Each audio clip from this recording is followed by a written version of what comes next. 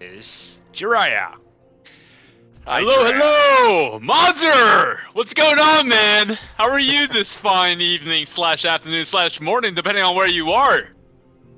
Not bad, not bad. Looking forward to the games. I'm very happy because BSL is starting to kick off. We will have yes, sir. Some amazing games today for sure. I'm looking forward to it. To cast with you, my friend. Yeah, same here, same here. And the game number 1 will be nOmaD against PerroFlaco. So, Protoss versus Zero. All right, so I guess this is the profile. We got nOmaD and we got PerroFlaco. Mazur, what do you know about these guys? I know a little bit about nOmaD, not much about PerroFlaco. Yeah, same here. I think he's relatively new to BSL Pro League. I think I don't recall seeing him playing. So I'm really curious. You know, each and every time when you see a new name, new person in the game on this level, it's amazing. Yeah, I'm looking for his flag. Do we know where he's from? Is he from Peru? Okay, he's a Peruvian player, and nOmaD, I believe, is from Europe? US. Oh, it's from the US! Oh, okay. All right, so a little US versus Peru action here. Very nice. And we got a PVZ. PVT. Oh, PVT. Yeah. Okay, all right. Okay, that's really looking good. I must say, Zero, that BSL is top-notch in terms of the graphics. It's the first time I see this. Amazing. It looks amazing. I don't know if you guys agree with me. I hope you do. But this is the quality that we will see in BSL this year. Yeah, really nice layout here, Zero. I was wondering why my eyes were kind of not used to it. It's because it's a new layout, but yeah, I love it as well. It's very super clean, super professional, and we got the normal stats. 1 win, 4 losses for nOmaD, 20% win rate. I guess that's a Pro League stat? Historical stat? Yeah. Okay. Yeah, so... Yeah, PerroFlaco, we've got a couple more games, so looks amazing. Nice. Now, even the brackets, the format looks upgraded as well. This looks fantastic. Yeah, and the first game, and as we can see on the layout, the first matches of today will be played on Polestar, and those will be best of ones. So everything can happen here. Excellent. I think we're ready. All right, let's get into it. Game number 1 on Polestar between nOmaD and PerroFlaco.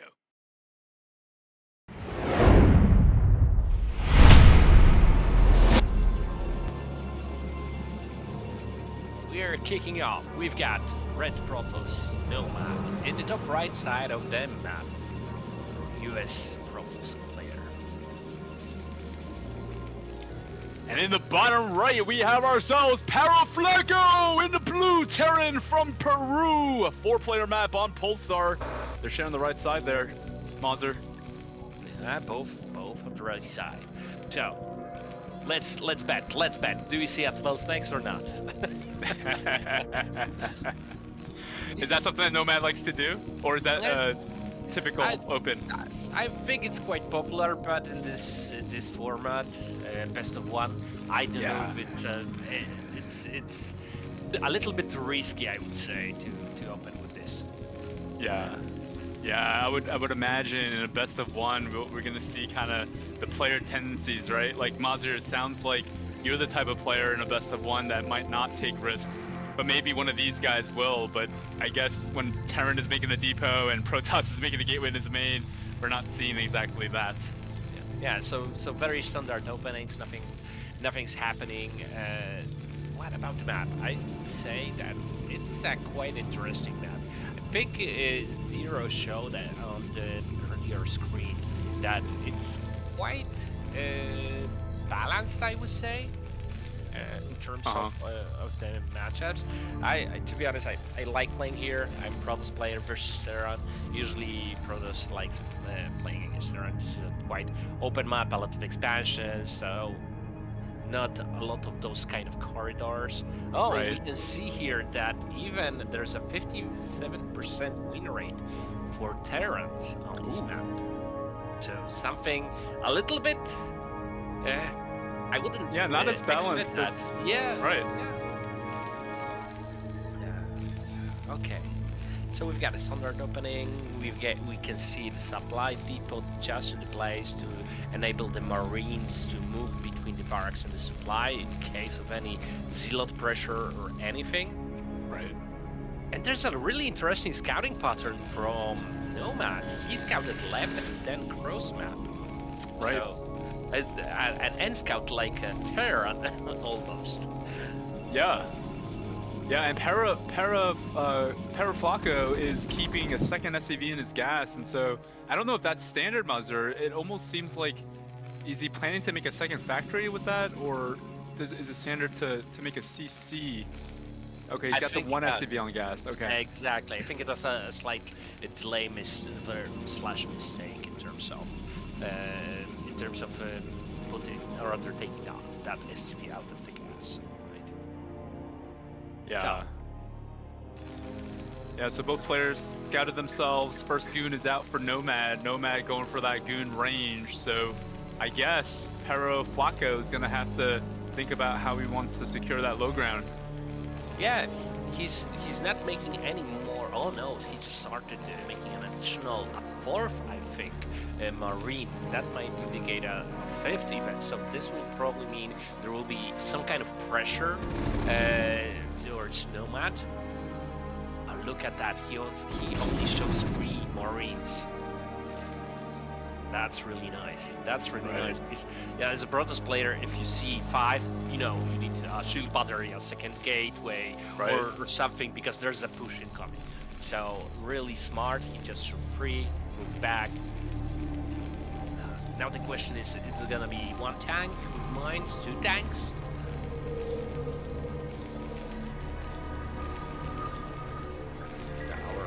I think it's looking too long on the on the main base of the Terran. It likes it.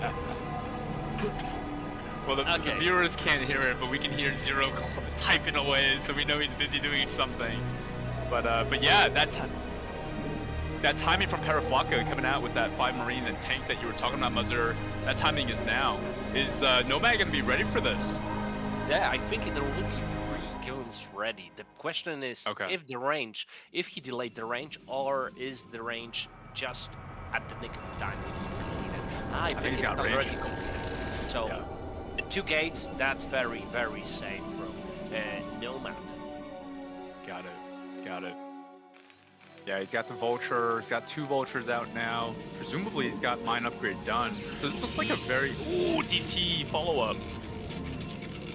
Oh, so now I'm trying to think if the gun range finish off, or because the Cybercore was spinning at the beginning, so I wonder if he cancelled it, or if I think you're right.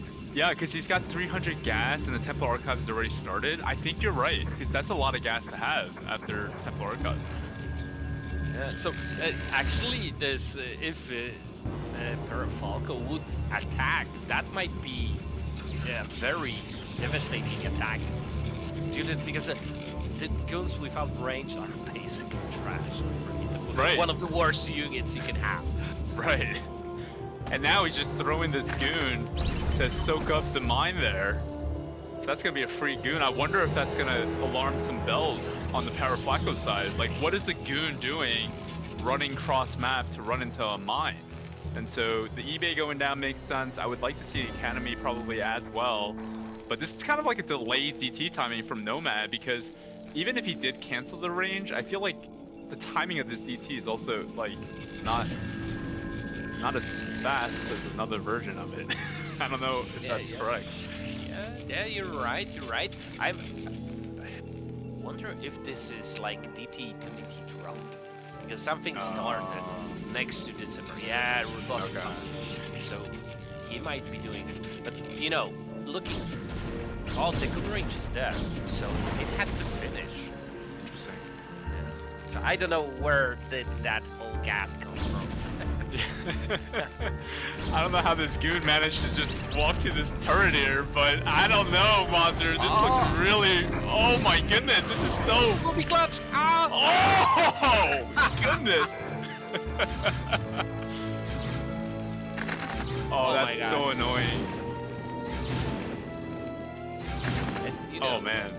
this is here to deal, like, to kill the drone player, is to delay, to deal some damage, give Right. Protoss time to add additional gateways, make an additional expansion, this kind of stuff. So, my God. Yeah, well, Peraflaco did manage to kill that second DT, so he is gonna start mining again. So not the worst, but you're definitely right. It's definitely slowing him down. Now he's planning that academy, adding 2 more factories, a third, another one. So that's gonna be 5 factories up for Peraflaco momentarily. Meanwhile, nOmaD is looking to take a 3rd base, but with speed, vault upgrade, no observers yet for nOmaD. It might make some opportunity here for Peraflaco to kind of deny that probe, but that probe looks like it's inching towards 12. So they will be able to plant that 3rd and head into mid game, it looks like. Yeah, we don't see still the 3rd Nexus. nOmaD is playing quite defensively. Right. And we will see Arbiter. Very fast Arbiter. I like it. I like it. Yeah. Yeah, 2 base RB. That sounds about right. I remember seeing a lot of those types of things, and when you have a Terran like this who took some harassment early and now kind of powering up on 2 bases, certainly makes a lot of sense to tech up 2 RB. Yeah, especially that, you know, in this kind of situation, the Terran player won't move out without scans, and we saw that with the timing of the academy. Right. So this is giving a lot of time to nOmaD to just delay. The Dark Templars are still alive, so it will require the Terran player to scan additionally. So the Arbiter will be, the cloaking ability of the Arbiter will be huge. Well, Peraflaco is moving out right now. For now, he's kind of disregarding this DT, finally scans it. So with that DT coming down, the Arbiter not up yet, Mazur. Looks like there is a window of opportunity here for Perro. Yeah, that is a lot of goons though. But there are also a lot of tanks. No tanks did die in the earlier phase of the game. So now the crucial thing is to delay the attack, to take twice in time. The Terran army is right in front, but no, there's no siege. It's like 188 move. Wow. Is the Terran player a Protoss? Yeah, I don't even know if he has siege, bro. He might not have it. He definitely doesn't need it. Goons are popping left and right, dog. Arbiter needs to come out. Can he make a turret? Yeah, SCVs are here. Okay. Oh my God. Yeah, I can't believe it. I can't believe it. Oh. Yeah, Perro really threading the needle here. Okay, siege finally going down. Reinforcements coming. Really strong push here from Perro. Threading the needle. Speed zealots are done for nOmaD. nOmad's Nexus is being threatened to come down here. It will go down. nOmaD is also supply blocked, Mazur. It's a tough spot for him. And at the same time, there are no probes in the second expansion or that. Oh, goodness. So it's down. nOmaD is down just 1 base mining. Oh man. Yeah, this is not looking good for nOmaD. He's got 2 zealots. He's got some more goons in the rear behind this tank line, but I just don't see enough zealots here for nOmaD to even designate a push. He's got the Arbiter going to the elevator. Yeah, but Peraflaco has an SCV. He can see that the attempt to elevator. Will he move his army? Oh, man, Now, the mine. Oh, nice. That's nice. That was really nice. Now nOmad's just showing off. Okay, this is good. So this is gonna give some attention or direct some of that attention away from that Nat area towards this location. But Perro sending vultures to 11 o'clock as well, just in case for any ninjas. Looks like nOmaD is on the clock. Perro has a stranglehold on this position, but nOmaD slowly elevating his units into that sort of third pocket. He's gonna have to do something with this, at the very least bide some time, or at least separate some of the units from that contain, which looks to be what he's planning to do. Here in the mines in the middle of the map, that's good. Yeah, now the crucial thing is to put a wedge between the main, the sieging army of Terran and the additional reinforcements, so that pure zealots can just retake. Yeah, pure zealot. The siege tanks are so clumped up that the shuttle drop will be able to just deal devastating damage. But at the same time, Peraflaco has an additional expansion. We're in a situation where the Terran player has more expansions than the Protoss player. That's never good. No, I was just about to say that. Like, nOmaD is on like what, 1.5 bases, or I guess 2 bases now, but Terran's on 3 bases, and that's never good. All right, that's a lot of nOmaD. That's a lot of nOmaD, a lot of zealots in his main. I wish, yeah, he's bringing those things down now. Definitely wants to get that on top of the tanks, but Perro reinforcing that tank line with those bolts. Gonna trade this out here. I wonder if nOmaD is even gonna break this now. Doesn't look like it. Wow. Oh my god. Dude. It's a shame that nOmaD didn't utilize the shuttle and some zealot drops on those tanks, because the initial shot of the group of tanks just destroyed the goons. That's never. You don't want to fight siege tanks against dragoons, right? Yeah. Looks like that was a little bit miscoordinated, but Perro, just his macro is insane. These Peruvian Terrans, man, they really know how to macro, but recall on top of this Terran army. nOmaD is definitely showing off here. Yeah. You'll be able to kill those tanks, but the whole army will be GG. And we've got a GG. He got some Protoss in him, Peraflaco, right? Yeah, I totally know what you mean by that. That 1A, 2A, 3A style. Exactly. No siege attack. Yeah. All right. Well, game number 1, giving it up for Peraflaco. He's going to take it over nOmaD, and this is the best of 1. So, does that mean nOmaD gets to get another shot? Yes, he's going to move down to the knockout bracket, the losers bracket. So he's not out yet, but this is a best of 1. And so if you lose a game, you go down to the knockout. But Perro here, congratulations to him for winning the first match here on Polestar. Really nice execution, perfect timing, attack just before the arbiter has completed, right? Yeah, that was a really good sense there from Perro. I don't even think he scanned it. He just kind of used his own senses. His instincts were right there. So really good job there from Perro. I feel for nOmaD, I think he did a good job with biding some time with those initial DTs, but Perro doing a good job of, you know, kind of dealing with it and then following it up very decisively. So right, Red Terra, Peraflaco, TVT, Latam challenges games. So 2 Latam players playing each other on TVT when because JIRAIYA, you play Zer, right? In TVT. Yes. Yeah, so we've got a Protoss and a Zer casting at TVT. So how good can this go? Well, I will say we both feel like Perro is a good macro-oriented player, and he hit that really nice timing against nOmaD in the first set. Terror, we know, is just overall well-rounded. Oh, I'm seeing some lag here. Same here. Okay, give us 1 second here, guys. Some technical difficulties. Looks like we're back. Mazur, I got mine back. How about yours? Yeah, it looks good. Looks good. We can see, we can cast, and everything is fine. Okay. Even a little bit smoother than earlier. Yeah, yeah. Okay. What's Depots. happening here?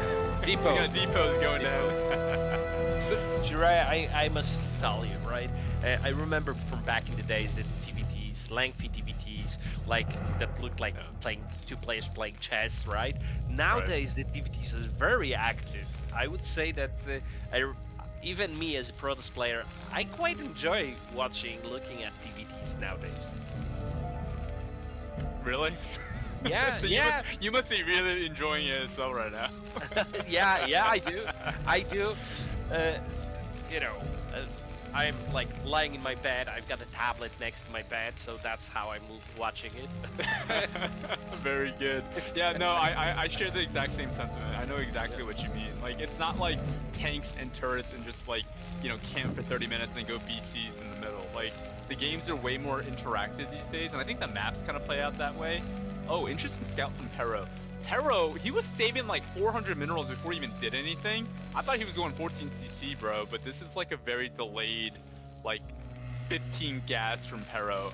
Perro, I guess, is gonna CC behind this, but yeah, like most TVTs, I don't enjoy because they're just so slow paced.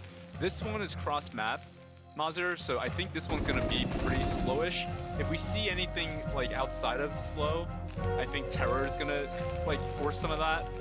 Yeah. But I must say that I like how Peraflaco scouted, right? He was searching for the SCV and instantly scouted. Looking at what Terror is doing. Terror scouted top left, now cross map.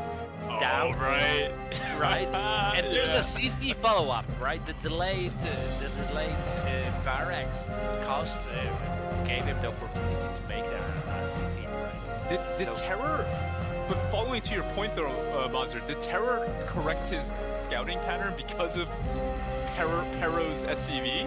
Because he was gonna go bottom right, but then he started going top right because of yeah. Interesting. Yeah. So this is gonna give Perro sort of like an economic lead, but like if that bunker goes down, you know, sure it's $100, but like if he takes no damage, this is a great start from Perro from like a build order standpoint, I would imagine. Yeah, especially that this map gives you a lot of leeway in terms of the slow ground. Oh, right. Perfect timing! Oh! Calculated. Yeah, that was really good. Oh, that excites me. I love that stuff. When it's that tight, I love things that are tight. Yeah, windows, tight windows. I know what he meant. I for sure I knew what he meant. I had my head exactly. And we see Starport. Proxy Starport. Yeah, man. Oh, Vulture even getting in. There's only 2 Marines in that bunker, Mazur. Okay, one SCV down. Oh, good one. Nice. Nice, Dave. Can you get it? Yep. Okay. Wraith is being made. No armory, bro. No armory. Maybe not a lot, but the upgrade. And the follow-up for Turris is also a CC, so... Yeah, peeling off those Marines is big for Perro because now he can unload his bunkers for that Wraith threat. Should it get there, but the Wraith is actually moving back, I believe. Is that the Wraith at the hovering back? No, that's an SCV. Okay. Alright. Okay, so that's like you said, is because brights are like paper plates, right? Yeah. Okay, and we have the armory halfway down when the first right is in Perro's main. Nice. 2 SCVs on. Looks like that's the right number. Or not. Unlucky.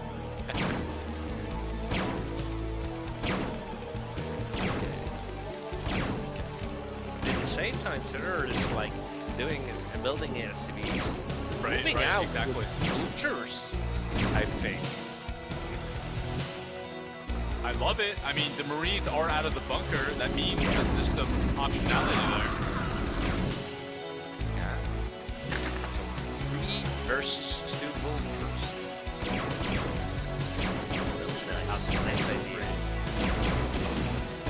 we need to say that this isn't.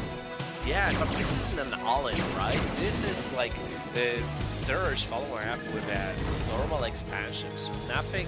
It's not a game-defining moment in terms of like, okay, if this doesn't work, Terror is very much behind. So, absolutely. When you made the comment that Terror was making SCVs, it was actually Perro who had 42 supply versus Terror who was 36. But now Terror's at 57 versus 47, so exactly what you just said. Nothing about this was all in. It was more so Terror seizing an opportunity and then being able to sort of catapult ahead somehow. yeah. Free SCVs. Oh, look, Perro is searching for that starport, but Terror anticipated that and already lifted it and moving it back. Right, big brain. Big brain. And I think we've got 4 versus 4, 5 backthrows. Right. Yeah, the 3 are up for Perro. Perro only has the 2 up right now. But you're right, Perro will be able to sort of composite that lead that he has from supply can. Actually, 65-65 right this second. But I think Terror has more SCVs, just from an eyeball sense.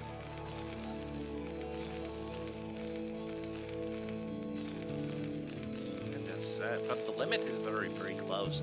You know, like a minute ago, the limit difference was like 10. Now it's equal.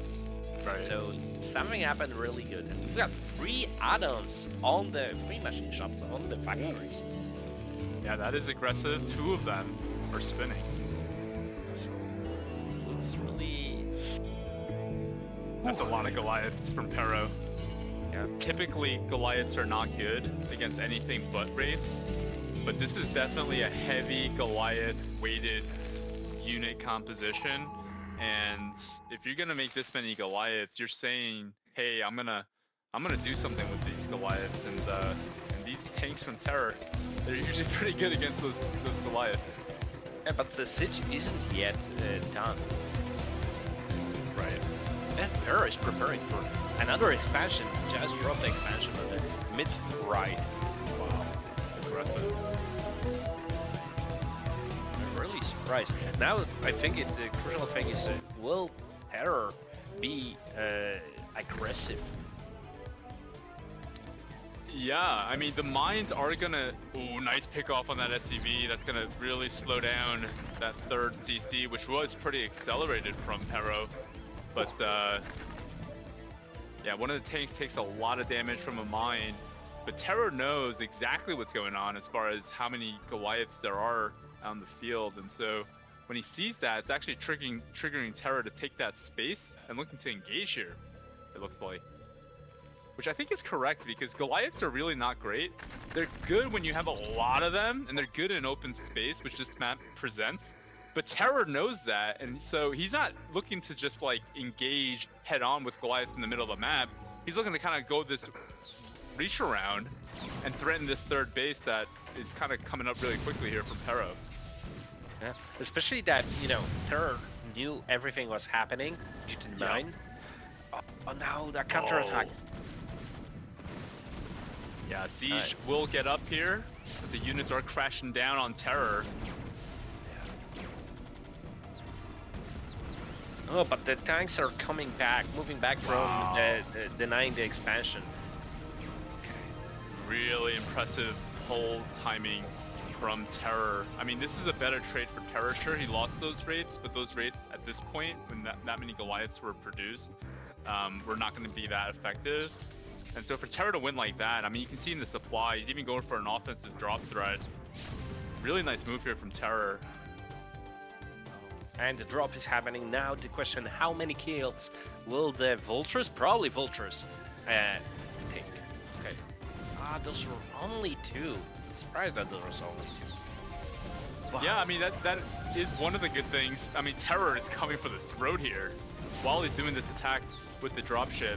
But nice tank position from Perro will stop that. I think they're a little bit overextended because he had a lot of tanks, but all of those tanks were like very, very much damaged. Right. Yeah, Terra kind of recognizing that himself, pulling back. Typically in TVT, you see Terrans kind of sieging up, creating these lines, and then they sort of look to expand once they fortify those lines. So right now, Terra kind of consolidating his units in the middle of the map, creating that line with those mines in front. Makes a lot of sense. Yeah, and look at now at the limit, right? 20 ahead.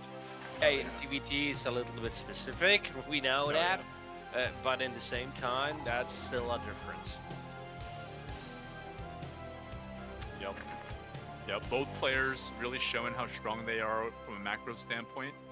Really good at pressing S on their CCs. And I think we'll certainly see a drop because the vultures are persistent at 12 o'clock.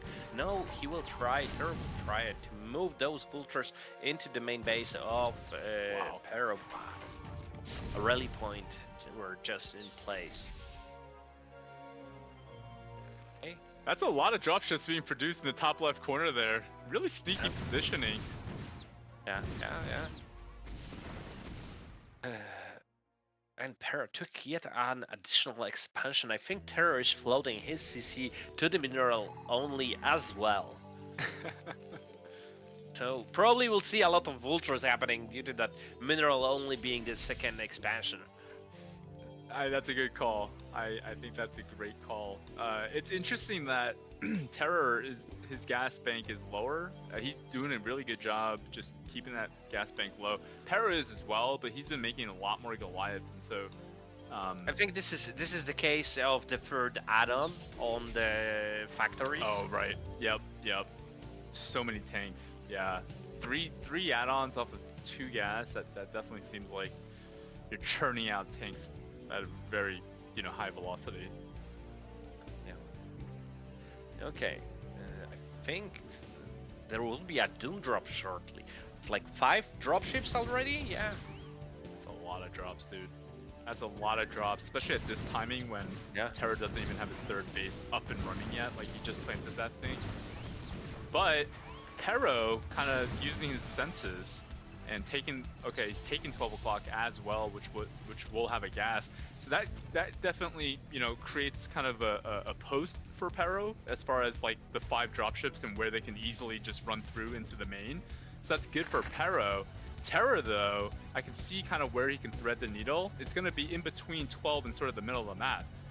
But it won't be easy because Perro is kind of already in this position. But if he decides to just fly through this Mazur, does he just get straight up the gut and into that soft underbelly, into the main? I wonder. I think it's the case. It's the case that he will try to siege all the factories. Look at this, man.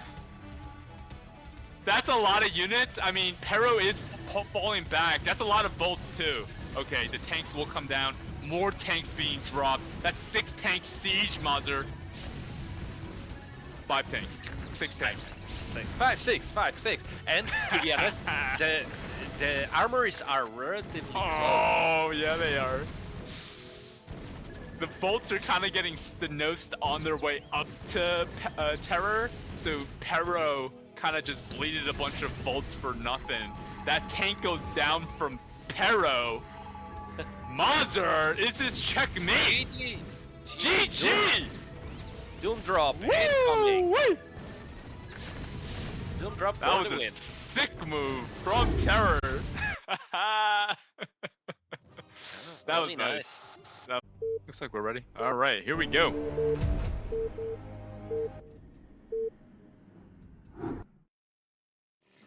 Okay, so we're in game number 1 of the losers bracket, and we've got Zero, the purple Zerg.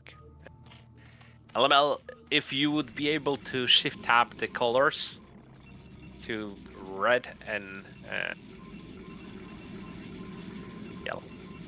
And spawning in the bottom right position is a nOmaD in the white from the great US of A. I recently 4-pooled nOmaD. He got upset, but yeah, it's a strategy. It's a strategy. Back in the days, I would like, oh my god, I would catch you. But now I'm a little bit more mature, And like, okay, it's a strategy. Yeah, it's a strategy. It's one of the things I have in my arsenal. It's just a play. But yeah, Zero, he's got more honor than me. He's making an overlord, Mazur. Yeah. You know what I like to do in PvZ on this map? What do you like? Scout as a Protoss when nOmaD is. Go to scout to the mid left expansion. Because on this map, Zergs are moving the overlords on the left side. Oh, right, right. So you can intercept and you can see. Right. But nOmaD is finding Zero in the first, on the first shot. Oh, Zero is trying a 12th hatch, but nOmaD is intercepting it. And in the same time... Oh, Forge. Okay. And pool going down. yeah, because he delayed. So he delayed the hatchery. So he knew that this will have to be follow up with spawning pool. Dude, he's making a gas as well. That's aggro, man. That's aggro. Yeah. To make the gas too, you're saying, hey, I'm making gas right now, man. I mean, what does that mean? Speedlings incoming. That's what it means. Oh boy. All right. Well, Zero will look to challenge this, or maybe not. Actually, go into a further base. Okay. I'm very interested to see if he does indeed go for the speedling route. Yeah, because I guess he kind of has to. Yeah, has to or not, but nOmaD needs to respect it. What it means that he has to do 2 cannons. Right. What if it's a layer, dude? Okay, it's link speed. Okay, it's link speed. So a second cannon needs to pop out because it's maybe not now, but very, very soon. Right.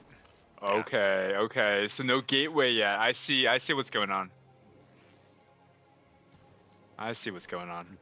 That's kind of very respectful, Mazur. To make 2 cannons like this, it's almost like a 9-pool reaction, right? Even though this is a 12-pool. Okay. Oh, he misplaced the cannon. Misplaced the cannons. The gateway doesn't fit on the top side, above the forge. Wow. Now, is that... That's an inviteful link that I've seen, right? It's like, I would see it as a Zerg and like, okay, hold my beer, here are my links. Yeah, right. Yeah.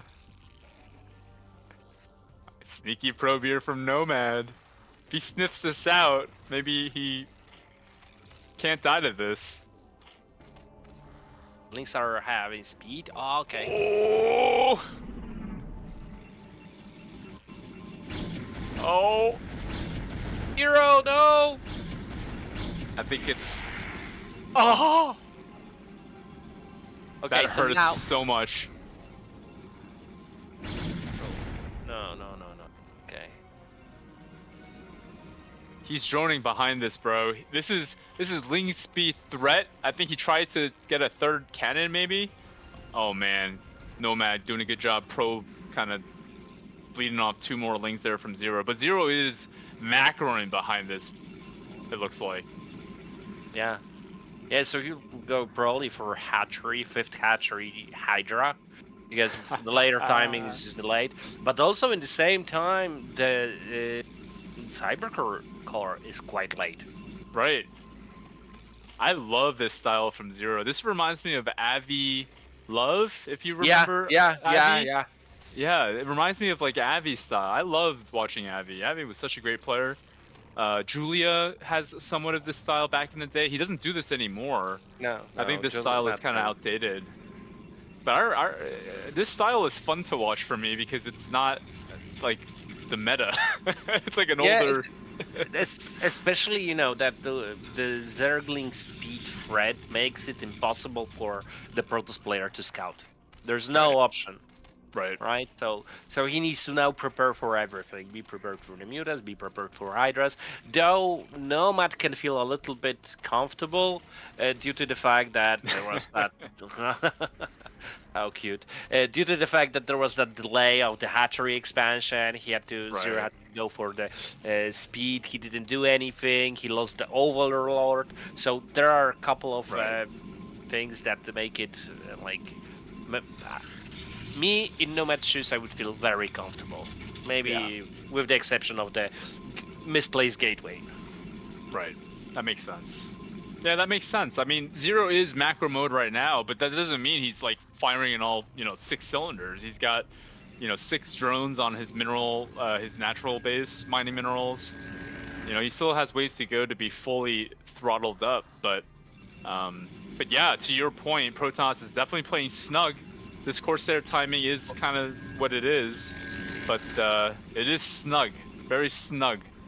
And so maybe Zero can capitalize on the snugness of the Protoss and really just, use this time to continue to power up, just keep pressing SD. Yeah.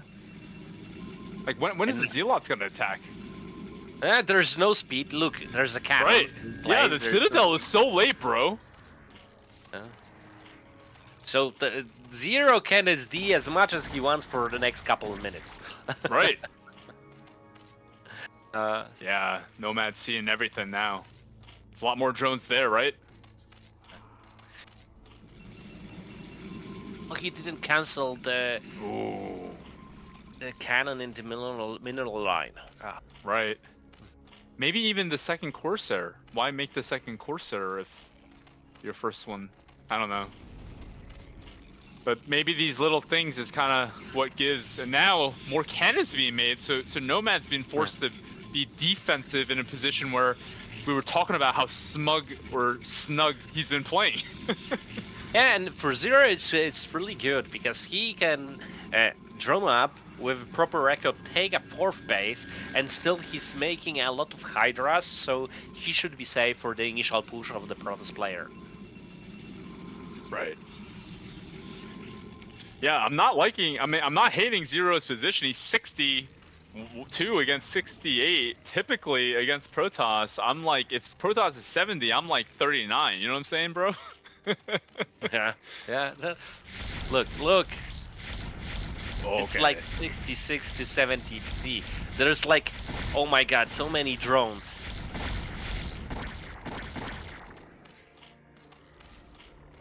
More drones being made. Wow, this is a powered up Zero. And more defenses coming down from nOmaD. I have to wonder if that's the right call. Considering, I mean, Zero is powered up, but it's not like he's quite ready for offensive threat. And so all this defense from nOmaD, I feel like it's just playing into the hands of Drone Man over here. And we've got yet another hatchery, so Zero. Holy moly! 6 hatcheries, right? So That's probably a dump truck. Yeah. Very soon we'll see another the expansion in the mineral only, and I think we've got a drone already there. And yeah, the expansion the hatchery has been placed. Of course he's got a drone there. He's got drones everywhere, man. I'm a Zerg player. You can kind of tell when the shadow of the drones, the thickness of the shadow of how densely populated the drone lines are. I mean, this is a nicely populated probe line himself, but that's a lot of drones from Zero right now, man. 84 against 90. Man, Zero is just gonna run with it economically, I feel like. Yeah. And we'll see, probably, that the question is now, if Lurker aspect is being built, or there's a Spire somewhere. Right. Oh my god, what a storm. Juicy storm. Juicy indeed. That hit almost all of them. And only 4 died or 3 died, but the rest are considered basically dead too. Nice time in here from nOmaD. He's got the +1 upgrade done, I'm sure. And we got the mineral only being taken by nOmaD. nOmaD has a really decent amount of gateways. Look at the minimap. It's like a square block of gateways. And we've got the Spire. oh, killing this sire would be amazing because the main purpose of sire is now to scout right now, Right. and we've got lurkers also incoming. I didn't see a robotic from nOmaD yet. Oh, Oh, there's okay, he's got observer it incoming. The somewhere. robotic is there. Yeah. Okay. Ah, Oh, he's gonna have to kill it now. There's no way. Oh, the goons can get through the left. Okay. Yeah. I would kill the pylon and I put the see. additional pylon because it's like 100 versus 300 minerals, right? Yeah, the math makes sense when you put it that way. Okay, okay. And yet another expansion from our drone man. Yeah, at 11 o'clock there. But active with that Corsair, like you said. It's just an observer at this point, but doing a good job retaining its The worth. defenses look good. The defenses look good. Now the Yeah. question is if there will be Hive or Muta switch and power up with Hydras. Right. Right. Yeah, I would love to see mutas only because, you know, nOmaD is just starting to do waves of goons, but I feel like without a DA or a real healthy Corsair count, it's always nice to do things like mutas because just they're so good at popping those really valuable high Templars. But nOmaD here finally going to move out. Zero's going to have to respect this in the form of, you know, having good defenses, and he, like you said like a minute ago, Zero is pretty well fortified at this point. Yeah. nOmaD is preparing to take yet another expansion on the mid-right. Okay.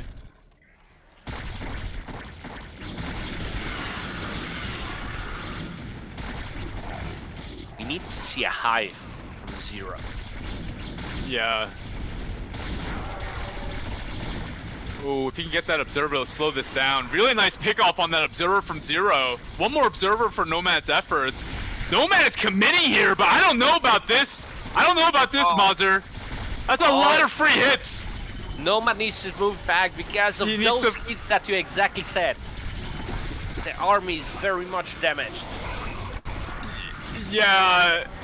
More units from the rear, from purple, flooding in here. These are damaged Protoss units. These are goons that he cannot afford to lose here for nOmaD. And the rest of Protoss army is being boxed in and devastated. And in the same time, when this fight took place, Zero used part of his army to deny the mid-right expansion. There was a prop down already, and nOmaD was trying to take another expansion. And wow. Yeah, I mean, it's a different story if he can take another base and defend that base at this current timing. But yeah, for Zero to be able to deny it and wither away the entire Protoss army, I mean, what you're looking at right now is a hard reset for Protoss. He's on 3 bases, but only 2 gas. And he's on a hard reset and on even footing with Zerg, which is never what you're looking for as Protoss here. You always want to be ahead. You want to be up in supply. You know, you could be down a base, but you never want to be down in supply. Yeah. And then at the same time, like you said, the devastation, the distraction of the Protoss army, the goons, the high Templars, everything, is a full reset. So now it will be very difficult to like repopulate his saturation of goons and everything. Saying that, there's quite a bit of goons there. Wow. Yeah, that's a lot of goons, but Zero somehow finding this timing. nOmaD kind of smartly sending his Zealots out, just kind of, you know, putting the pressure onto the map, but Zero identifying that 4th base attempt from nOmaD. nOmaD is a macro fucking, you know, I mean, I'm sorry for my language. He's got a really good macro, but wow, Zero! Minus 4 high Templars, 3 high Templars, holy moly. Just pounced on him. At the same time, it might cost Zero the top left expansion. Right. Yeah, this makes the game a little bit more awkward.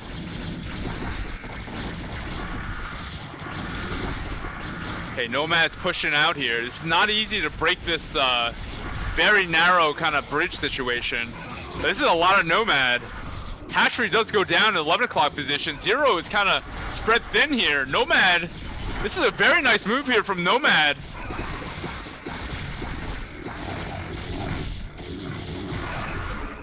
All right, well, nOmaD has broken free at his main. He is trying to take a fourth, but Zero spots it out at the 3 o'clock position. LML, if you can move her to 3. Yeah, so this makes the game kind of awkward. Zero taking more bases on the left side, Mazur. Like every base on the left side. Yeah. Literally every. The question is, because I think that the Zerglings still don't have a crack upgrade. Right, right. And in the same time, nOmaD has like 2-2 upgrades at least. Yeah, 2-2. Wow. So those are very decent upgrades for the bronze Right. player. Yeah, the crack. It looks like the crack isn't done yet. Okay. Oh, Zero finding another opportunity to force Protoss to go backwards, which is exactly what he's looking for. This is going to give him more time to get his supply count higher and get that crackling upgrade done. Right now it's not done because the Zerglings are not going ta-ta-ta-ta-ta. But, yeah. but that's what he's looking to do here. Bide the time. Yeah, and that's a perfect timing for nOmaD's expansion in the mid-right, because he's mining out in the main in the expansion. He needs to have 2 saturated bases just to be on the same foot with the Zerg player. And the Zerg player, due to lower saturation, still is on 1, 2, 3, 4, 5, 6, 7 bases. But the top left attack might be difficult. Oh, nOmaD running straight into lurkers here. Observers are trailing behind, but Zero, wow, more nOmaD down here as well. This is a lot of nOmaD. I don't know if Zero can stop this. This is a very strong window.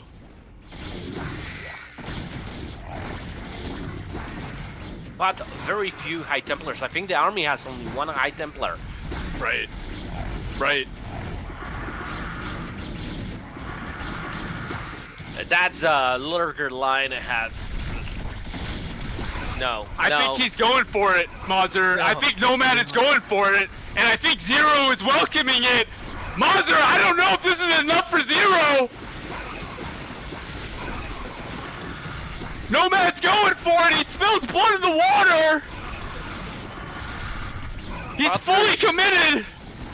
At the same time, there's a purple line of army moving through the map from Zero. Oh my After god. reinforcements of the Zealots. That's a lot of Zealots! And a lot of lurkers! That's a lot of lurkers, Mazur! Zero! What's happening here? It's crazy. So many units everywhere! Wow, did Mazur do it? More units! 2 bases running for nOmaD. Wow, I think Zero held. Wow. That was an amazing move by nOmaD, I must say. Me being in his shoes, I would see the lurk line and said, hell no. Then you might have a shot in winning this game, because right now nOmaD is not in the commanding lead that he was prior to that attack as far as supply count, right? He didn't take a base while he was attacking. He's taking another base now. He lost his natural as far as it being dried up for nOmaD. So Zero retaining the 11 o'clock. Sure, he lost that natural location, but he's mining on what looks to be at least 3.5, 4 bases. And so from an income standpoint, Zero is definitely ahead. nOmaD will have another maxed out army, it looks like. But Zero, he's got the hive now. Love to see some defilers out there, as LML noted. Yeah, Defiler mount is already there, so in terms of tech, Zero is ahead, because we've got a Gateway Man versus Hive Tech. Right. And the Gateway Man that lost twice his full army. So it's very, very difficult now. Yeah. Yeah, in order to combat Hive, you need gas. And we've got the Rat, the Defiler.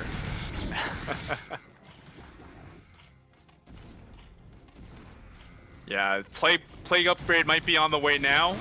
Oh, nice snipes. Wow. Nice snipe.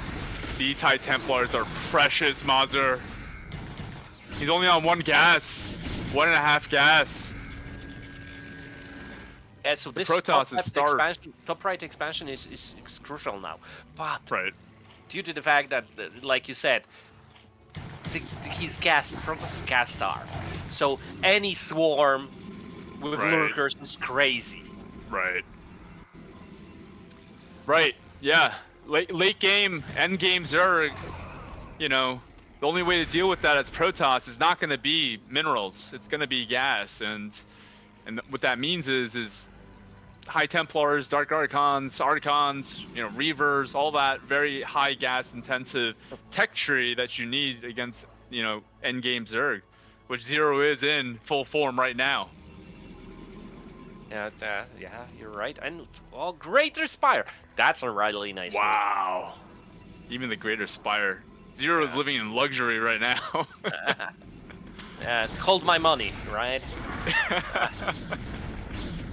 But this army looks quite scary. nOmaD is just YOLO with his army. Oh my god, so much catch up. Well, it's exactly the same thing. Like 2 lurker spines and those zealots will be dead. Like Zero, man. There's oh my god. Defiler has also swarm, not only plague.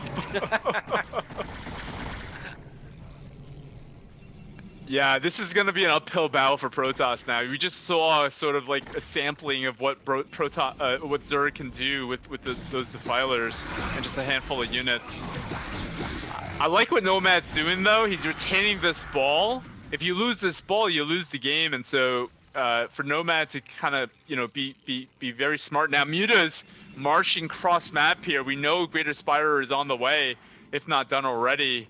No Corsairs in sight. Mazur, this is going to be such a beat to handle.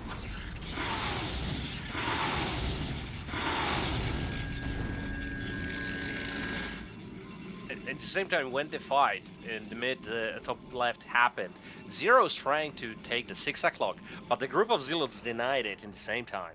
Oh so wow, great call. nOmaD is still taking, like, has really good map awareness of what's happening, sending some zealots just to deny expansions. Look at the bank. Zero has like 3.3k, 1.5k. Oh wow, that's nice the play. matchup.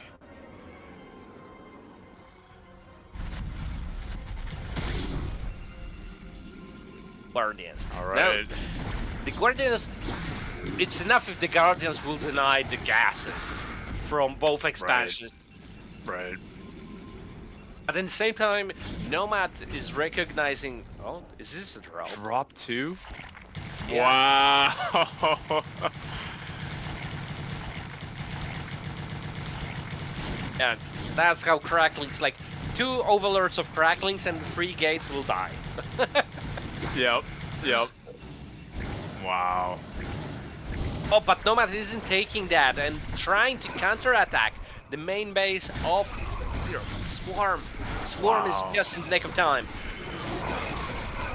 Zero will be able to defend only with the lurkers, probably, because there are only goons and archons don't deal too much damage under swarm. Wow, I am so impressed by Zero here, and a drop up here as well, Mazur! Zero looks ready for Daywall today. My goodness. Really looks good. Denying the top right expansion, doing drops. Zero is everywhere. Holy moly! Zero is everywhere.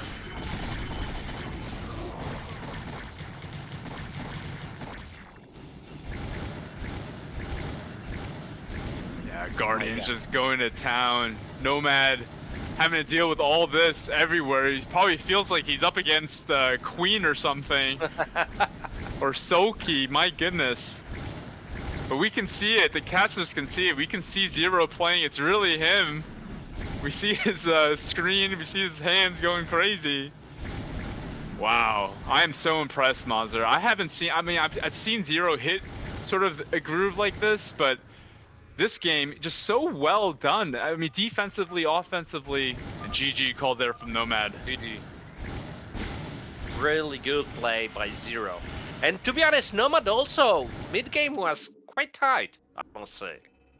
Yeah, like nOmaD is not shy to ante up. You know, I feel like he raised the stakes and said, "Hey, this is it, pal. You're ready or you're not." And he went for it. He went against that lurker line that you would not have engaged with, but nOmaD decided to do. And you know, he was maxed out, and he went for it. And so, you know, hats off to Zero for taking that one. Is this going to be a best of 3 or is this a best of 1 as well?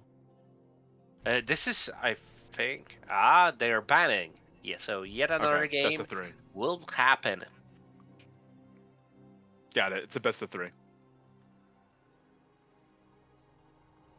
1 or 2 games.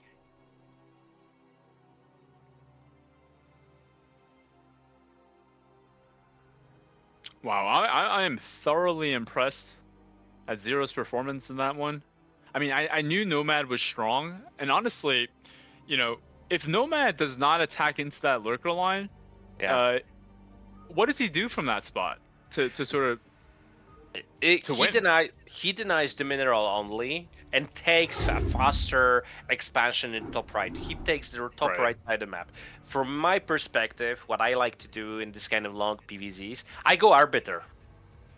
Ooh, Arbiter. And recall, because you've got those kind of static mineral, static defenses like lurker fields everywhere, and then just recall, and okay, expansion isn't there, and the Zerg needs to borrow up all the lurkers, attack you, you can storm it easily. So I like it to break, to make the static defense a little bit mobile, and then that makes a lot of sense. Yeah, it's like conceding that position where Zerg is most fortified and hitting them in that soft underbelly in a non-traditional way, right? Like recall is usually PvT, but in that spot it makes a lot of sense in PvZ late game. I love it. Okay, we are going to game number 2 on attitude between our 2 beasts, Zero and nOmaD. All right, let's get into it.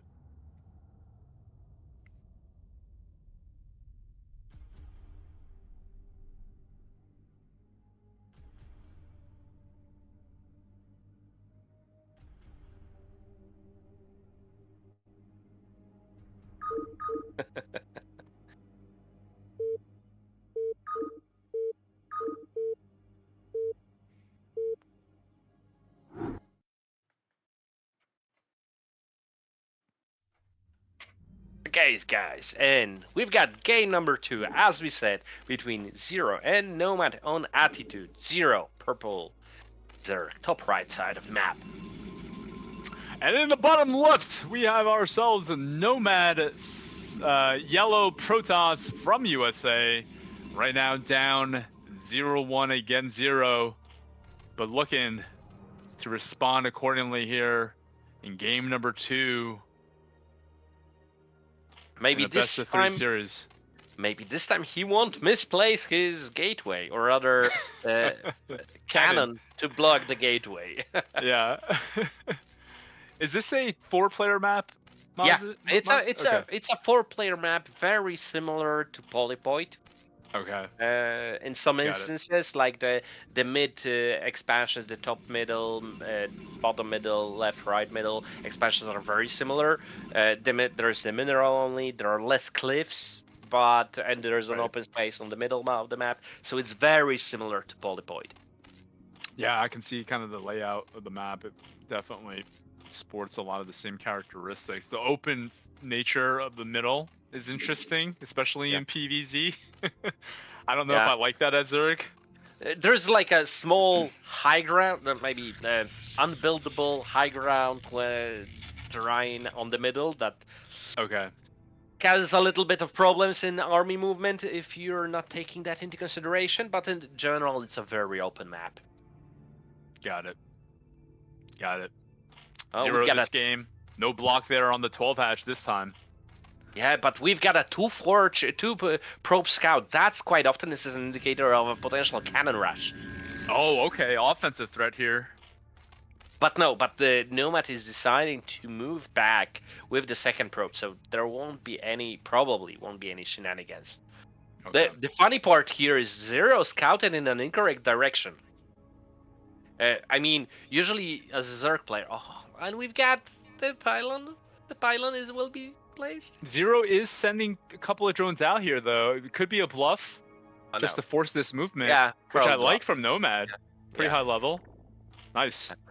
But to the point that I was saying, usually Zergs are scouting with the first overlord towards the expansion, the potential expansion of the opponent, Top right? left. So yeah, so in this instance, Zero should go to top left, and the second overlord should go to bottom right. So if that would be the case, Zero would know if there's a pylon being placed.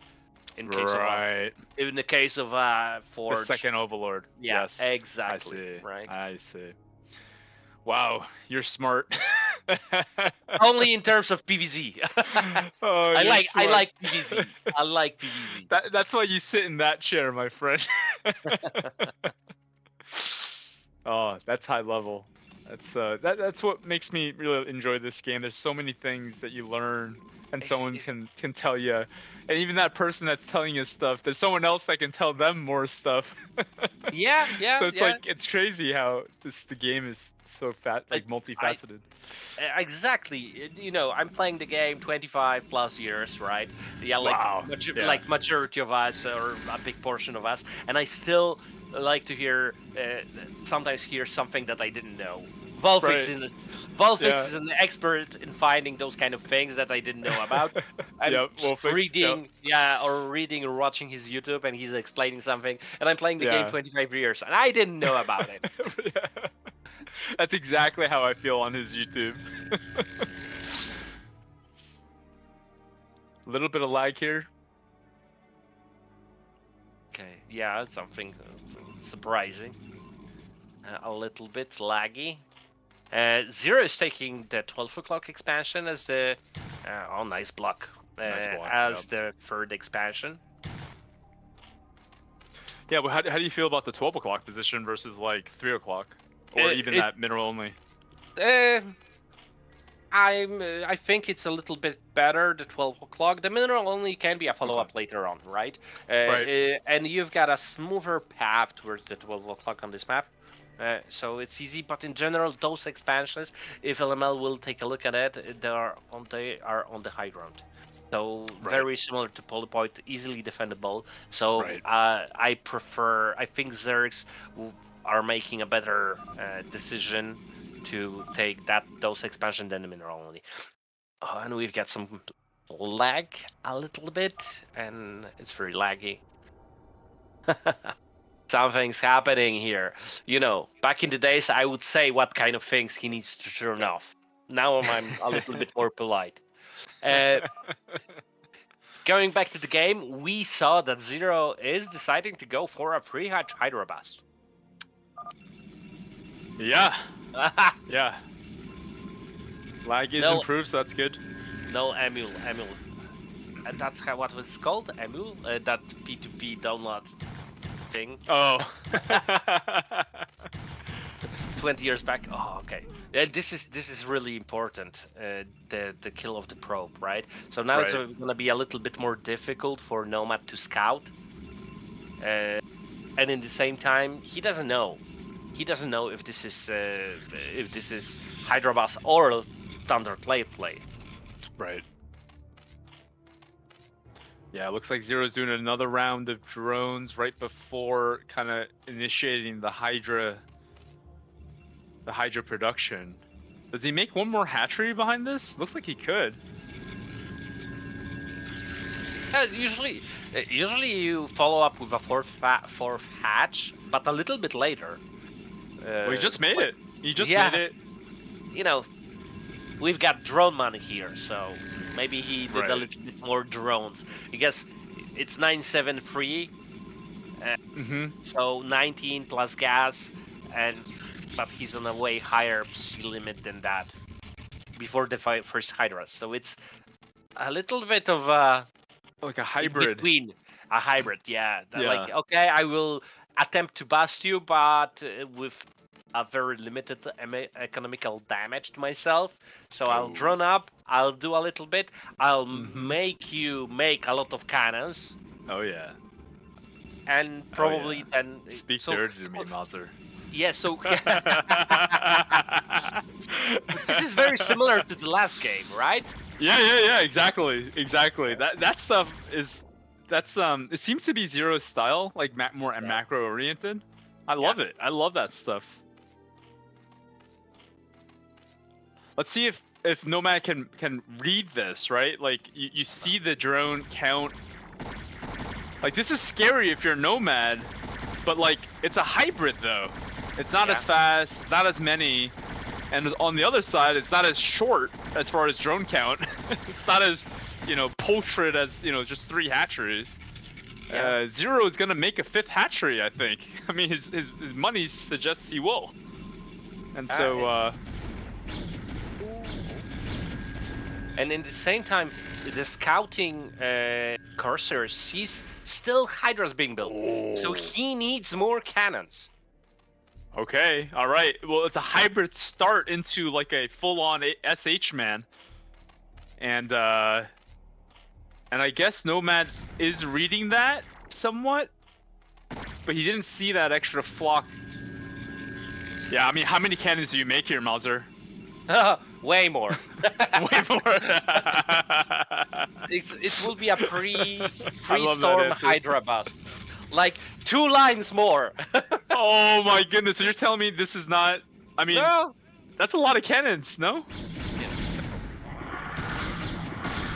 Oh goodness gracious! Now move back, snipe, Right. forge. Good pro pull. Yeah. You see, Now I know second why. line. Yeah. Yeah. Now I see what you're saying. He needed at least another line or 2. He's got the speed zealots, but 1,000 gas. That's a lot of gas. Yeah. When you see a Hydra buzz, the only solution in a Hydra buzz that it's like intentional, dedicated Hydra buzz, you need to make cannons and storm as fast as possible. Other way, it's very difficult to defend. Yeah.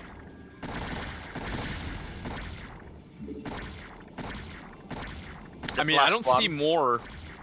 The plus one didn't finish yet, and the pylon isn't in range. So now, yeah. Oh, okay. Well, now it is in range. Okay. In the same time, oh, now drones. he's droning up. I don't know. So like this spot, because nOmaD didn't like. Does he have +1? LML, can you check if he has +1?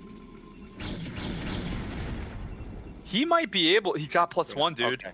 That's good. I think if Zero doesn't get him here, I think nOmaD might have calculated this perfectly, because Now this the is- question is if there is layer for Zero.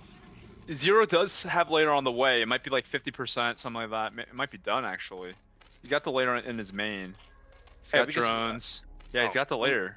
So now either Mutas or Lurkers and Okay. contained, because Oh yeah, now Mutas. we're in a situation where Zero has 2.5 group of Hydras versus like 6 Zealots and couple HDs. So nOmaD can't break out yet. So now it's either Lurkers or Mutas. I see. That makes sense. Yeah, and the supplies are close too, so that's usually good for Zerg. But High Templars are scary against Hydra composition. Yeah.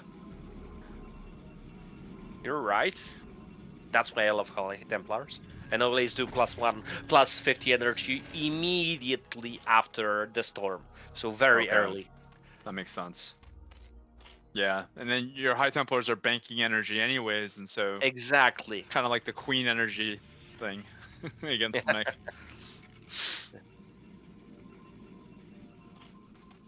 Okay, so what do we have here?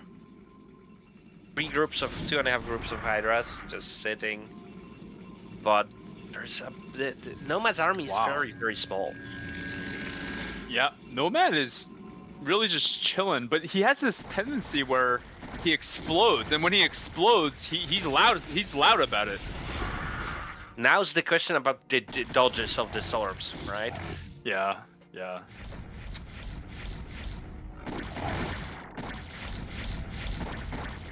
Yeah, with this number of Zealots, it's hard for Zero to really just like shave off a couple of high Templars with a handful of Hydras. Something has been made. Lurkers, I think Lurkers have been ordered. Lurkers, yep. So. But nOmaD, I think, anticipated it, and the robo facility is already there. Right. Yeah, really good job from nOmaD. Wow, that's the noise it makes. Really nice job there from nOmaD, keeping that Corsair alive, continuing to use it as an observer. So supplies are close. Very, very. But nOmaD's army is very zealot heavy, and Lurkers are here already. Wow. Oh! High Templar goes down. Wow. Second, third. Oh my god, very nice snipes. Denial of expansion. This will be, from now on, a very difficult game for nOmaD. Yeah. Oh, I like this move. I like this like portion of Zealots going through this through the contain and trying to just, you know, post some threat somewhere on the map so that Zero will have to divide part of his army to defend somewhere. Lurker. Yeah. Oh, Zero's on top of his game right now, man. Staying in front of these Zealots is absolutely what you're looking to do. Because Zero's Nat is like basically open, but these Zealots can't get to that Nat if there's Hydras in between, and so Zero doing a really good job. nOmaD's gonna want to use this opportunity to probably find a timing to break this contain while the Hydras are kind of keeping nOmaD honest at the 11 o'clock position. nOmaD should probably go now. Yeah, that's the last possible moment. Because those Zealots will die in a month, and with 2 additional groups of Hydras on the contain, it will be way harder. Looks like one of the observers went down, so good pick off there from Zero, but recognizing that that contain will get breached. And to be honest, it's not a bad move to move back. I would even say it's a brilliant move to move back. Not to waste his army. He's taking he has perfect saturation, 2 additional expansions, so he's way. Those expansions are on the way, but in general, it's a perfect. And look now, Zero is like 20 supply ahead, so it's pretty good for Zero. Yeah. Yeah, as LML is kind of pointing out, though, those 2 forges that were spinning in the main for nOmaD are done. So this is a 2-1 window of opportunity for the Protoss. If there's any time to do anything, now is the time to do it. nOmaD. A lot of units. See if he can land some Stormies. Wow, Zero. Oh my god. Maestro. Storms really incoming. Nice. What a flank. What a flank. Wow. Storms incoming! Zero, though, relentless with his push! Absolutely cutting through nOmaD's forces here. nOmaD trying to retain these goons. That one High Templar has a Storm left in it, but his army is reduced to literally nothing, or almost nothing. Zero continuing to push here.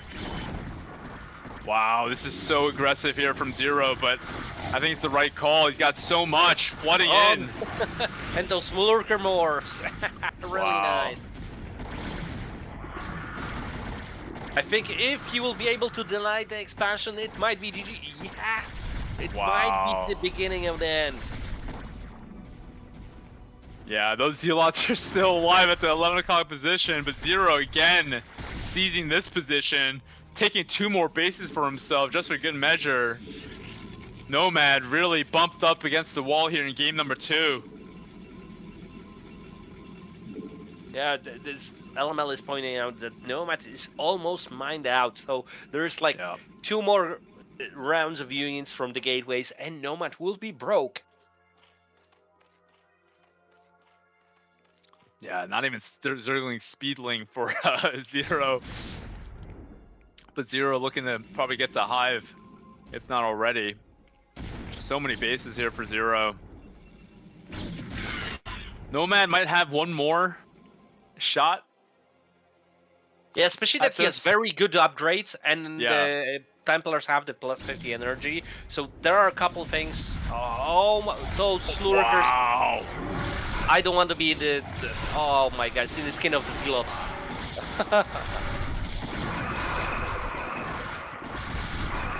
Like that, Zero's army is coming from each direction. That's what you call a Zerg swarm. Yes, the swarm style from Zero this game.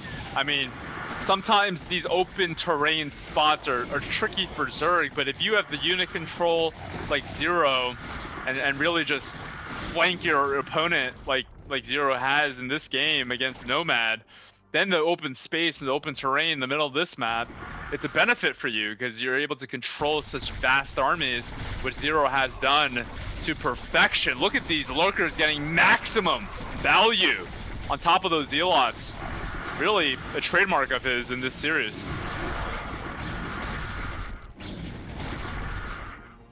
nOmaD is really fearless. I think nOmaD has had a lot of success in just having that very strong aggressive mindset, but against a player like Zero who's very calculated with his unit positioning, I'm just wondering if that kind of strength that nOmaD has is kind of biting him in this one. Look at that! He's managing to at least deal some damage to Zero. But the army looks so small. I think that that Zero's army that is waiting next to the rally point might be able to clear this army. Right. Look, like control group of here, control group of there. Wait a second. Wait a second. Is this a caster's curse? Hold on. Hold on. The upgrades those aren't great. Units, those are overlords, and those aren't units, those are drones. Mazur. Oh my god. But look at the upgrades, right? 3-2 for nOmaD, and only Zero has a very weak upgrades in comparison, I think. Panic Sunkens are already here, so he will be able to defend. But in the same time, there is some kind of action going on the left side of the map next to nOmaD's expansion. Oh my god. It's so close. Now, not killing Zero here does not mean the game is over, but not killing Zero here makes the game tougher, I would imagine, for nOmaD. Can he take 3 o'clock? I wonder, because 3 o'clock is pretty lean right now. So nOmaD does have more life taking the 9 o'clock base. So now he's got income coming in. That 3 o'clock base though from Zero, not the most fortified. I wonder if nOmaD's path to victory here is continuing to be as aggressive as he's been.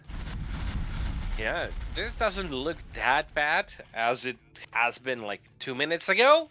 Right. But still, nOmaD needs to take that mineral only. I'm surprised that he didn't take the gas gear off. Just saying that. Yeah, because like with 109 PSI, it's hard to attack and defend that mineral only at the same time, and so here it's gonna inevitably give Zero more time on this, you know, kind of 3-base, 4-base situation against one. At the same time, we need to remember this is a low eco Protoss player where the Zerg has already hive. Yeah. Yeah, so it's gonna be challenging. Right. Right. Yeah, like what's the percentage of Protoss' spot here? Probably less than 20%? I would say 20, 20, no, 20, I think would be. Okay. Okay. You know, but at the same time, if nOmaD will decide to defend now, and Right. take like 6 o'clock. Yes. It will be Yes. really from that And position. Zero Really good. waste Zero units. stuff. And Zero is units, yeah. Yeah. Zero is just so smart. Like, he's just taking more bases, extending his position. He knows that if he just loses his army, he might lose the game. But he also doesn't have a lot. Oh, picking off these High Templars are so brutal for nOmaD. Look, this mineral, this expansion of Zero is almost mined out. The top, the Right. 12 o'clock probably also close to mining out. Yeah. So basically it makes 0 on 1 expand, the mid-right. What's the name of this map again? Dude. Okay, I gotta ban this one. Okay, Zero. Okay, he's taking every base. He's just gonna take every base. I love it. That's to be honest smart. Even Yeah. if you lose bottom right or top left, it still means that the army has moved somewhere and the other base is safe. And now Zero needs some time. Oh, nOmaD is attacking the most fortified expansion of Zero. Yeah, 3 o'clock is pretty fortified. Somehow Zero is getting some work done here, but What's happening on the let's 3 check out o'clock? 3 o'clock here. Oh, this was it, and yeah, I mean Zero's got all those units coming in now. There was how many Sunkens here already? Like 3 or 4? Before some lurkers. Right. That's why I don't attack things like this. Yeah, this definitely You're bleeding units. filters the game. Yep.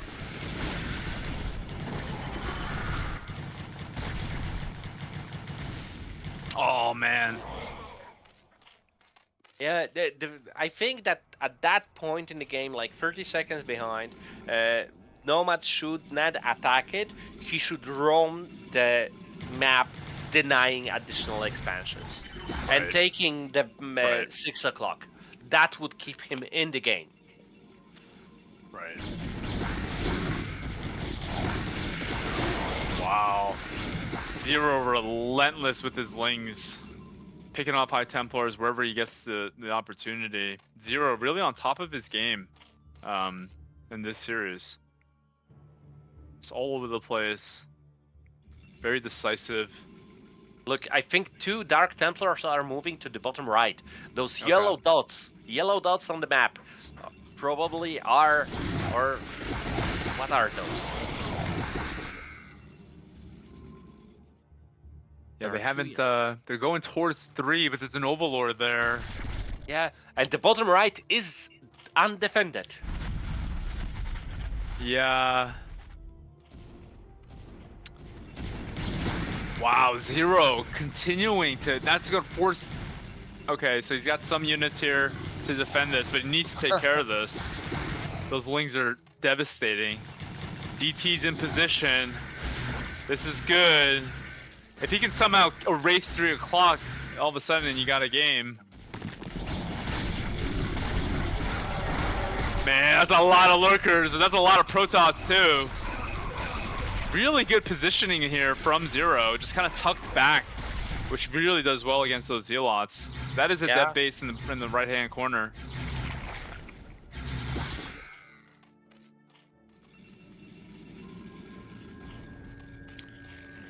I think nOmaD definitely got it closer now. Look at the numbers. Yeah.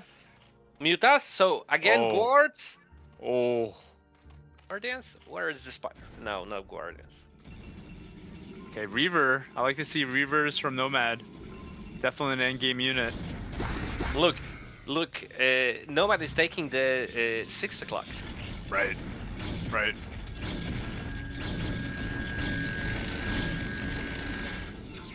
Oh my god.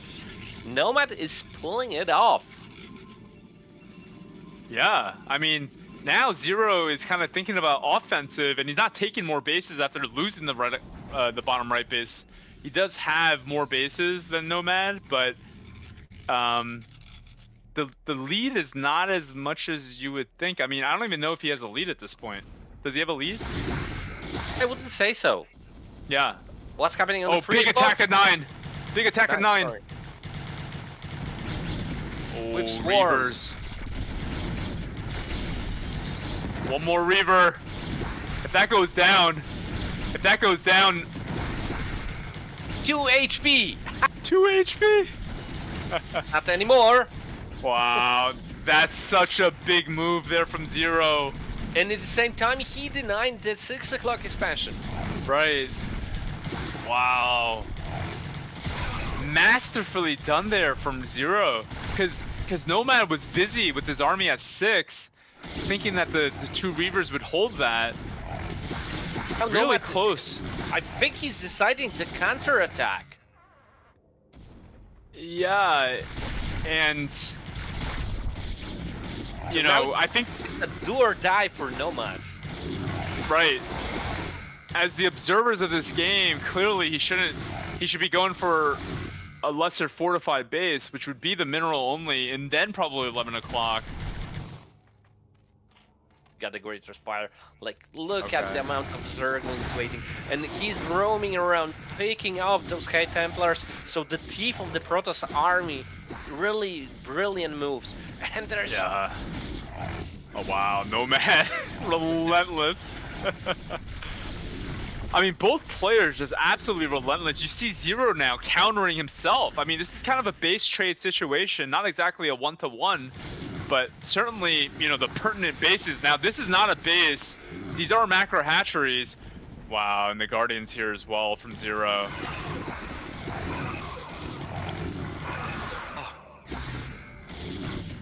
Okay. And this isn't a bad move, to be honest, from nOmaD. Because, okay, Right. there's no mineral gathering here, but there are 3 hatcheries, macro hatcheries here, that will be denied, killed. So it will cripple Zero's option to reinforce, remake his army. Yeah, the one Corsair here. Okay, nice reaction time from Zero, evading that storm. There's no Spire now. Because Yeah, it was no on Spire. 12 o'clock. Is 11 o'clock just free for nOmaD to... Okay, nOmaD now heading back south. Love to see that if you're Zero. Zero is looking for time right now. Zero also, I don't think, has a lot of drones.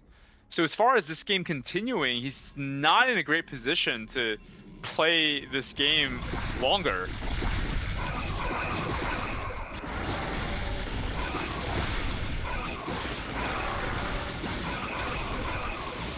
Wow. Oh my god, I'm a little bit speechless, I must say. Because nOmaD is really pulling it off. He really is. He really is. Now, Zero's doing a really careful job of not overextending his units.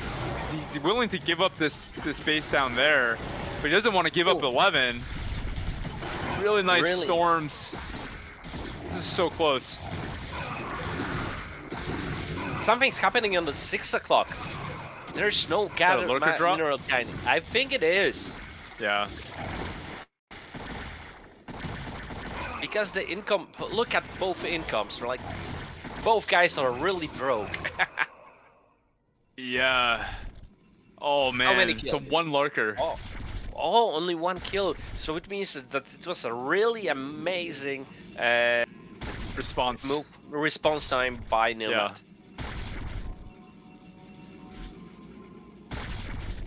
Yeah, I guess the one thing going for Zero is the fact that he didn't lose that base. And so, with that gas bank, you can start, you know, remaking stuff, tech that you lost. You can start making more defilers, more lurkers. Really nice job there from Zero, slowing that base down. That's a critical base for nOmaD to be eating, that he wasn't eating. Wow, this game is so close, man. Yeah. Like, remember 10 minutes ago I was saying that, oh, it's finished. Yeah. Yeah, we were just talking about 20%. Yeah, and nOmaD pulled it off, so hats off to him. Yeah, seriously. nOmaD is very, very strong. He's very decisive. If he decides to attack something, it's not a bluff. And so you have to be prepared. And Zero, I think, has tried to be prepared for all of these attacks. So just nOmaD is very, you know, like you can just tell he's got no fear. And those constant picking off of those High Templars. Yeah, it's seriously. really, really nice. 3-2 versus what's Zero's upgrades? 3-3 probably. Yeah, I love the spread out kind of nature of the lurkers. It's gonna do really well against a nOmaD type of style where he just goes head in first, right? This is nOmaD head in first, but this is what he does, and he breaks lines this way. And if you're not prepared enough, if you don't respect it, he's gonna run over you. Wow. Perfect calculation there from Zero. Making 2 sunkens. I mean, the game's not over. Lurker drop. This is another lurker drop coming in. Wow. And from the opposite side, because he knows that the cannons are already there. But nOmaD is moving with his High Templar, trying to storm.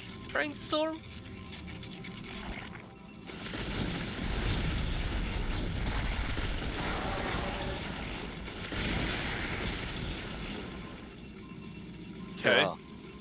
That's okay. Zero has a lot of gas. You can kind of trade out storms, I guess. I love this decision. Yeah, to deny this expansion on the bottom right. nOmaD just needs to kind of play the bottom side.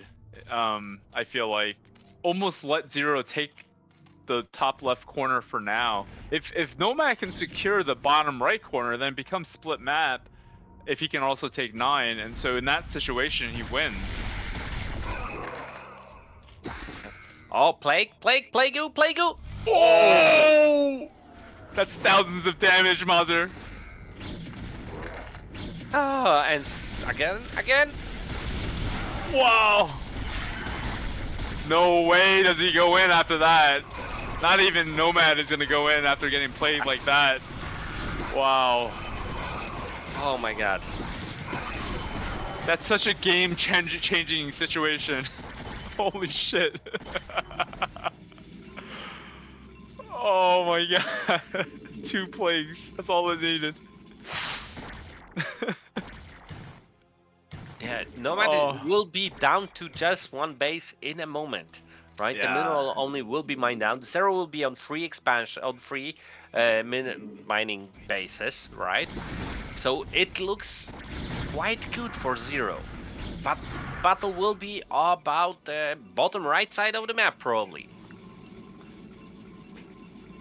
Yeah, I mean, the future armies of nOmaD, I mean, he's gonna have to pull these High Templars. I mean, he just needs to risk the idea of there not being any, or maybe he needs to still keep them to stop attacks like this, but he's just so restricted of gas. All the minerals are just gonna be plague units. He needs Archons, he needs more High Templars. He wanted a cute lurker egg block. Zealot somehow got through. Yeah. Wow. Oh. 6 kills.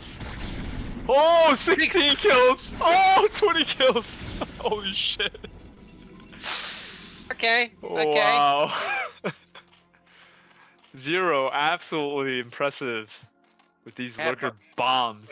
But as we were speaking, right, bottom right side of map is being taken.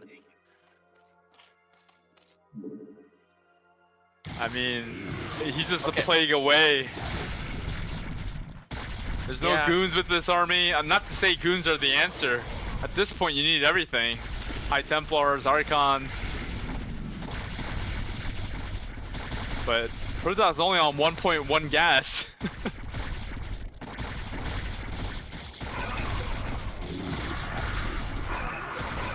Yeah, and at the same time, Zero has 2.4 gas, so it's 24 lurkers instantly. Like, he could put lurker on every piece of the map. Yeah.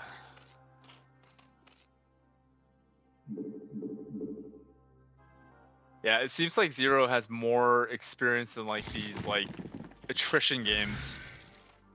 in these games, your units are worth more. Nice drop really here, nice though. move, and they're really nice.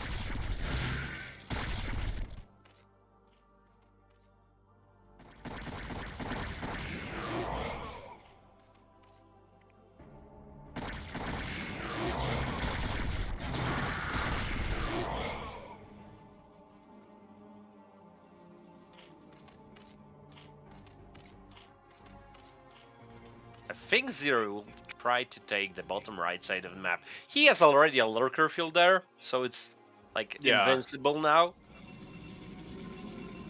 Yeah, Zero doesn't rush. He definitely plays very methodically in these situations. You know, he doesn't allocate a lot of units for these types of attacks. He sends a Defiler with it just to pack a bigger punch.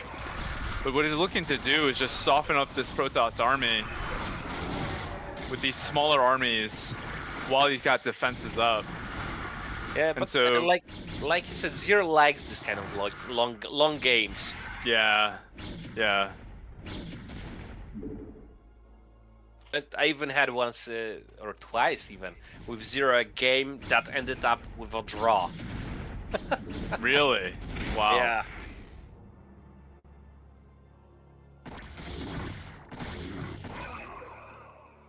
Yeah, so at this point it's Zero's game to lose, but I just don't see it.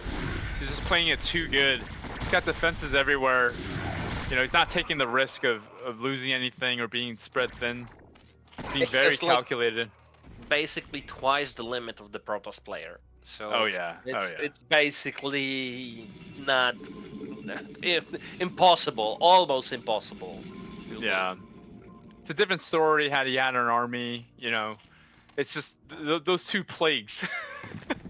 Yeah, those plagues. Those two, like right. Literally coffin, you know, nail in the coffin. Yeah.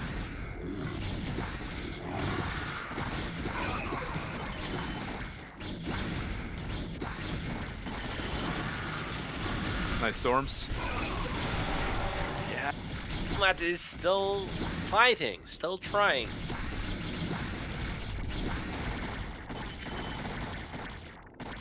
Yeah, I mean, this is game number 2 in the best of 3 series. You're down, you know, a game. You're gonna do everything you can.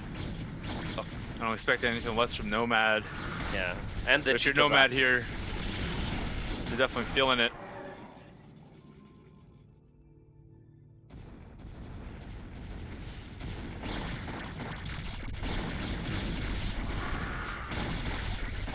They're pulling those High Templars in reserve. Just relentless from Zero.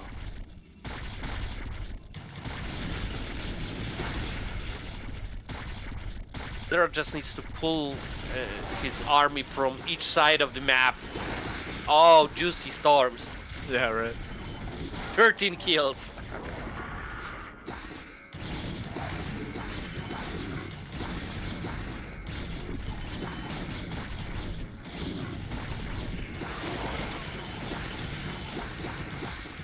Okay, storms, but storms without an army won't save you. Yeah, unfortunately, Zero is just too big here. Okay, nOmaD finally sees that Zero's taking that bottom side as well. There's a GG. GG. Really 2 brilliant games from our players. Hell yeah, it's gonna be... You almost said it like a question there, Mazur. It's not a question. Of course, this is the Bacardi Terran and MadiNho. Yeah, and then, what's WolFix's nickname? Does he have a nickname? No, I think he doesn't. Okay. Well, I call him the Professor. So that's accurate. I would say with his whole YouTube channel explaining everything. Yep. And looks like we have Bonyth joining us. Bonyth, are you going to be joining in on this one? Yeah, am I online yet? Yes. Great. Yes, we're live right now, so you're in. What's going on, Bonyth? Hello guys, glad to join you. Thank you, Zero, for the extended version of BSL group number 8.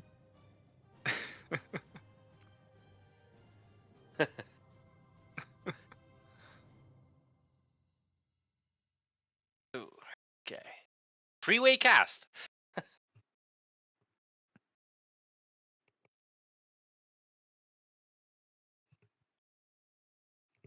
I don't mind skipping TVT, so please go ahead. Oh, okay. I was gonna say I was gonna defer to you, Bonnie. All right, all right. Okay, so I think we are starting.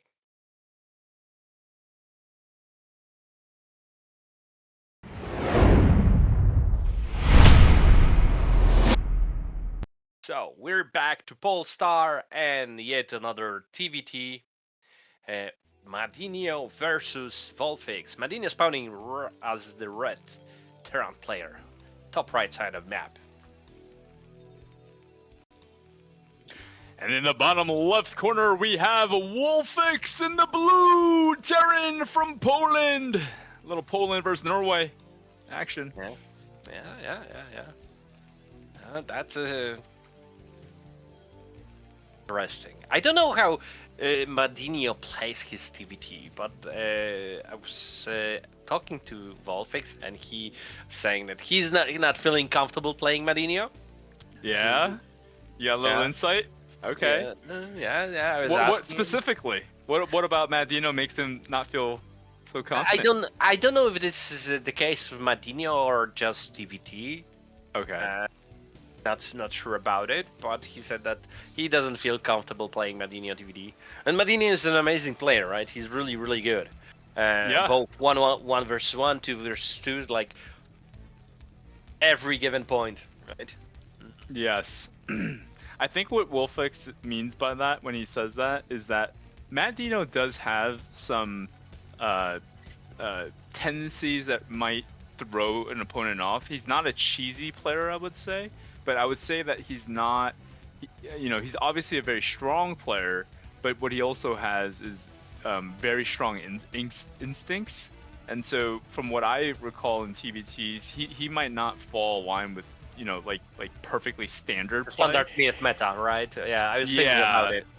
Like drop ships, for example, I've seen him use in TVTs, and then sort of like gives him sort of the advantage, kind of like a terror, kind of like our first game set that we watched with Perro against Terror. I would say MadiNho is probably more like a terror in that kind of dynamic in a TVT, and that might make WolFix a little bit uneasy. If that makes sense. I think that it's quite often the case for those players that play both 1v1 and 2 versus 2. They think slightly different, don't follow the meta. It's a creativity thing. Yeah, I think it is, because in TV2 it's a little bit different, right? It's a little bit more dynamic. It's more micro oriented, the feeling, army movement, and things like that. Yeah. So yeah, I think it's the case that Vulfix recognizes it, and maybe that's the case. Like case in point, if MadiNho makes an offensive starport in this game, that's what I mean. Like that's what literally Terror did against Perro. I don't know how standard that is, but that's the type of stuff that a player like MadiNho, presents, I would imagine. We'll see. I'm looking forward to it. Okay, so so far standard. Yeah, very standard. The MadiNho was able to scout the Vulfix. Oh, and we see something old at 12 o'clock. Case in point. You said it. You said it. The other way around, though. Yeah. We got MadiNho playing the CC, and we got WolFix kind of doing the same thing, but sort of a different version of it with the extra gas and the starport.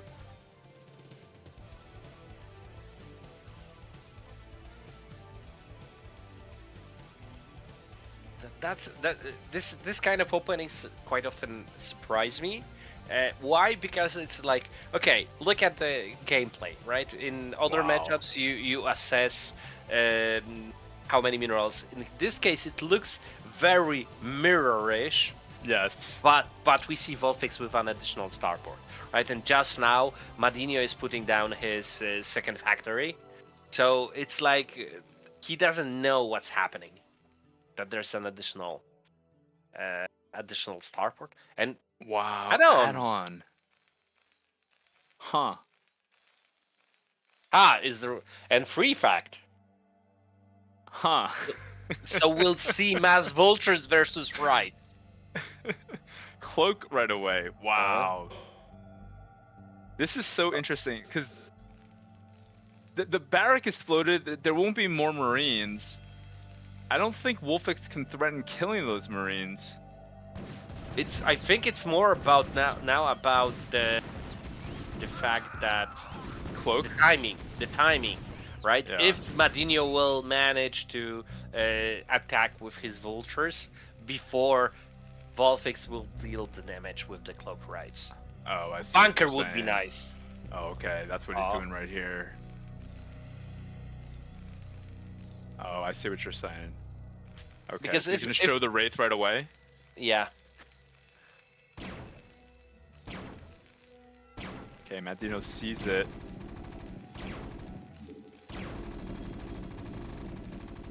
Oh, 2 volleys missed. What? No, the armor just started. Oh, he has to make eBay as well. This is Cloak, so he's gonna have to make both. Yeah. Academy, Armory, Engineering Bay. The question is, does he recognize it? Ah, now he sees it, and those Marines died. Will be killed. The eBays are strategically put in the bottom right side of the map, and MadiNho sees that there's a bunker. He won't probably be able to deal too much damage with the bunker there, but I'm not sure. Right? Ah, now he sees it.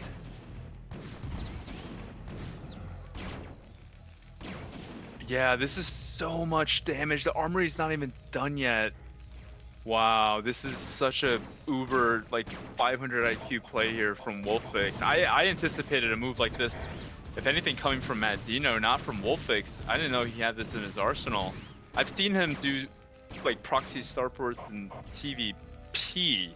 I haven't necessarily seen this before, but this to me seems like such a hard thing to scope out. How many kills are on those raids? Oh my god. 8. Yeah, 11. He's got 11 kills on those two. Ooh, a misclick. That wasn't good. Especially that I think that it died. It died. That's the last raid that we see. But in the same time, a lot of damage has been dealt already. Right. Yeah, Mad just kind of saying, F it, I'm going to transfer my SCVs here. Wolf is doing a good job of pulling that Wraith back. That's the last Wraith he has. This is kind of an awkward spot. I mean, MadiNho knows exactly what's going on. If Matt doesn't have mines... Wow, this is kind of crazy. This is crazy, dude. I was talking exactly about this timing, right? Wow! This is after the Wraith, though. This is like well after the Wraith. Okay, a tank is up. That's gonna be pretty good against vultures. But I think he equalized in terms of the SCVs. But at the same time, MadiNho is following up with the Goliaths. So, I don't. Wow, the Goliaths are pushing the bunker. That's really good for Vulfix. No, it does not, because this is gonna continue on here now. And MadiNho, I don't think he's gonna stop at this. Second tank is out for WolFix. MadiNho smells blood in the water here, trying to get some mines down. But we've got here 3 tanks. So now how much damage will those mines deal? Oh, nice micro. Oh. Yeah, that wasn't the best move to do it with the injured tank. Yeah, the Wraith getting in play here with the cloak. Mad quickly getting the scan up as well. Wraith does go down, that's huge. So much time here is given to Mad. Oh, that tank's got 5 HP. Mad knows it. This is so smart from Mad because the tank is not in position. Each second is just biding more time of not minding that base. Wow, MadiNho masterfully So back and equalizing. forth. Yeah. Okay, scan does go up here for WolFix. Very smart.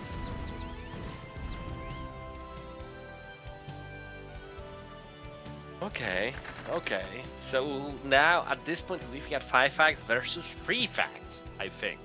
But Yeah. MadiNho probably is in a decent economic lead in terms of SCV count. Yep. Yep. He's definitely been mining that second gas.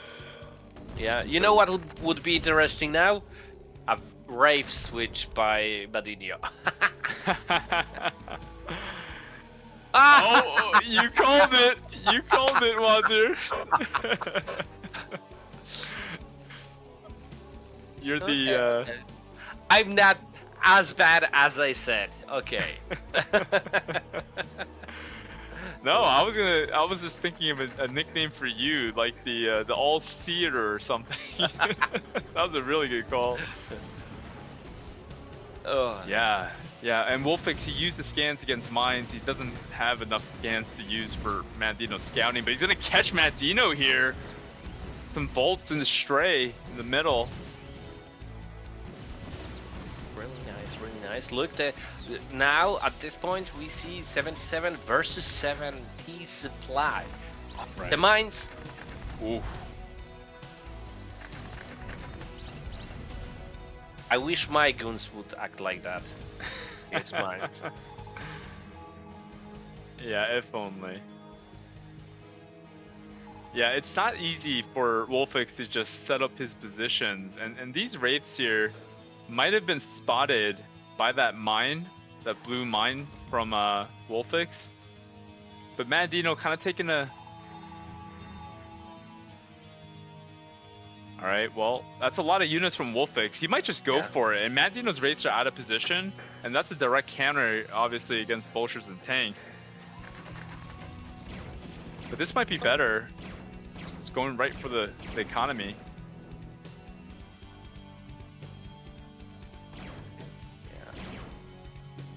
We have the Goliaths. And Yeah, Cloak. nice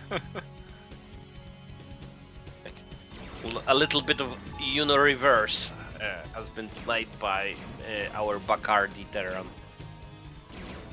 Yeah, WolFix smartly has the buildings that he needs to deal with this, because without engineering bay, what could have happened was MadiNho just absolutely going at Liberty, just forcing scans out of WolFix, but WolFix being smart now. Goliaths are made, but will MadiNho be able to use this opportunity to sort of break out of this contain that WolFix has up?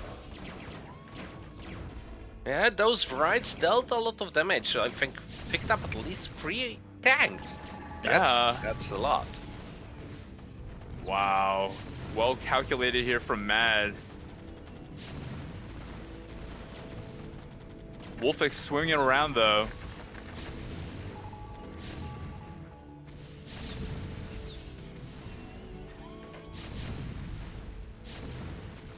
Okay.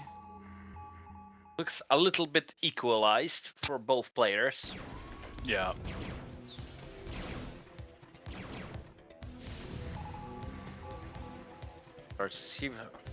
Basically mirror plays for both players. Both players are taking yet another expansion. Yeah, these rates are really funking things up for WolFix. WolFix trying to set up a line in sort of the middle of the map, which is not where he wants to be or his preference, but for now he's kind of just seizing that position. But both players kind of extending their positions, taking their respective third CCs. WolFix kind of in a better position as far as his CC, and so he should be mining that in theory quicker. But otherwise, I see Mad kind of, you know, his numbers are higher now. Those rates are definitely paying back in dividends as far as his window of breaking out now. Mad threatening to take the middle here.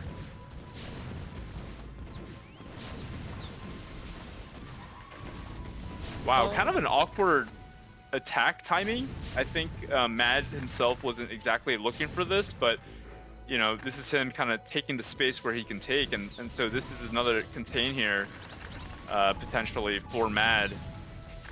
Yeah, I agree. Vulfix lost a little bit too much in terms of tanks, because he lost like at least 5 tanks to right. Yeah, I think that's the determining factor here. Yep. Yep. So rather than WolFix kind of having his contain ahead, wow, Mad is finding more opportunity with these raids. Yeah. So good.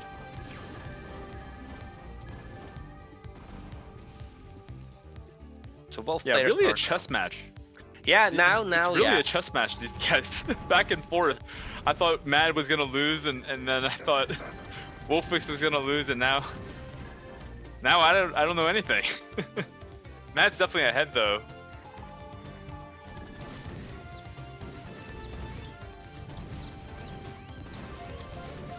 I would agree, especially that MadiNho is taking the 12 o'clock right now, right?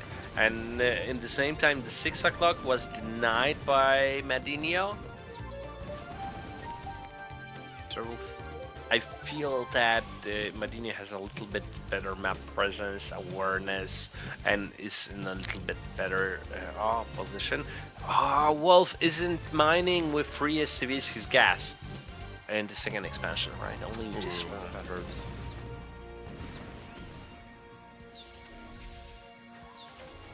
Oh. Now we can see that. Go on. Oh, go on. I want to say that WolFix is taking the 6 o'clock base, but it's a little bit later than MadiNho. MadiNho is already mining from another expansion, so he's one expansion ahead. Yep. You can kind of tell from the numbers, the graphics, you know, their mains, that Mad's kind of a step and a half ahead right now. I just looked on the psy limits, and MadiNho is 50 ahead in terms of psy limit. Yeah. Whoa. Yeah, and this is just the type of chess match this game was. Like, to your point, you were saying the question is, you know, would Mad find the timing with his speed vaults, you know, when the raids hit, and he kind of found the timing awkwardly, and so that's kind of, I think, what WolFix meant against a player like Mad, where, you know, you just did all this damage with raids, you killed, you know, 11 plus SCVs, all of a sudden the speed vaults come now. and then that completely swung the game to the picture that it is painted now. Yeah, and on top of that, there was the whole situation, right? The raids come from nowhere and basically broke the left side contain. Yeah.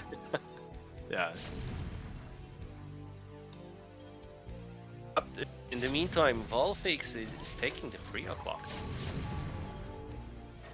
Sorry, 9 o'clock. Mid-left, right? Or rather, aiming to. So, this is still on point, though MadiNho's macro is amazing. It's still having that 40 plus supply lead. Yeah, in these games, even with the supply leads, like, the chances of Mad, I mean, he might have a chance here though. That's a lot of Mad. If he threatens to kill 6 o'clock, that's huge. Yeah.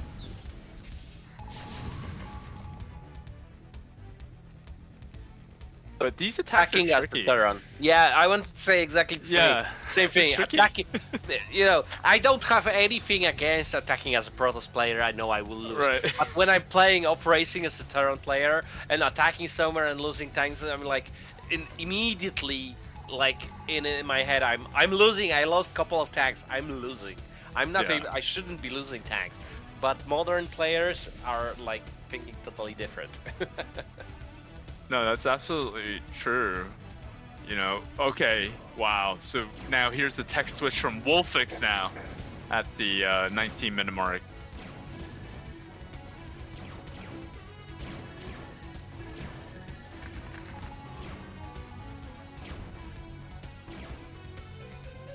So this definitely keeps Mad honest. Kind of keep, you know, gotta keep making Goliaths now, or maybe he's got enough at this point. He's already got a lot. That's a lot of Goliaths. Yeah, Mad's pretty cush. You can just get his upgrades, take more bases. Look now at the psi limit. Like Vulfix catched up a little bit. Like a moment ago, it was approximately 50 psi limit more. Now it's 20. So, oh my god, Oh, wow. Valkyries! Wow. What happened to Vulture Tank? Like purely Vulture Tank. We see back and forth rights now. Valkyries. I really like it, I must say. Yeah. And Vulfix is able to take the middle, like. Yeah, I mean, WolFix is kind of threading the needle here. He's been using scans constantly, and he knows that. Oh, that wow, that mine. Wow, I take it back. I mean, that one mine just totally negated that momentum that he just had for a second there. Holy moly, now he's kind of wedged in this position. Yeah, but it's like chess. I move my, I don't know, headman to this place. And look, everything is like on a chessboard, right? Yeah, right. I move here, I'm moving there. It's a little bit, the whole action slowed down a little bit. Yeah, I mean, what is that? 1, 2, 3, 4. Did WolFix take a base ahead of Mad? Am I reading that correctly? Yeah, a little bit, yes. Okay. So now WolFix is ahead of a base, but Mad hit 200 quicker, or now he's at 187 again. But look at the gas supply, and look, and the thing is that Vulfix on this mid-bottom base, and on the left side isn't gathering. With he just started gathering gas. Okay. Yep. Because earlier he wasn't, right? Because I pointed out that a moment ago. God. Is there? I like this for WolFix because Mad being here. Okay, so he's just fortifying this position because literally this space is free. Yeah, I was like about it. thinking, because there were 2 drop ships, 3 varieties, 4 Valkyries. Like, what the heck is this like fighting force? Yeah. Wow, Mad just instantly taking the left base as well. That's really aggressive considering WolFix kind of has the left side pretty well patched up. Yeah, I think the least secure base is the 12 o'clock.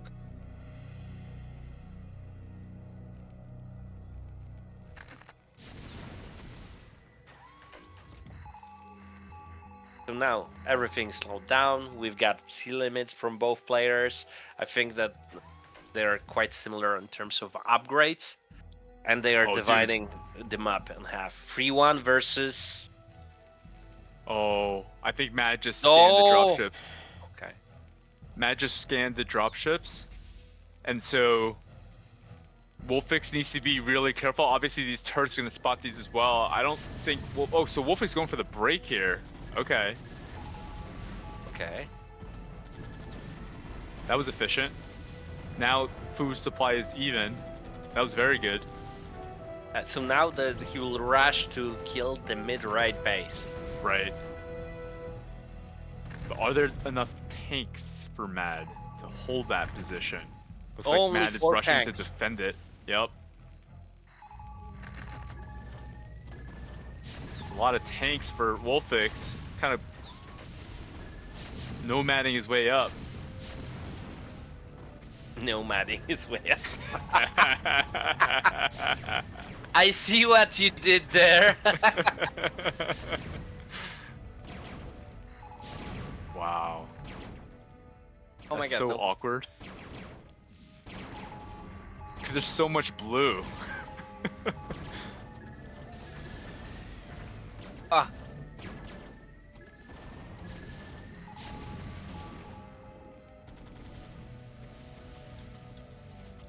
Even if Mad will lose this base, what it looks like, he still has the left side of the map, right? And in the same time, Vulfix didn't start taking the right side of the map. No, but absolutely, that's for sure. But this is a great position for WolFix because even just stopping the right side. Now, MadiNho is launching a massive counterattack here. Sort of awkward because WolFix is also countering quicker. But MadiNho will be prepared for this, but he almost doesn't want to be over. Like, he wanted to attack, not have to defend here. So kind of unfortunate for Mad. WolFix is really busy keeping that supply and weaponizing that supply. And WolFix here, again, anticipating what Mad's doing, almost a step ahead in many ways. Oh, will he move back or decide to attack this mid left side map base? Okay, yeah, here. WolFix is executing so good right now. Because if he takes out 3 o'clock, he wins in the split map situation because he's eating 9. Like, if he denies 3, you know, Mad takes the rest of the bases at the top. It's like a stranglehold kind of situation, which is usually pretty good in TVT when you control your opponent like this. But MadiNho, he's got a lot of dropships, and that's what he's gonna have to use to break out of this sort of massive. That's only MadiNho. Vulfix also has quite a few, right? So that's a lot of dropships. Now both sides of the game, both MadiNho and Vulfix will try to search for any sort of opening. Wow, MadiNho needs to. And those Valkyries are moving back. Wow. Oh my god. And MadiNho's using his drops to fortify 3, it looks like, or keep 3. Which is what he needs for split map. Okay. Wow, this is such high stakes right now. Yeah, 3 o'clock is dead, so... He's not... he's going for this side. This makes it awkward then. He's gotta take the ramp. Okay. Yeah. This makes the game so awkward. But here comes WolFix. The counter drop to the drop. Yeah. Wow. Look at this. Look at this from WolFix. Oh, BC's incoming from Vulfix, from MadiNho. Okay. Oh my god. Man. This is intense. I'm counting how many bases are they each mining. So WolFix's bank is bigger. 1, 2, 3, 4, 5 versus 1, 2, 3, 4. So MadiNho is 1 ahead. I'm wondering if the BC transition, MadiNho's gonna find a window here where there's too many tanks from WolFix's currently 200 supply. Because WolFix has so many tanks. Okay, he's got Goliaths too. Okay. Yeah. I mean, WolFix has so many units. Holy moly. Just so many units right now. I recently heard that BCs in TVT aren't that great. So, especially when you can scout it and taking into consideration the frequency of Vulfix scanning every place on the map, it will be scouted. Probably, right? Yeah, I mean, he's freeing up some supply right now. He's identifying that he needs to free up his supply. Like, he's got too many SCVs. Now it's 6 versus 5 for bases for Vulfix. So I think go on. I think this is fine, but like, yeah, I think losing tanks is kind of because I think you want to go BCs too if you're WolFix, which he can't right now when your supply limited. BCs are up. Now, okay, now Mad is just fortifying this. I don't know if he can keep this base though. This is so much WolFix. Oh man, this timing from WolFix. Now, there's no Goliaths left basically. Yeah, so So the he will BCs clean will this? clean it. Yeah, clean Yeah. everything up. Oh, But now is where WolFix needs to be plugging, you know, he needs to have starports done already if he wanted to go BCs. That isn't the case right now, so he's going to be on factory tech for at least the next, like, you know, 3,000 minerals. But this is where BCs are kind of tricky because Matt still has dropships, he still has tanks to produce.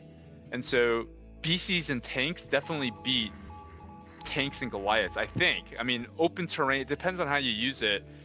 But I can see a world where the BCs here could be really, really good, even though the upgrades are there already. Wow. So Mad's been kind of thinking about this ahead of time because he's got like 3 or 4 armories in his main. at the same time, I think the least defendable base is the, I don't know, like 2 o'clock base of MadiNho, right next under his main base. So, and look at MadiNho. MadiNho is currently mining from 4 bases versus like 1, 2, 3, 4, 5, 6 of Vulfix. The problem for WolFix right now is that he's only on factory tech, which makes you somewhat limited as far as the types of fights that you can take max to max armies. Meaning BCs, Yamato, all these things, he like Matt has more in his arsenal with dropships and tanks.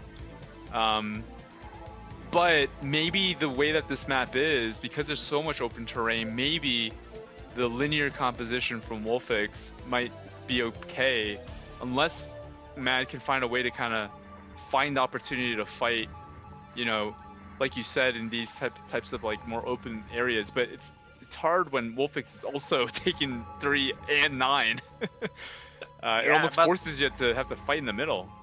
But with the dropships, Vulfix is a little bit more mobile, right? Yes. So now right. imagine a drop to the main.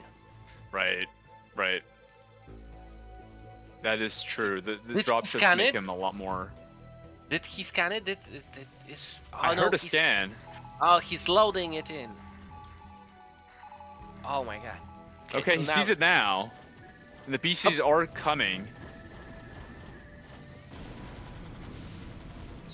Oh, this is a lot of WolFix. The siege timing from WolFix was much faster. So many Goliaths fell. That's crazy, Mazur. Because this army can fight the BCs now. Wow. Yeah, that was a great point. The dropships really make that linear, all those units like be able to do this. Great move here. Yeah, so now the factories. Oh, he's moving it. The main production facility is in the top left side of the map, right? But it doesn't matter. The thing that bothers more is the supply, right? Yeah. The supply yeah, depot. for sure.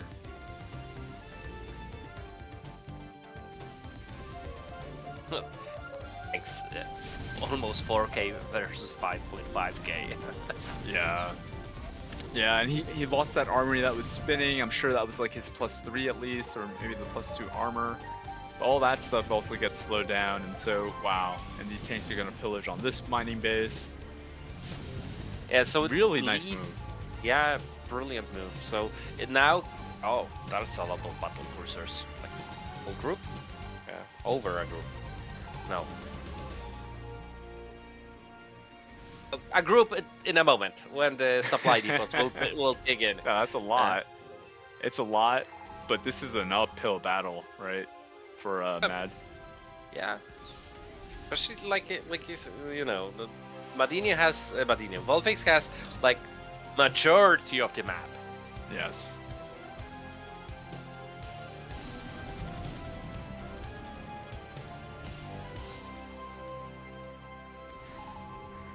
Yeah, I would like to see Mad threaten 9 o'clock here, because no matter what, there's no winning position if your opponent has all the bases. But though you can make the argument that 9 o'clock's been mining for so long, Mad is instead looking to trade against this dropped army from WolFix, which obviously WolFix is looking to trade out or keep alive as long as possible, I guess. I wanted to say a moment ago that okay, there's for me that should be switched to rights, but we need to remember that MadiNho still has a half group of Valkyries that are patrolling there, so it would be an instant kill.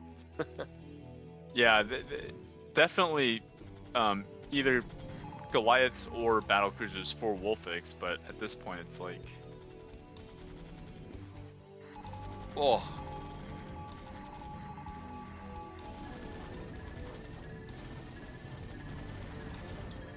Are there things in that? Oh, okay, so he's Yeah.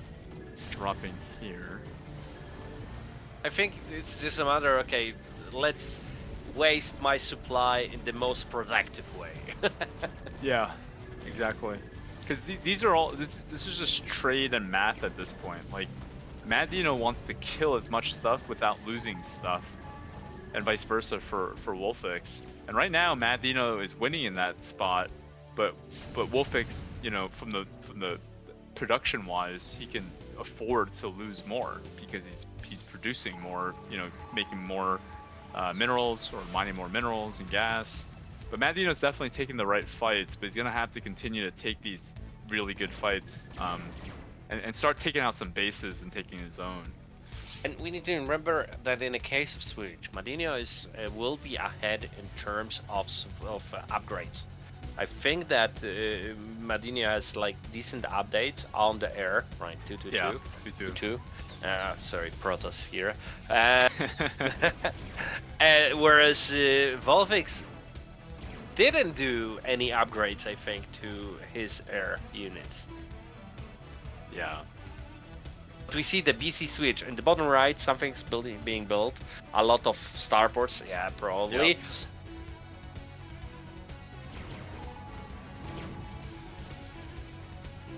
Okay, here are the BCs here, Mazur. He's going for it. I mean, he needs to make a move. He's going for Yamato on the Goliath smartly. Very nice there from Mad. Follow this up with dropships.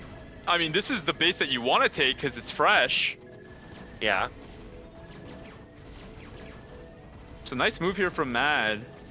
And from a supply standpoint, Mad's ahead, but WolFix, we know, can remax a couple of times. But he's not remaxing at all. Why he's not remaxing?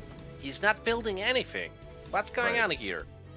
This is like a very dangerously low supply here, to the point where what's stopping Mad from just continuing to rip and shred things with these BCs? Wow, counter here, triggered from WolFix, but there's too many tanks here from Mad.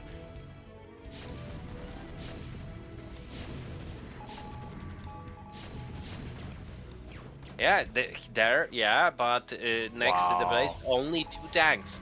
You can see, right? Wow. Oh, he will kill the production center of Vulfix.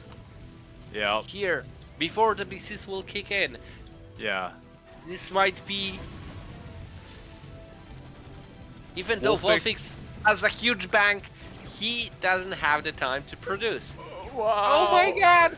This is such a chess game. Holy moly. Did Mad do it? Because that's a lot of production gap right there. That's a big PSI gap. Now, he's coming to deny this, but money is not a concern on either side right now. Right now... Time is the concern. Yeah. Time.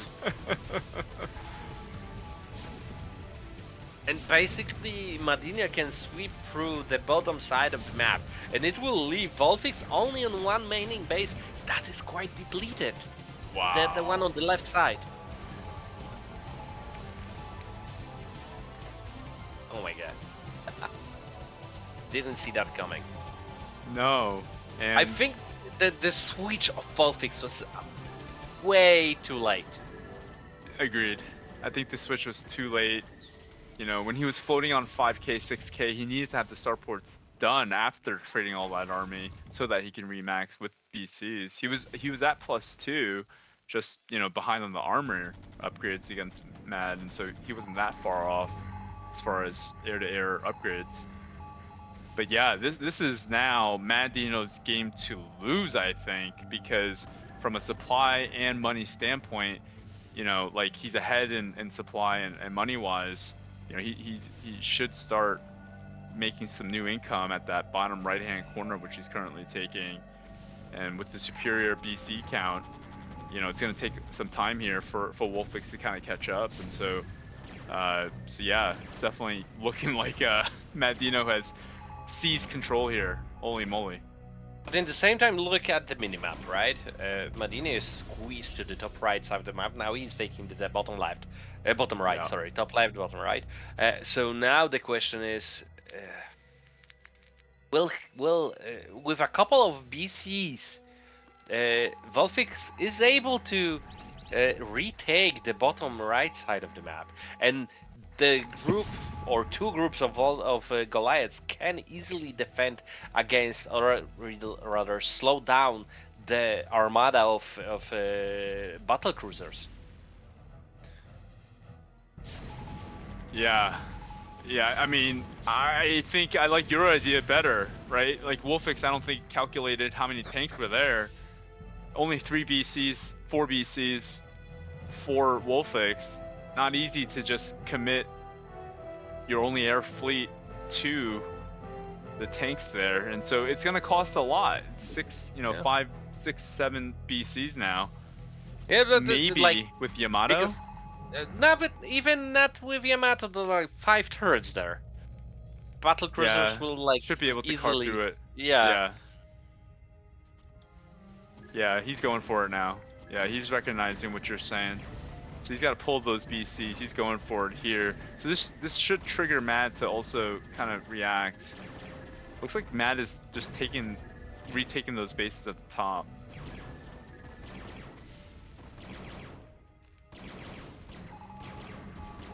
Okay. It's so back and forth. Yeah. Yeah, these Goliaths, free. I mean, Mad loves to eat these Goliaths. Great trade here for Mad. And this base is mostly dried up, but this decision from WolFix was fantastic, because then she's shutting down new income there for Mad. Mad's retaking that base. So right now, the 3 o'clock base and the bottom right side are the freshest. And so for WolFix to reclaim control of sort of the bottom right, definitely from like a future income standpoint, is great to control that area. Yeah, the only thing I'm surprised that even though we can see a huge bank, Vulfix isn't remaxing. Right. I think he might be focusing predominantly on the battle cruisers, not liking to waste his limited money on the turret units. Yeah. Yeah, I mean, in these spots, even these 4 tanks from MadiNho, it's a huge win here for WolFix to be able to kill this off. Now, MadiNho, he's got to be careful. MadiNho's got the Valkyries and more BCs. Okay, Goliaths. Yeah, that's scary.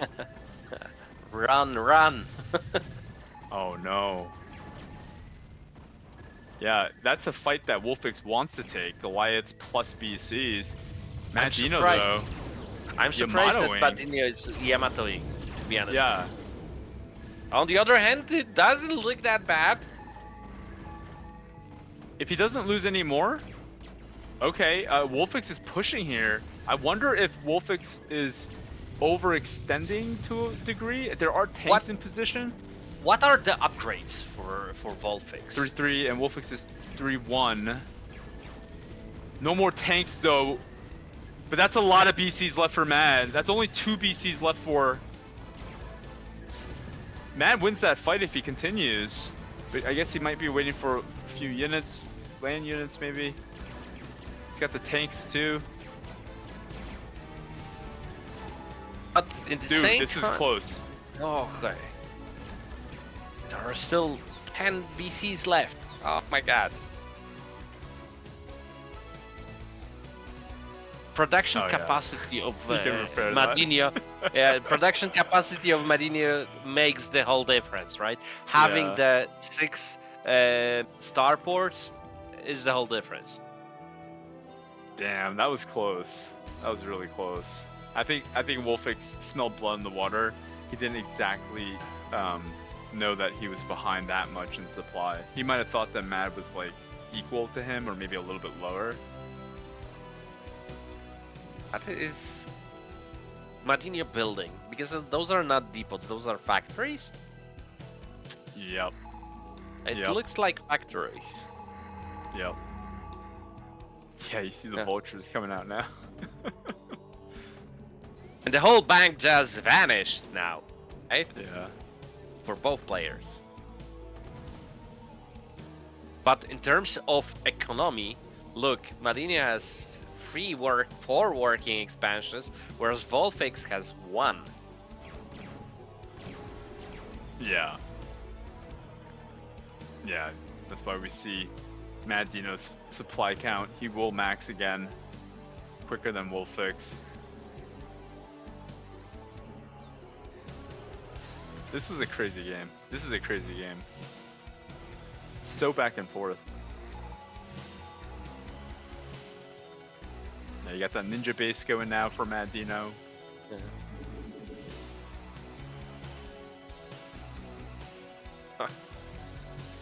And we have a vulture switch. Like 45-minute switch. But in terms of economy, even more SCVs, I think. There are way more SCVs for MadiNho than Vulfix. Yeah. MadiNho's launching an attack. He's doing a vulture attack here, but he's also attacking WolFix's main with VCs. So he is committing now with 12. Okay, no more BCs for you, Mr. Vulfix. Wow.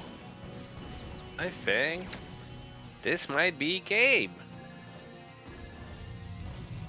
Oh, Yeah, WolFix trying to go for a surround here. That's a sizable amount of Goliaths. He needs to run those to 9, which he's doing. Yeah, I think he's trying to do it. Let's see if MadiNho will notice. Okay, Mad notices. He's fighting now. He's pinching. WolFix is trying to pinch as best as he can, but MadiNho just fighting the top flank and now looking to isolate against those BCs. WolFix running. Ooh, and Wow. Yamato just dealing the damage. Yeah, I don't see a lot of Yamatos, so this is refreshing to see. The Yamato wars.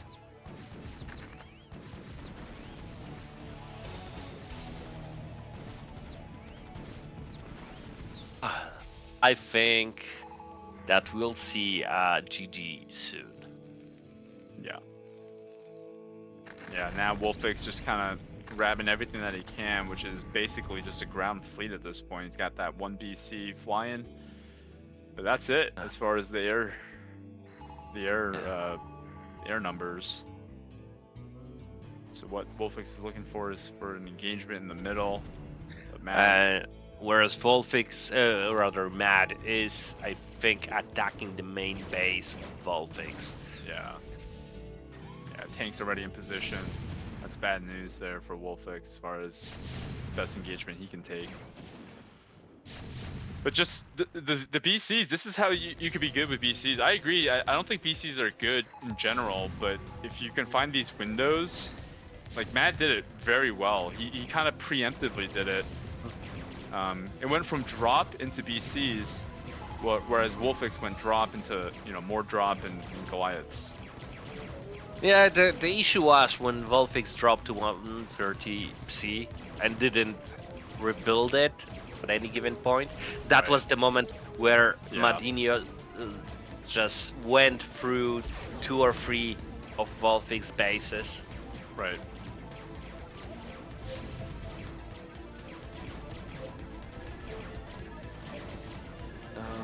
Okay, I think this is GG in a moment. Vulfix is losing his main base. There is no production capacity anywhere. The last group of Goliaths left. Yeah, this is it for WolFix. It's final stand. It's gonna have to get up that ramp and kill everything. He doesn't have even a barracks. Oh my god, so yeah. I don't know why MadiNho's running. He's got more more battle cruisers than Goliaths, I believe. But you know, they are weakened, and so he's gonna pull those back and repair them. Those battle cruisers are precious. They're not that weakened though. Some of them are. Yeah. You're a lonely battle cruiser.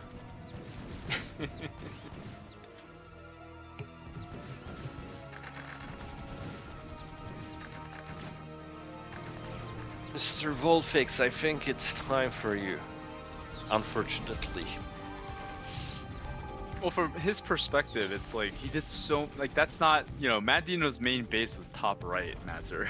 So Yeah, yeah. like but he wasn't spawned top left. Yeah, but for sure he scanned he's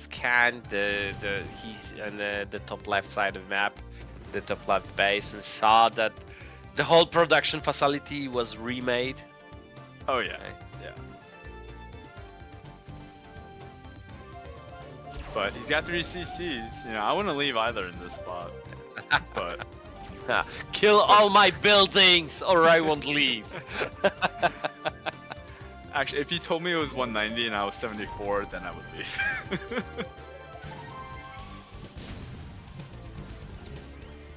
It is what it is.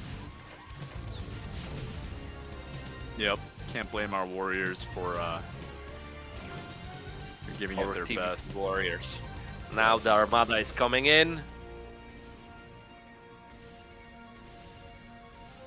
Come on, you can Yamato each Goliath. That's a shit ton of BCs, man. Supplementary vultures.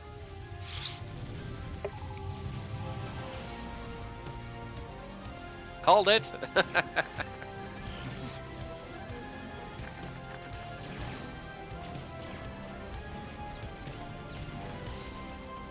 Got tanks in play here as well for Mad. Very nice. Fancy defensive matrix micro. Eat some mines. And we've got a GG. Oh, that was interesting game, I must say. That was a good game. That was a really good game. Yeah. Very back and forth. For a TVT, you know, you want that. You want it to be action-packed like that. So. Yeah. Congratulations to MadiNho. Congratulations, Bacardi Terran. Yes. Thankfully, it was only best of one. Now we're moving to yet another game. Okay. All right. Well, this is where I gotta go, but I had a pleasure. Thank you for casting with me, Mazur. Thanks, JIRAIYA. Yeah, that was really refreshing and amusing. Yes, yes, I had fun with you. But you had Bonyth. He's batter up, and you know, he's gonna take it from here. But have a great rest of your day, and good luck with the rest of the cast. And Zero, thanks for having me. And I'll be watching from my phone. But have a good rest of your day. Take care, guys. Take care, JIRAIYA.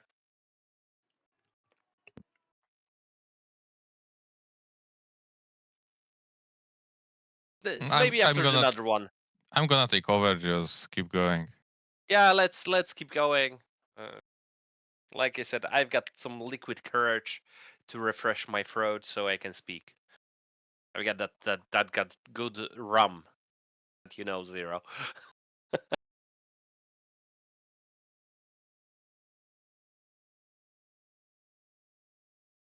Can make a maybe after this, we'll finish the first part, then have the winner and the loser match.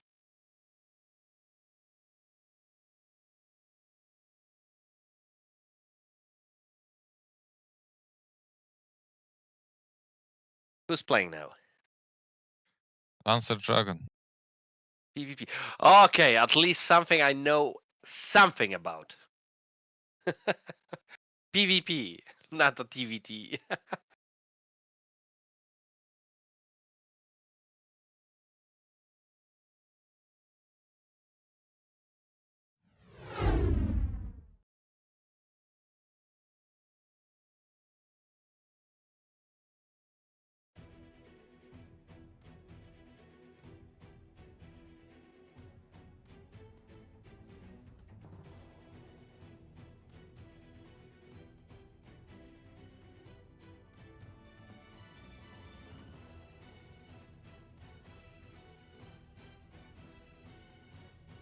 So are we ready?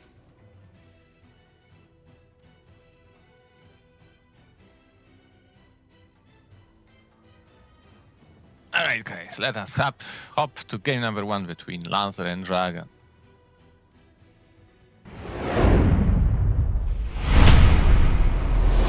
Okay, we've got Dragon, our red Protoss spawning on Polestar in the top right side of the map. And we have our Russian Bourgeois LancerX spawning as blue Protoss. Okay, so PvP, yet another mirror. Hopefully not 45 minutes. I was supposed to start casting 2 hours ago, no? And I'm casting from the beginning. Yeah. Yeah. So, Bonyth, it's not my fault the players took so long. It's me, among others, Zero's fault. He had a 45 minutes game. Foreign TVT, it should be just prohibited. Yeah, I agree. Together with ZVZ and TVT. We should do it like KCM, right? Race wars, no mirrors. Alright, but here we are. At least now we have the pleasure of casting magnificent PvP. Who do you think has the edge over another player in this particular game? I would put my money on Dragon. Lancer is really good, but sometimes when I played quite a few times versus Lancer, and Lancer is very aggressive, sometimes over aggressive, and whereas Dragon is a very solid standard player, and I feel that he has the edge. Oh. Yeah, my money would be on Dragon as well. And what can we say about Lancer? I think he advanced to Pro League thanks to what players missing the games criteria. Well, basically he was one of the last players to qualify now. Okay, yeah, and it was an interesting opening for Lancer. He decided to go for a second pylon before a cast, so this will mean that. That is fine. Well, Lancer is not exactly known as a micro type of a player, so you could say he's kind of a guy who is all knowledge, less mechanics. So I'm not really surprised to see him go for a more zealot heavy opener, because if you do that, then you don't need to worry, for example, about free zealot build that would just could just potentially kill you right away. Okay. We've got that nice defensive playstyle from Lancer, even though it's not super popular. He also moved out with his first Zealot, but that was only to create pressure on Dragon, and right now he's returning back home with that very Zealot. So 2 Zealot into Dragon build from Lancer.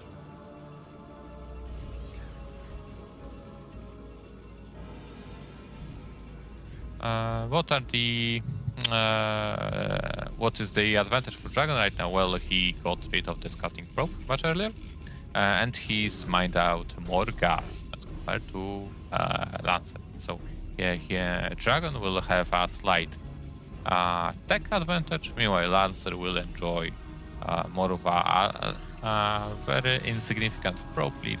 So 1 extra probe probably if both players didn't miss any probe production. Yeah, and at the same time, Dragon will have a little bit faster gun range, right? Because of tech difference. But I think this can be mitigated by the 2 gates of Lancer. I assume that, I anticipate that he will try to do some kind of pressure. Nah, I don't think it will matter much. Okay, so Dragon going for a very macro cheesy build. Kind of. I mean, this was because of how late Lancer's cybernetic core was. So it's basically like a soft gamble of some sort. Maybe Dragon also understand that Lancer is not the kind of a DT user. What can I say? Yes, he took a small gamble, but In this case, it's paying off. I'm a little bit surprised because Dragon would normally strike you as a very safe player. Yeah. That's he strikes me as a safe player, but we saw that he was gathering his gas only with 1 or 2 props at one point, and that was thanks to the longer time he was able to scout. And he's following it up with 3 gate goons. Yeah, that's pretty common for such an early Nexus. And now, that being said, yeah, this could be an opportunity for Lancer to attack right now. Maybe potentially be like while Dragon is still on one gateway. Yeah, so Dragon is temporarily retreating to the high ground. So yeah, this creates opportunities for LancerX, and let's see how well he can use. Soon, 3 additional goons will pop out, and the window is gonna end. So let's see. This is a very important for this matchup engagement here. Yeah, here are the additional goons. But 2 goons are en route from Lancer. Good micro from Lancer, not too bad from Dragon as well. 2 additional goon reinforcing Lancer is focus firing Zealots, which is not what you wanna do, and Dragon taking control of this battle and this game at the same time. Yeah, really good micro by Dragon. He was ignoring Zealots, targeting the goons that were dealing damage to his guns. So really nice execution by Dragon. And in this situation, we see Dragon having an expansion, B having 3 gate goons. This is just over right now. Dragon goes for a counterattack and ends this Exactly. Wow, hallelujah for PvP, guys. Hope you guys enjoy. If there would be a river there, then okay, we could discuss potentially definitely. something. But now it's 8 versus 4 goons, so not gonna happen. Of course, the Lancer is still like, this is best of 1 and very important match. So he's gonna try, use the high ground to his advantage, maybe cancel the Nexus, like hope for a miracle with a river play. But he knows well odds are against him. That being said, 5 goons could be just barely enough for now to maybe hold this, at least save the Nexus until the river gets here. Or until the additional 3 goons will come here from Dragon. Yeah, that's unfortunate. So yeah, unfortunately, like he really didn't want to cancel the Nexus because he knows if he cancels the Nexus, then there is no future. Here is a river, but even this one river may not be enough. Nexus got destroyed. Dragon going for the river, ultimately will get it at the cost of all his goons. Lancer is alive, but what sort of life is it? Short life. That's what it is. Miserable life. And there it is, GG.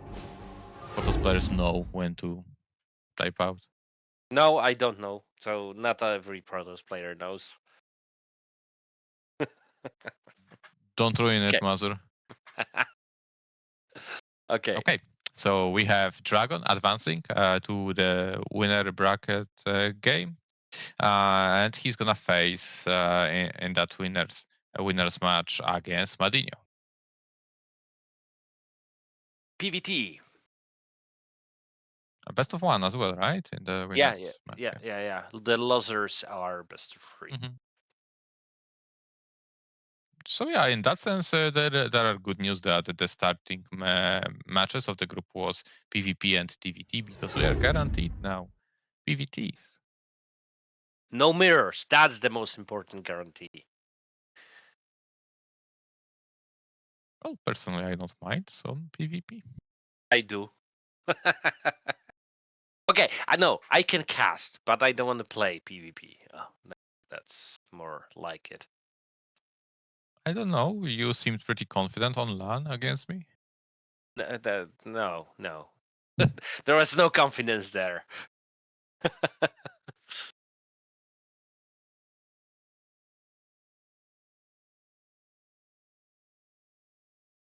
So, Dragon versus MadiNho. This is a game I'm looking forward to. Really am. Really looking forward to this. Yeah, it's gonna be like stability, Dragon stability versus MadiNho's ability to create chaos. You know. Yeah, So, exactly. Yeah. When I was casting with JIRAIYA, we were exactly talking about the playstyle of MadiNho. He has a maybe not a totally different playstyle, but he likes to play not the meta, right? Yeah, I like to categorize players into two categories where one will make the game comfortable for them and second type will make the game uncomfortable for opponents. So definitely we have two different playstyles here, and these kind of playstyles are usually what you want to watch the most.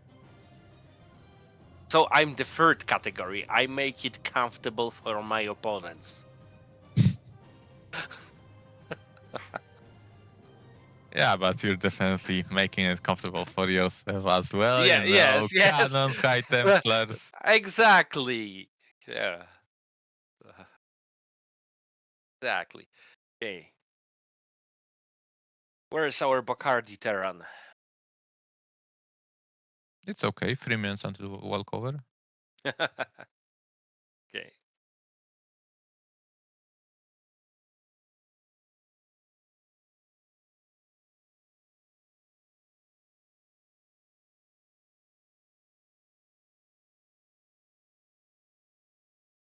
He played a 50-minute match.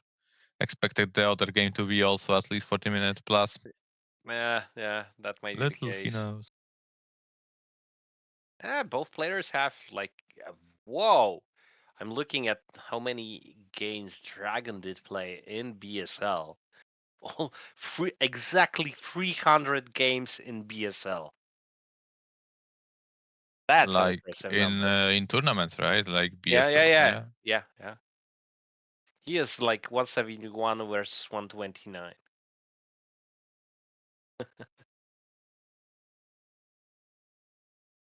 So really amazing. Whereas MadiNho almost 140 on Time 38. to So change his name to Ancient Dragon.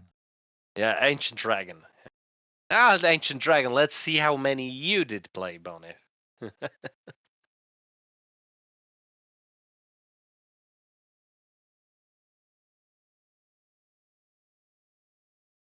Yeah, probably many since I often get to later stages of the tournament. And you started quite early, so I think you started before BSL got international. Yeah, but I had my breaks, so it's not like I participated in every PSL. Okay, guys, we're ready. We've got our players. We do, but currently we're on the same team. Yeah. Why not? Let's move Zero to the away team.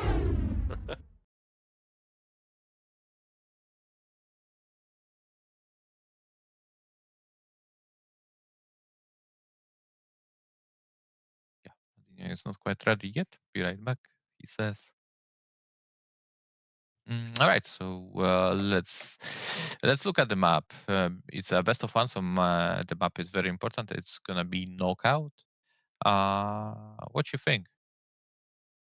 I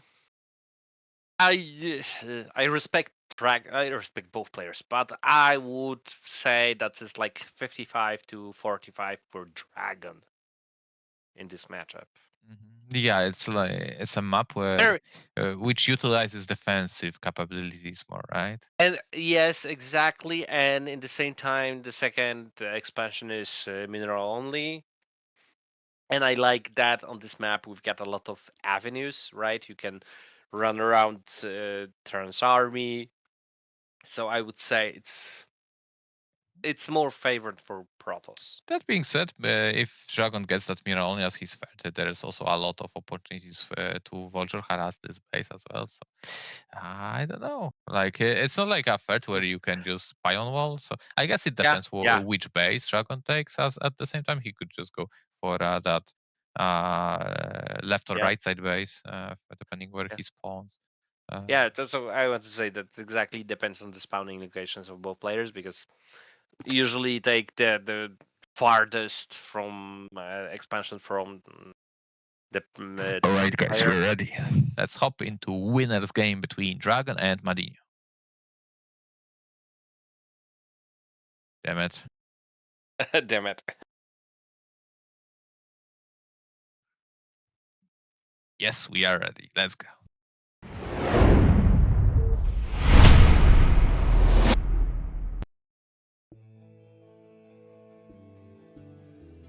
Okay, guys, so we've got Dragon spawning as the blue Protoss player in the top right side of the map, and the map is Knockout.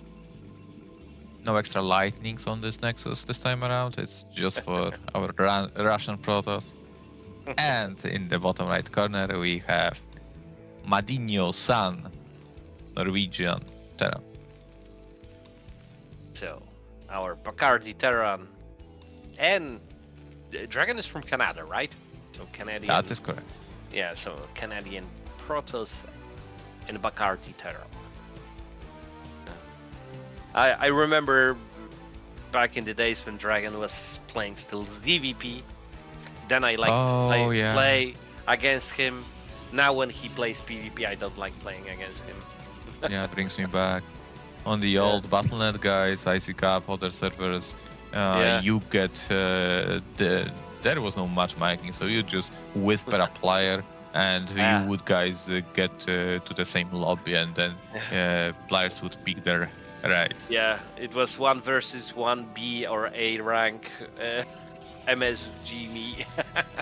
Yeah, that was these times were fun. Like you could choose your opponent, like you could play rematches against the same opponent multiple times.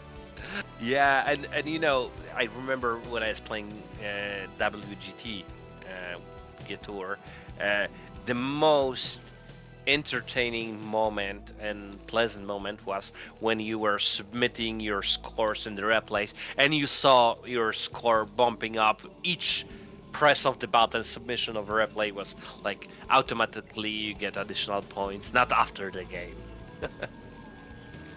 Well, these are ancient times already.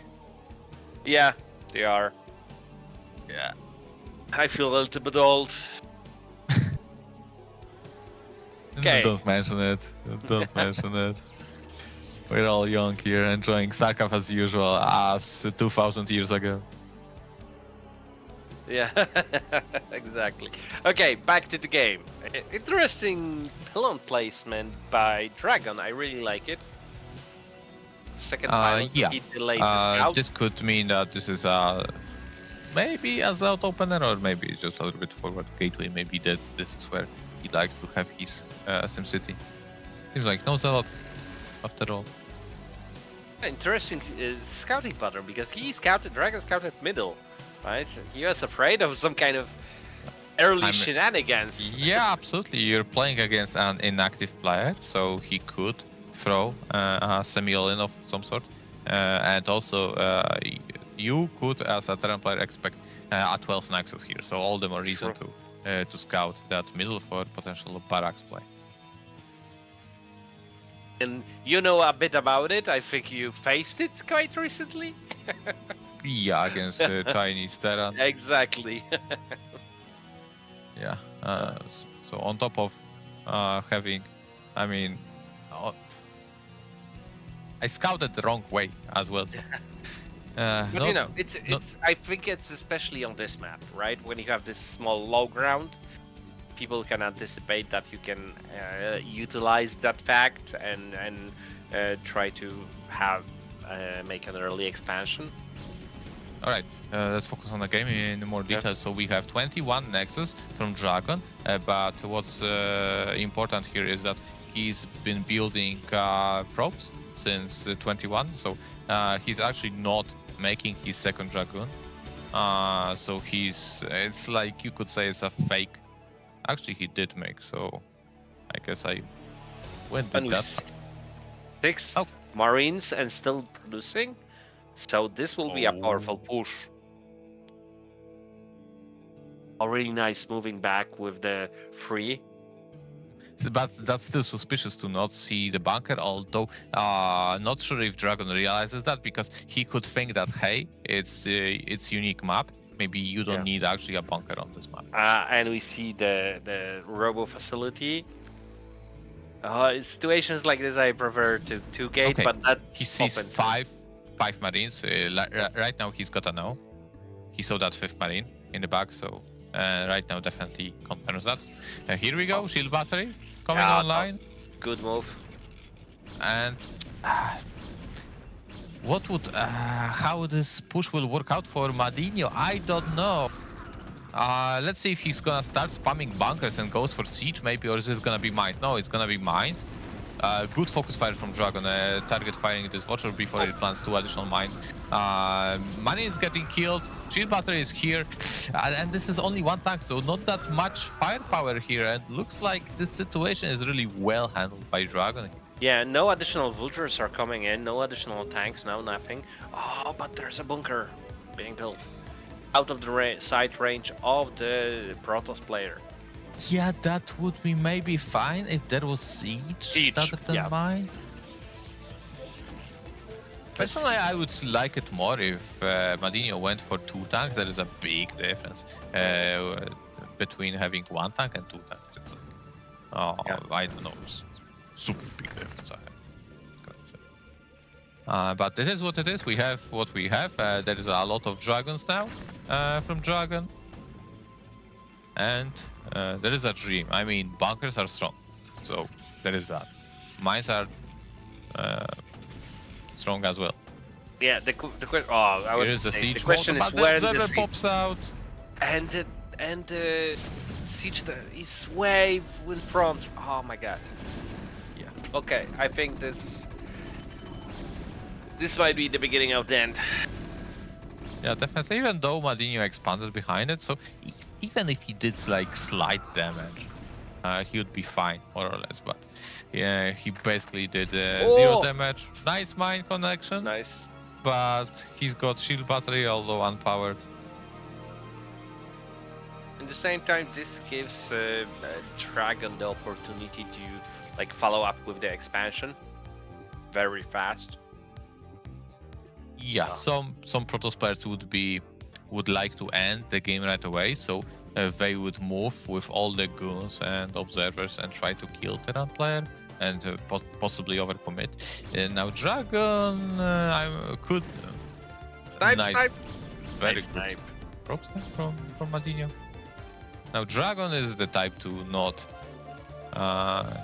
he's patient, all right, so he will take all the correct choices, especially in a best of 1 game.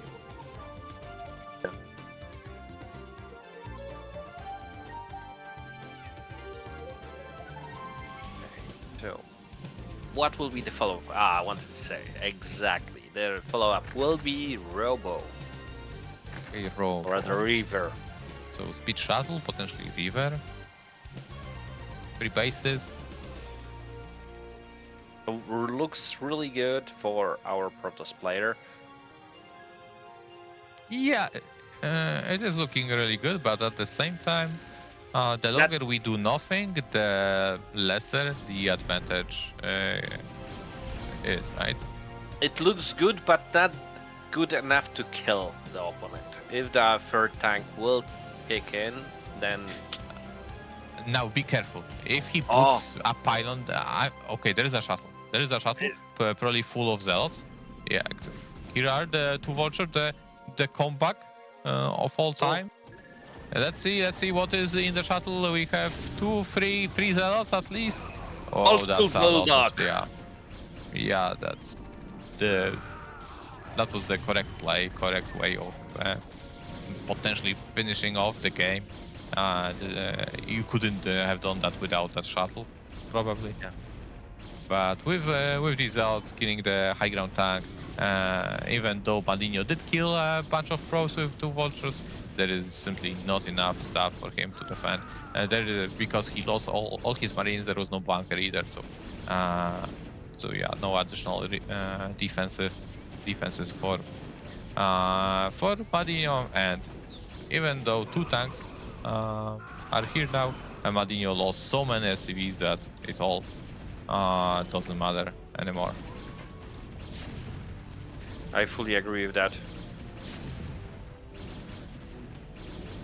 I love the spirit. Yeah, Well- this is what. How does it feel to play Terran? You know, like the game is lost, right? But there is still that hope.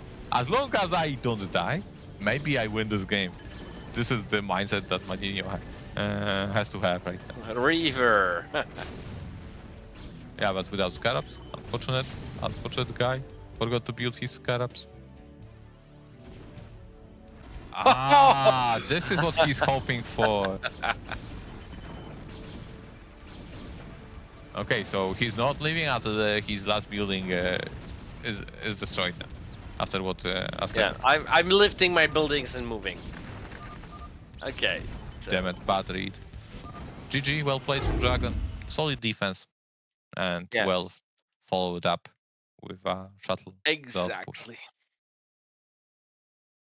So now we've got Vulfix versus Lancer.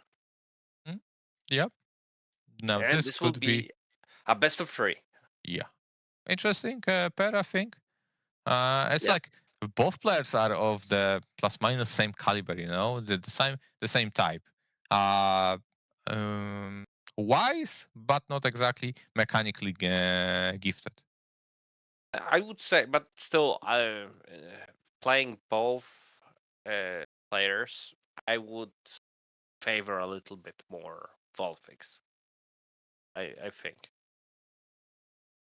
Yeah, probably. Yeah, I mean, Yeah. given that like WolFix is can hit S rank more easily, Yeah. While Lancer would struggle a little bit Yeah. more to get that. But I think WolFix is a comfortable opponent, you know, for could be comfortable opponent for Lancer. Yeah, that's true. Vulfix isn't the type of GZ2 fact opening or things like. He's a solid player. He has a really decent macro, and like you said, right, good understanding of the game. So I think the game will be. Yeah, I interesting. expect games to be good, like 15 minutes plus each game.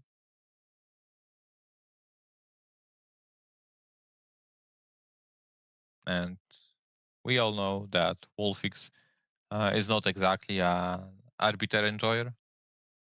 Yeah, I know something about it. So when if the game gets past that point, yeah, it's gonna be interesting.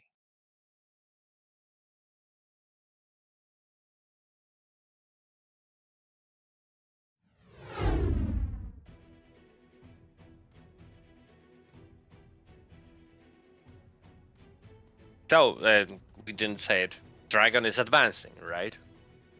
Into his games, he's advancing to the next phase of Yes. BSL. Too fast, best of ones, and he's through.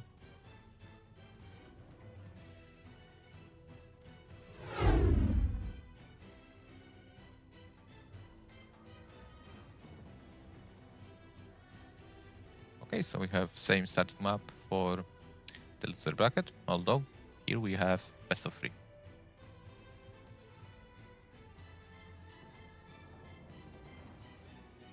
Okay.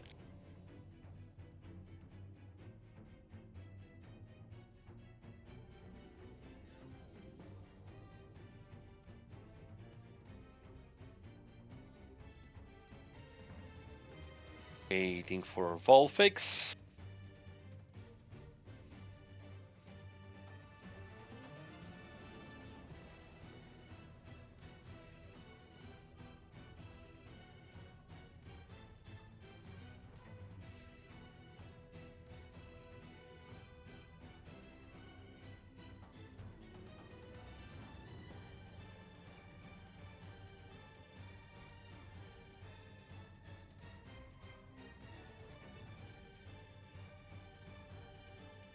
Okay, we're off to. I don't know watch number, but another game. It will be LancerX versus Vulfix. So, Lancer spawning on knockout on. Oh, wait. We are in the game, sorry. Some technical issues. So, Lancer spawning as a red Protoss in top left side of the map on knockout. And my Polish brethren, WolFix spawning as blue Terran. Yeah, so knockout. We started to talk about the playstyles of both players. I mean, I Right. said he spawned as blue Terran, but did he really?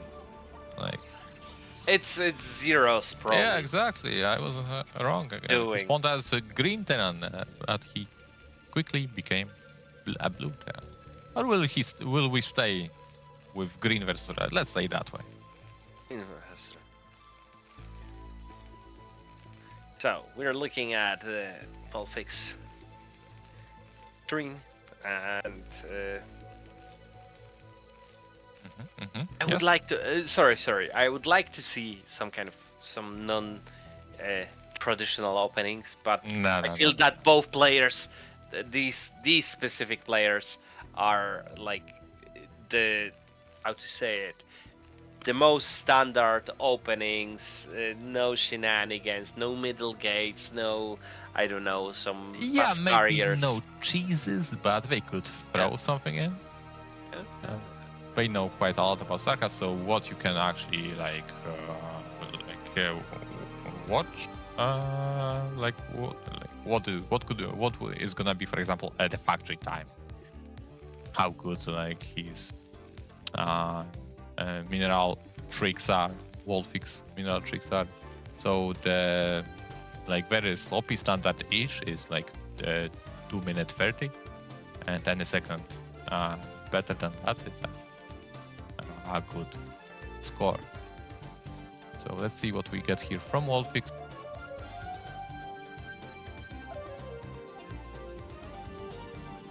And that factory is gonna spawn at 229.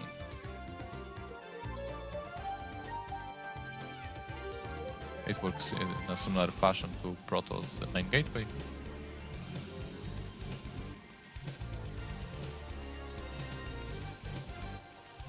Okay, Lancer is gonna find wolves pretty fast. So here it's important to know that at the very least there is no CC first.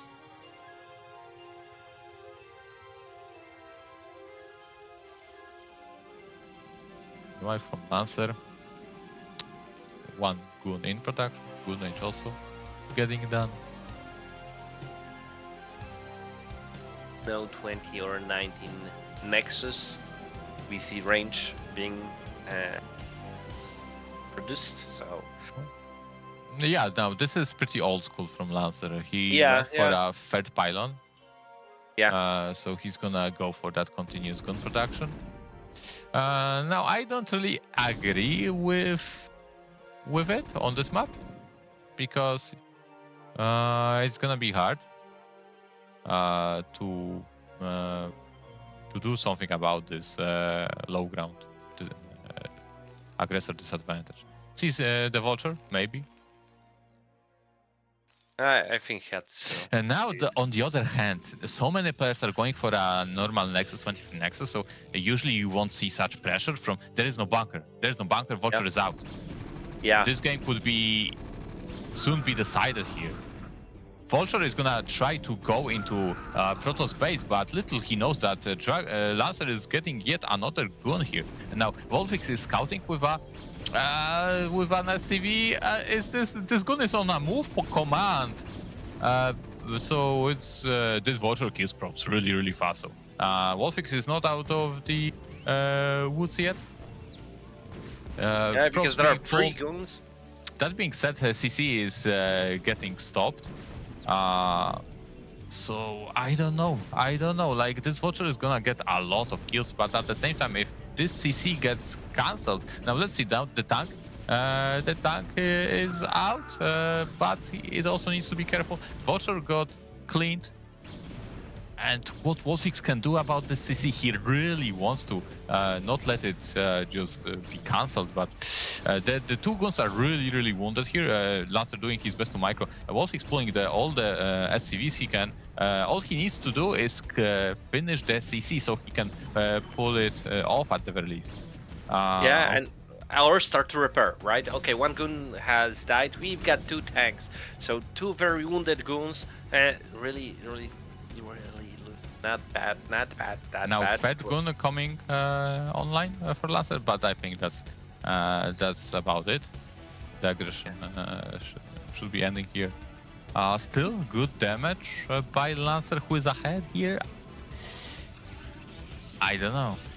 I would say it's quite equal because the CC was delayed, some Marines were killed, but at the same time, some of the probes, probably Vulfix could have killed more, but some were also killed. Vulfix is opening with 3 tanks and moving out, but in the same time, LancerX is doing a 3-gate obs build. Good reaction time from Lancer. Now, the thing is, good also army movement from WolFix here could take off guard Lancer, but Lancer at the same time is not really taking many shots now. Because this game got so weird, there could be already siege mods from WolFix. I don't know that if he has it, but if he has and Lancer retreats too deeply, then let's see, the engagement is here. Lancer going for attack. 1 tank got killed. Microing back, but the mine. Okay, mine did not connect, but some of the guns were lost in the process. So right now we have 2 tanks versus 3 guns scenario. Now 3 gateway production is on, so all things considered, Lancer should be able to hold, and WolFix retreats with tanks to safety. Oh, the Vulture sabotage one of the tanks. The missed shots from the Dragoons, but ultimately kills the tank. Okay, so good defense here from Lancer. Now WolFix will have to face counterattack from Goons. Bunker being built for these 2 Marines. Now mine not connected. So Lancer is sending every gun he has. This creates an opening for WolFix Vultures to get into Protoss natural main base potentially. Some aggression, but with the bunker and attack, yeah, here we go with the Vulture run by. Now this could cause a lot of probe lives. Also mines under the gateway, but WolFix is not really okay. Just now he started repairing the bunker. Let's see, like ±2. Oh, bam! -4. So that's -8 probes. Yeah, and the high ground here for the bunker really works well for WolFix. So many probes were lost here for Lancer. Even more getting killed. So yeah, definitely clear advantage for Terran player right now. Good, looks good, especially after the mine blowing up a lot of probes, but in the same time we've got the river, we've got like 6-7 goons already. Second expansion is going on for LancerX, so the river could have been I think Lancer wants to finish things here, you know? Yeah, he's got at least 1 Zelt, 1 river, and he's in a rush here because he wants to get into the high ground before this turret finishes. Not quite able to do so. Also 4 tanks would be a very scary engagement, so Lancer is not gonna rush things after all. He's gonna go and try to find some harassment. So WolFix building turrets. Reaper got dropped, siege tanks being sieged, and Scarabs glitch as always. Bam! That's -3. Whoa, that's close. 2 hits away from dying that shuttle. Now WolFix added multiple factories, if I saw right. 5 factories.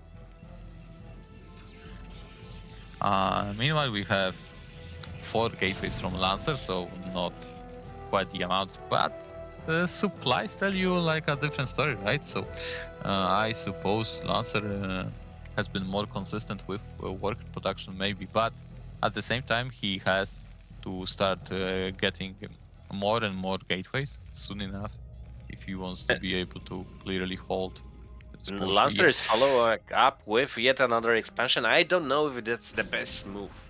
It is not, but that means only one thing, that Lancer did not recognize what he's playing against. Because this shuttle, like the turret positioning of that turret above the command center, prevented shuttle from scouting the factory camp. So, yeah, Lancer doesn't know. Will he be able to stop that? I don't know. Speed shuttle. Let's see. Is the one? Oh my god! Unfortunate for Lancer, River dies. I think even 2 Reavers, because he backed up for another Reaver, I think. Well, maybe yes, maybe no. I didn't look at the psi count to tell you for sure. But yeah, he's bleeding out. Lancer is bleeding out a lot of dragons, and on top of that, as I said, he doesn't have many gateways, so it will be really, really difficult for him to stop this push right now. Yeah, even more goons falling. Very good mines placement, killing and dealing a lot of damage, and seems like Lancer is falling apart here. Yeah. Yeah, that shuttle and river was very, very critical on top of all these goons that were lost. 2 tanks, spider mines, a little bit of everything. Lancer tries to reclaim the high ground because, well, you kind of don't want to let the Rangers have the high ground, but, well, this one just will not do. WolFix in a comfortable position on the high ground right now. Securing the situation with spider mines. Moving Yeah, NSP and taking the mineral only. So looks really, really amazing for our Polish Terran player. And it was actually 6 factor. I thought it was 5. Yeah, it was 5, Ooh. and then he added the 6th one as well.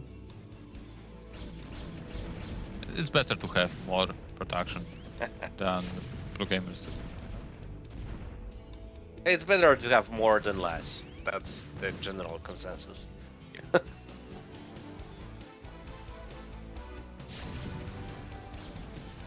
Okay, is there a world where Lancer still wins this game? Yeah, but it would require WolFix to mess up. So for example, say Lancer goes for a counter, denies the third base from WolFix, and does Plus some something amazing Scarab shots. Yeah, stuff like that. So he's doing exactly that. He provokes, but at the same time, look at WolFix. Mine positioning is gonna give him a lot of time to react. That being said, wow, that was actually good. Zod marching forward, but Pochos are plenty good against them. Even maybe sniping yet another tank. Whoa, this tank is very close to dying, and it really did die. Now, WolFix is not coming back. This could be he's losing condition, but he's just moving forward with everything he has. 2 rivers. Oh, this doesn't look that bad. Now, I was thinking that maybe if Lancer kills the Comsa station and builds these, but there is no Templar Archives. But still, this could get messy, you know? The first CC is up. Oh my god, this is so risky. Oh! The winning ticket for Lancer just died like that. Yeah. Very, very precious units. Because, you know, as a Terran you can defend with 1 tank. That's the general rule. Yeah, and the general consensus as well. Yeah. Among Protosses at least. Tarson and Vulfix would not agree. Yeah, maybe. Potentially. Okay, so the dust settles. We have WolFix did lose a lot, but not as much as Lancer. So yeah, it was close. If a little bit execution from Lancer was there, maybe it was still possible to get this game back. Yeah, I think those two reavers, the winning condition, if he would stay on the bottom, to go to the base. That was strange. Not go to the Vulfix main base, deny the first expansion, deny the second expansion. Then yeah, that would be, I think, a winning condition. Yep. Well, that did not happen. WolFix with good positioning on the high ground with mines. Foiled Lancer's plan. And right now, WolFix moving with his army. But is it really an army? It was like a 6-unit attack. Yeah. Forgot about his second part of the army. Many tanks got killed here. Wow.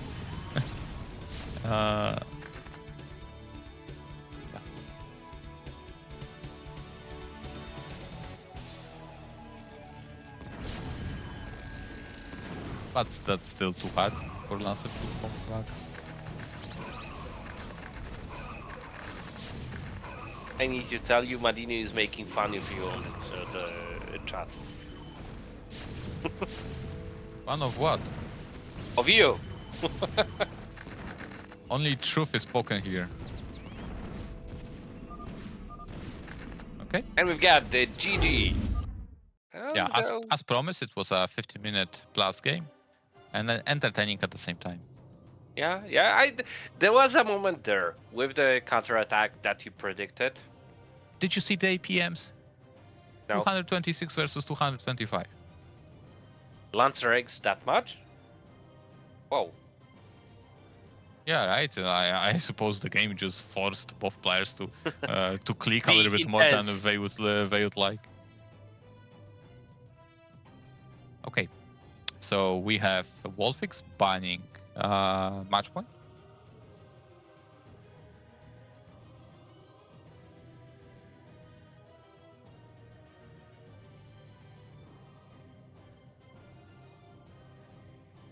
And Lancer will pick one of the remaining.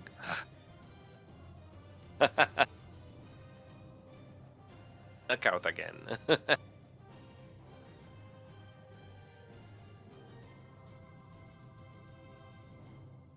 You can say a lot about Lancer, but he's funny. He treats this game in a correct way, like he plays this game for fun. What can I say?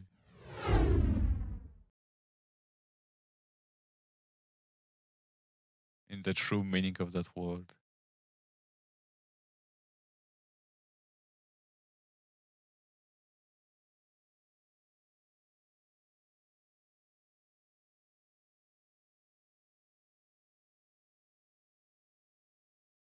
Okay. Polestar. Alright guys, we're ready. Let's hop into game number 2.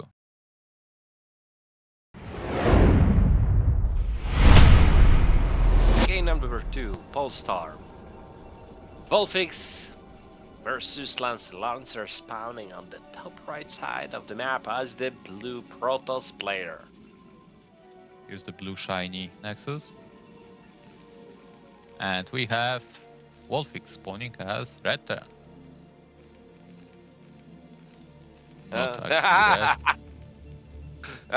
Zero is now making fun of you. Everybody's making fun of you, Bonyth, today. That is not right. First apple is long past. Yeah, true. Yeah. What do you think about the map? I think Lancer picked a map because this was the first map that came to his mind. KJ streaming channel is sub at GoTo for 41 months. So that's why he had it in mind. Okay. So it's like he didn't know the map pool, so he picked a map that he was certain it was in the map. Okay, that might be the case. I don't like the map. As for the map, it's not exactly great map, I think, for I PvT. don't know why. I don't know why. I just don't like it, right? I mean, it's just like flat enough and like not enough obstacles from one natural to another, so they just move as if it was on. There was another map like that, like Vermeer, right? Yeah. It's a little bit, of course, different than Vermeer. The high ground is like a big space here, but yeah, you just unsiege and move forward until you reach Protoss natural. And it's not a long distance, let me tell you that. Unless, of course, it's cross position. That's all different.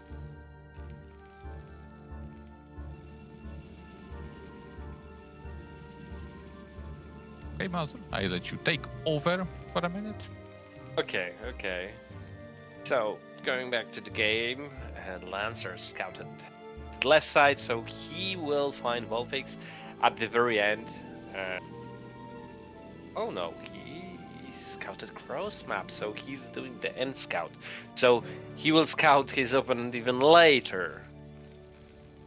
Of course, in this case, it's not a very big deal. WolFix isn't going for any kind of Nexus CC opening, so doesn't look bad. But Lancer is going with the Zealot opener. That's interesting. Okay, I imagine the Zealot got spotted, right? Yeah, I think it has. Yeah, taking into consideration the positioning of the Marine, yeah, it was. To be honest, I don't like Zealot openers if it's not from a forward gateway. It's very rarely that you can do any damage unless it's a CC, early CC or something. But it depends also on the player. So right now, it makes a totally different scenario right now. So instead of having one gun versus like 3 Marines and a Vulture, you're gonna have one gun plus one Zealot. So it changes build from turn. You can see that WolFix added another supply depot before. And here we go. The correct response from WolFix. He's pumping Marines, so he's got 4 Marines plus a Vulture. Potentially, he's building even another Vulture here. Now let's see if he's gonna build bunker first, or is it gonna be CC? It's gonna be CC. Now, second gun is en route. Again, this could get really spicy here, really soon. And here we go, second gun is here. Zealot doing some tanking, but well, there are 5 Marines. Again, correct response here from WolFix, and now that the bunker is complete. Almost. Really, Marines, really. Yeah, they bumped into each other, wanted to talk a little bit. Yeah. And now I think that the correct response of Lancer, he's moving back with the goons because he saw that the Vulture escaped through the bottom side of the map. So he knows that it's out on the map somewhere. Naturally. Almost fighting that Vulture. That Vulture is really precious here. So if you... so killing that Vulture before it gets spider mines is really huge. Fortunately for WolFix, although the Lancer, how do you... it's close. Perfectly positioned Vulture. Oh, and Lancer decided... Does he have a robo on the way in the top side? No, DT! Wow. Some kind of delayed defensive DT, some kind of...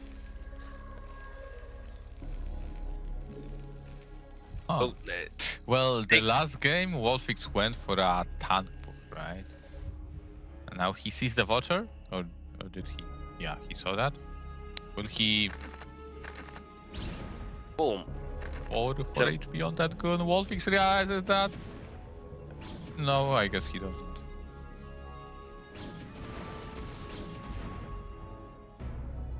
Some more mines being the Vulture positioned killed on... the probe, I think. So Lancer wanted to go for an additional expansion. Now Lancer is doing a good job killing all the mines, and also if he can, what a nice range from this one Dragoon. Now this is kind of exactly what Lancer wants, because there are no mines between two naturals. Yes, there are turrets, but this situation is kind of still potentially dangerous for WolFix, because these goons are with range, so they could just kill the turret. This game could get really nasty. Now let's see if we can disarm spider mines without observer. He managed. And so, okay, so that being said, Lancer is not really committing to that DT. He's taking the long way. It's not really just about the long ways that he doesn't really he didn't go with every goon he has and hope for, like, it's not really fully committed DT build But here. It's like, will he manage to sleep? no way! Oh my god! Oh my god, this DT can just walk into a CV line here. Even if he doesn't go to a CV line, like, just being so annoying here. Will he target? Will he target? The door is open. Yeah. The trick with CV. Boom. Yeah. Still, supply depot was killed. Turrets were forced. Look at the command centers; they are not blinking. 600 plus resources from WolFix. It creates chaos, you know. Yeah. In the same time, he won't move out to attack because he knows that there are DTs, right? So it also delays any potential move out. And I anticipate that Lancer is following up with an orbital build, I would guess. No, just powering up with gateways. Okay, that is fine too. Now that's very good strategy WolFix went for here. So he went for fast CC with a starport, so he knows that Lancer shouldn't have too much ground army right now, so he can just safely take it. He could also go for option B, 2 base push on like 4 scan, but that would be more risky. I like this approach from WolFix. It makes a lot of sense. But if Lancer would commit, as you said, right? So targeting the turret with the goons, and DT would be potentially game changing. Oh, with a Reaver follower, with a Reaver, that's interesting. Yeah, you could say it would be potentially game changing, but at the same time, you cannot really say that, because what if there were spider mines and Lancer would lose like 4 goons on these mines, right? So. Okay.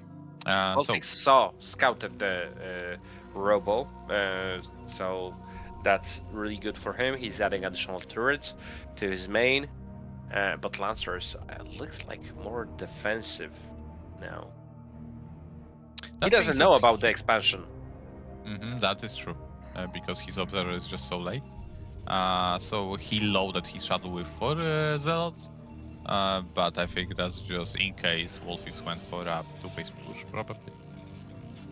Okay, now Lancer is moving across the map. Little he knows. And at the same time, it's not just free base, it's free base with tech for WolFix. So he's got that starport, so science facility soon, as well with 2 armories, as I imagine. Shuttle flies in, and what is he gonna do? So for now we're gonna he sees the surprise. For now we're gonna kill the supply depot and then decide whether we're gonna commit or not. Of course we are not gonna commit. This base is not easily penetrable, especially with 4 Goliaths waiting for a shuttle to pop. So, for the issue for Lancer probably is that he doesn't really have tech. I say that, but at the same time, Lancer could tech to High Templars really fast as he got Templar Archives done. I think I saw a Stargate being added next to the Nexus in the main. So there are so there are Reavers, High Templars, and Arbiters potentially. Well, I didn't see Arbiter Tribunal, did you? No, but you know, there it is. And, Caster's Curse. and even if there is Arbiter Tribunal, like as I said earlier, WolFix has already access to Starport, probably Science Facility somewhere. No, actually no. But there's an. okay. Oh, already it is. Okay, so we've got an explosion of factories now, so we can anticipate a timing push, some kind of pre arbiter. Yeah, the 2-1 timing could be strong. That being said, there are High Templars available right now for Lancer. Now Lancer is going probably for a High Templar drop, Storm drop, as I imagine, but WolFix is pretty well prepared. Chaosu underscore is subbed Gosu for 38 months. Go WolFix. What? I'm so disappointed right now.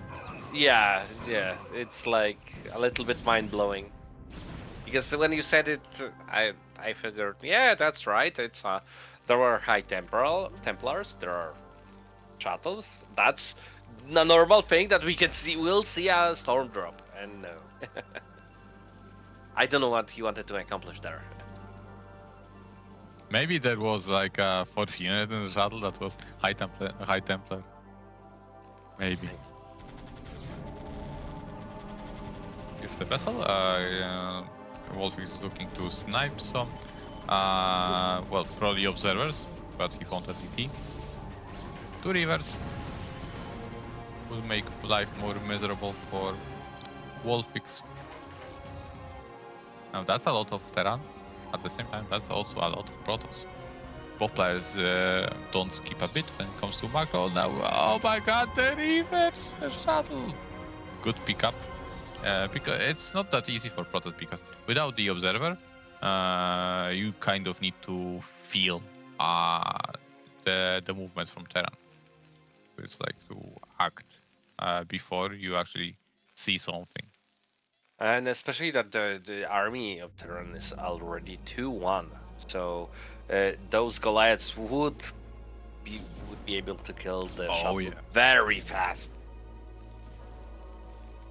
Yeah, for some reason these Goliaths receive +4 damage per upgrade. I don't know any Protoss unit that receives +4 damage per upgrade. But that's alright. Carriers. +1. Times 8. Say again? Times 8.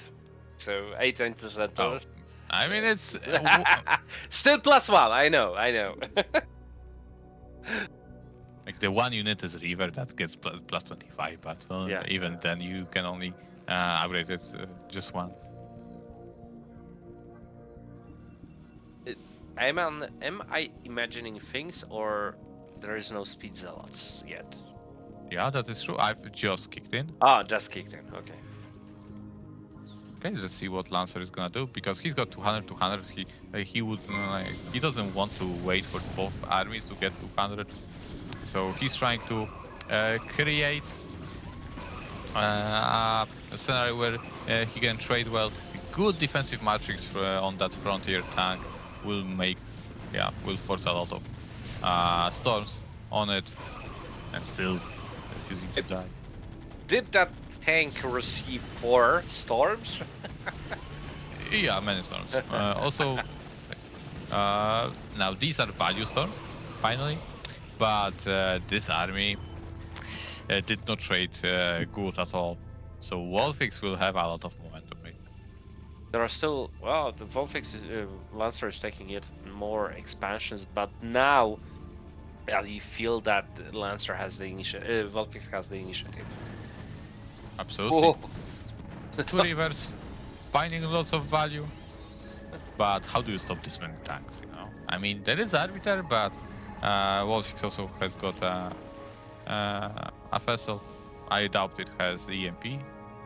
I doubt that science facility actually landed to make this research.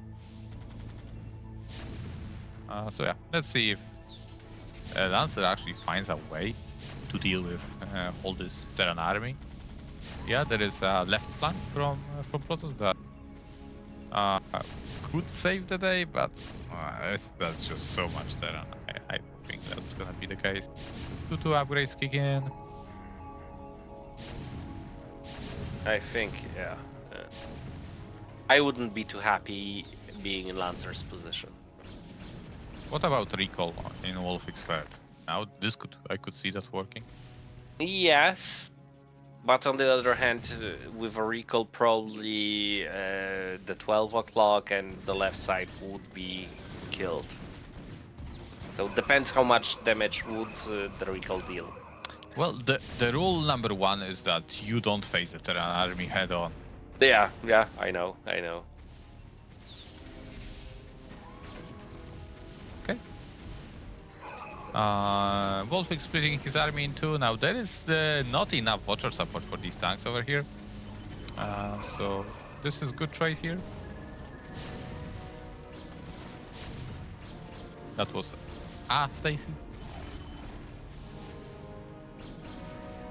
So Lancer broke 3, but at the same time he's gonna lose one of the bases. But it's like, if Lancer somehow doesn't lose 12 o'clock and these 2 bases, this is still a game to be played. At the same time, I mean, WolFix upgrades are really strong.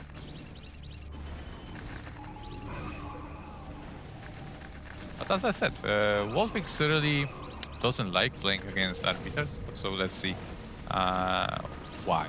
Why exactly is that?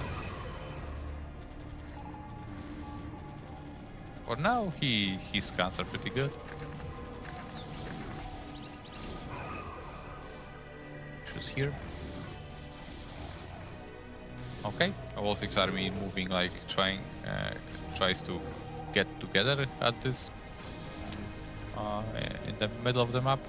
Lancer has a lot of energy on those arbiter. Oh my god, no! Ah! Oh. Okay, really nice storm, but still there's so much terror on that. Ooh. Will be very difficult. Plus, minus manageable, right? Yeah, but at the same time it's WolFix with a huge bank, and Lancer's struggling to get money. Okay. Gateways are producing though. I don't know, like, of course WolFix is way ahead in this game, but yeah, I could still see a scenario where it's still playable, and it's how have we said it? Lancer is the type of player that likes chaos, and this is chaos. No, it's not Lancer. It was about MadiNho. But Lancer is also a little bit in that direction, right? No, I wouldn't say that. Like, Lancer is all about making correct choices with minimal amount of actions, you know. So nice. like that, like a nice sandwich. Or even. Okay. Yeah. Okay. First time in quite a while, Lancer with a supply lead, C lead. But mini Not nuke. anymore.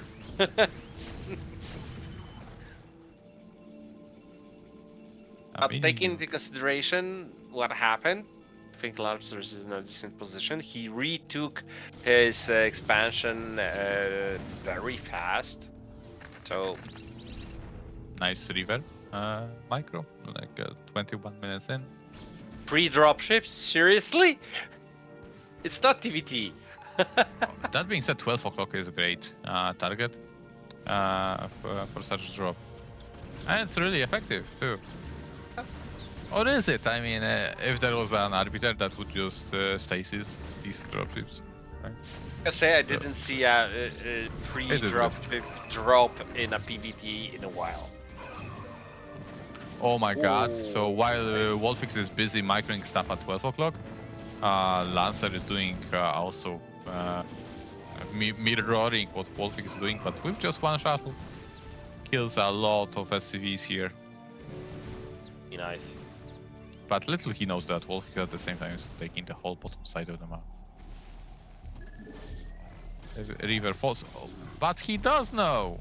Wow. Lancer actually found a Zeld. Where did he find such a Zeld that would travel all across the map? And Lancer has Four!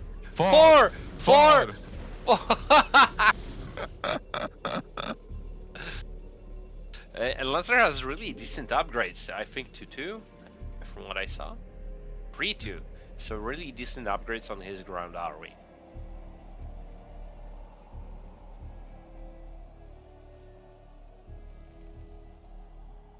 Now remember guys, this is loser's match, so if Lancer loses the game, he's out of tournament. So this is a very impressive game from Lancer, I would say, from the position where he threw a lot of that army on the WolFix third to where we are right now. I think this is very impressive. Well, some Terrans would say it's just Protoss. Okay. Look, he recognized what he's doing with, like, some of the players would just pull the trigger and attack this army head-on. And Lancer immediately recognized that this is more than he can handle, backed off to safety.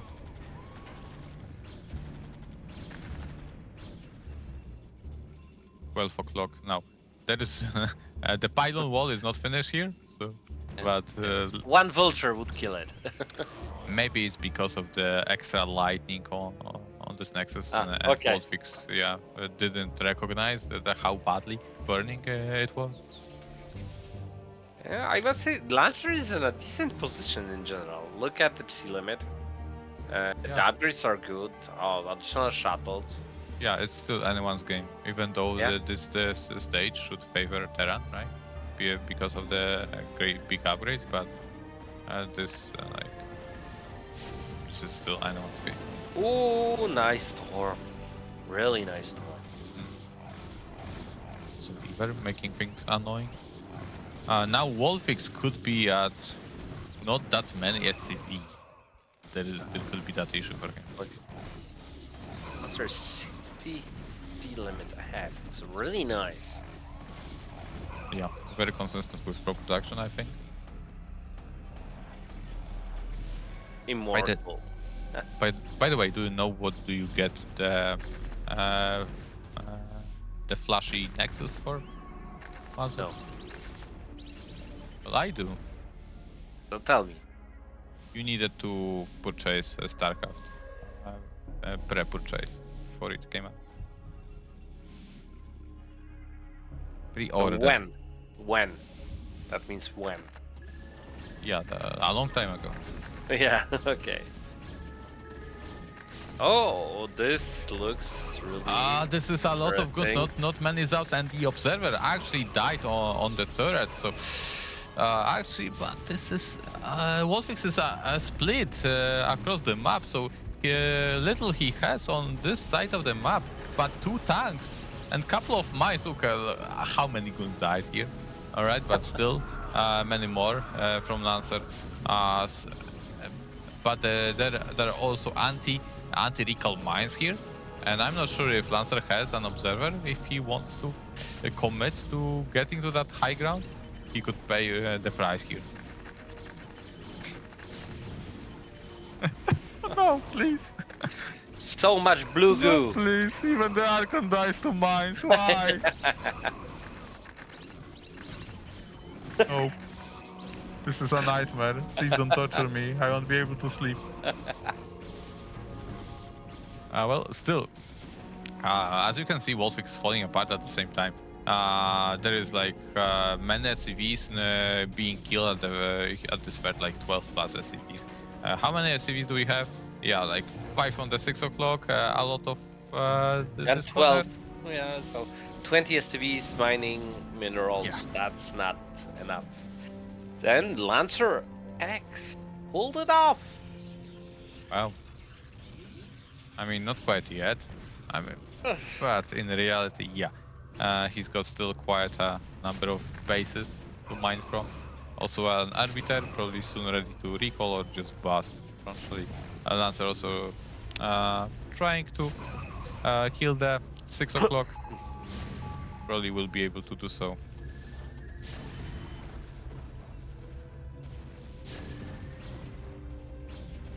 Yeah, WolFix must feel really unhappy. Kill all my buildings. That's the game. Can I lift off an Nexus too, please? Advanced Protoss technology.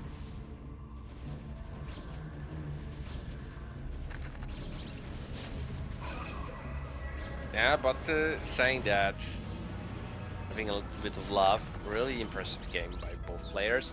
And Lancer, especially after the beginning, I must say, really nice. Absolutely.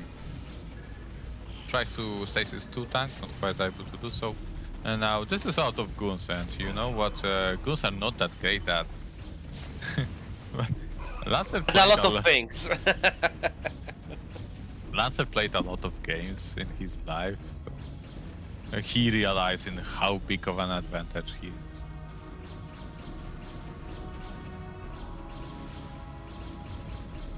But another thing is that when Terran army is free upgraded, there is just no underestimate ever. Okay. Yeah. Even now.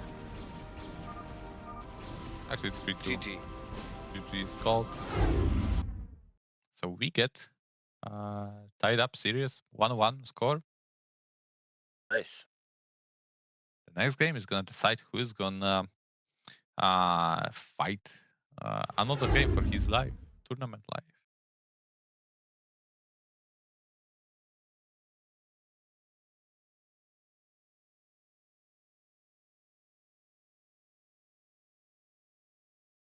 Okay.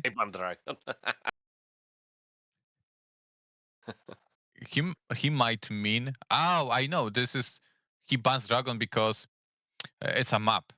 That's a map's name. You know that new map that got into the BSL map pool.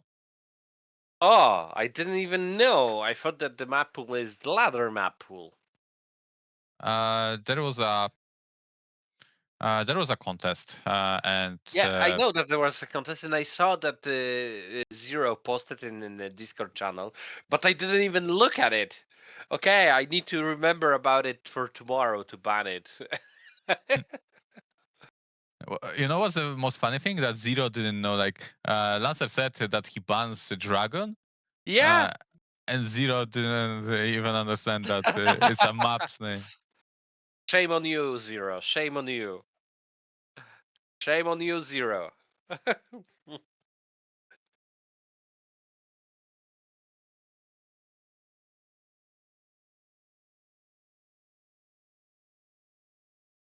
All right. So attitude,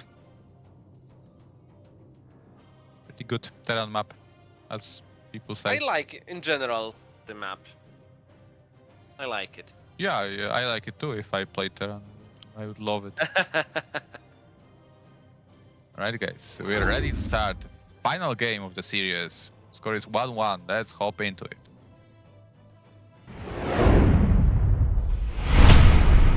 Okay, guys. So, game number 3. Spawning as green Terran in the bottom right corner. It is WolFix. The bottom left side of the map, we've got LancerX. Oh my god! Typical Lancer! Lancer! So what have you done? Misclick. So tell me it's LancerX playing without telling me it's LancerX.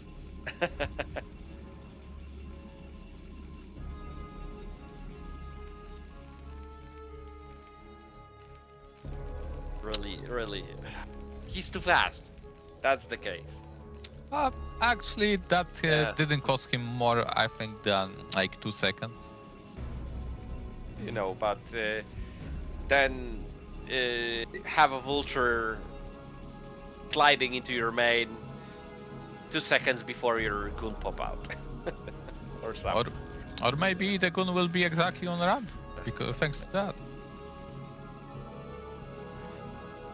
Still, I don't know how about you, but if I do something like that, and I did something like that quite often, quite a couple of times, I get instantly like tilted in the game.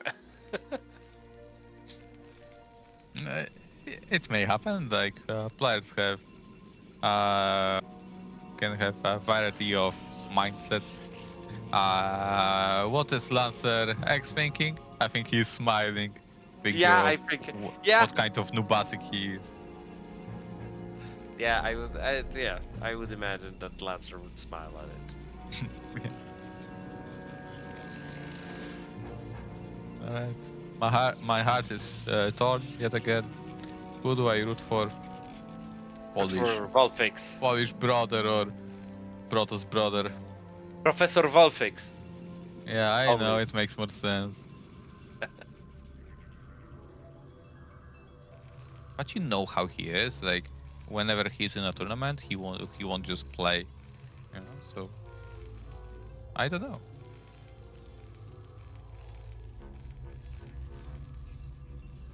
Okay, we have 2-minute 34-second factory. Why is that? What happened? I don't know.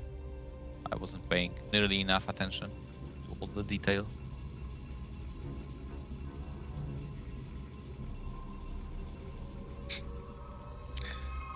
Lancer trying to harass that SCV. But Not he is quite able to do so. He escorted it. Lancer is gonna sacrifice the probe just to see if there is potential to fact, and this is WolFix was mining, I think, gas with 3 SCVs until like just now, and there was no reason for him to do that. Okay. So this was that was a very valid scout. On top of that, you'll manage to escape with this. Yeah, on top of that, this probe gets to live.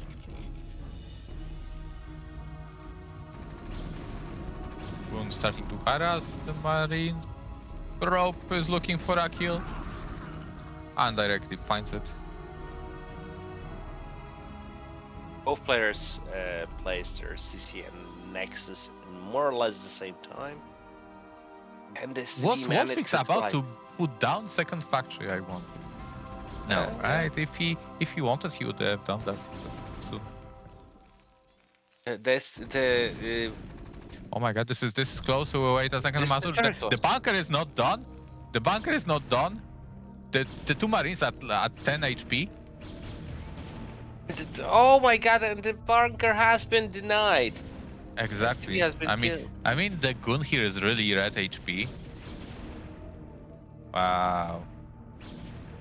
So this CC gets delayed. Brilliant SCV positioning.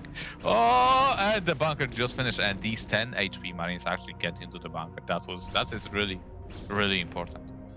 That being said, really nice job by Lancer. Yeah, it was really good. I mean, it was just late bunker from WolFix. That's it. Yeah.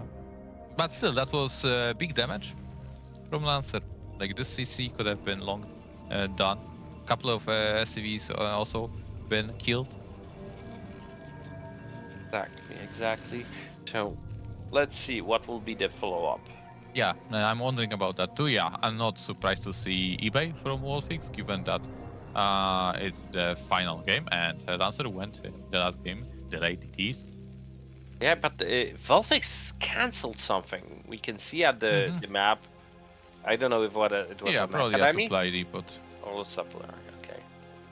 Yeah, like because his CC was like he didn't know how when he's gonna build that CC, so he started building a supply depot and realizing that he can get it. Okay. On time, he cancelled it. Zero pointing out that the bunker is not burning, even though it has half of its health. Now 6 marines indicates a push. We have a now it would be much more potentially dangerous if this was 2 fact and if WolFix cut more corners, but it's just 1 fact. But still 3 tanks, lots of marines. The thing is, yeah, as I said, there are not gonna be too many vultures as a follow-up, but still, if not handled properly by Lancer, this could be really the dangerous position here. Let's see what's the reaction again. The Lancer reaction is pretty good. Didn't lose any goons. Positions his goons correctly. And right now he's probably waiting for that observer. Oh my god, these mines actually may explode. Ooh, that was close. Okay, that's bad news for WolFix, even though he didn't lose really anything of importance. But he may potentially have to rebuild like at least 1 or 2 marines. That being said, WolFix is gonna lose a tank. And now, remember, WolFix was on 1 factory for a long time. So, thanks to that, and now that bunker that is just... Oh my god, because it wasn't burning, it's gonna go down so fast. I cannot believe it actually mattered in this game. The visuals. Oh my god, the tank actually... 5 damage. That's critical. I mean, WolFix is waiting for... Oh, the 2 vultures, not quite able to, but thanks to these 2 vultures, many guns died here, and the siege is done here for now. What's the status here? This be a bulldog or the shuttle is for a river? Hard to say. Fat Nexus is being built. The position is definitely tough for WolFix, given how, because you are on 2 factories versus a Protoss that's already on 3 bases and more gateways than factories. So going for a 2 base timing seems risky. So what would you do? I still think I would go for like 5 to 6 factories and then decide maybe just put down CC on spot afterwards. I think 5 plus CC should be the way to go, especially after the beginning, because the beginning or rather mid game didn't go according to plan. Yeah, and Lancer as always is really diligent about his probe production.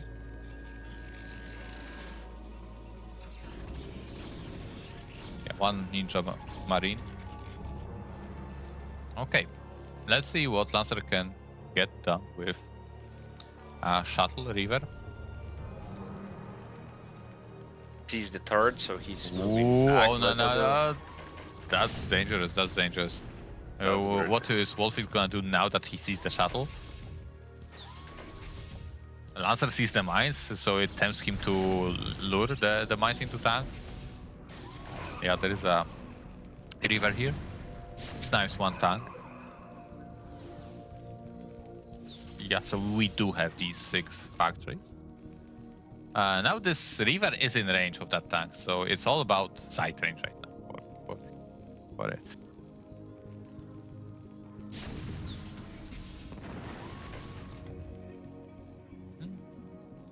Okay, now interesting what is WolFix gonna do. Just pretend that he's pushing and just move out with vultures and put down CC. I think that's the safest approach for game number 3.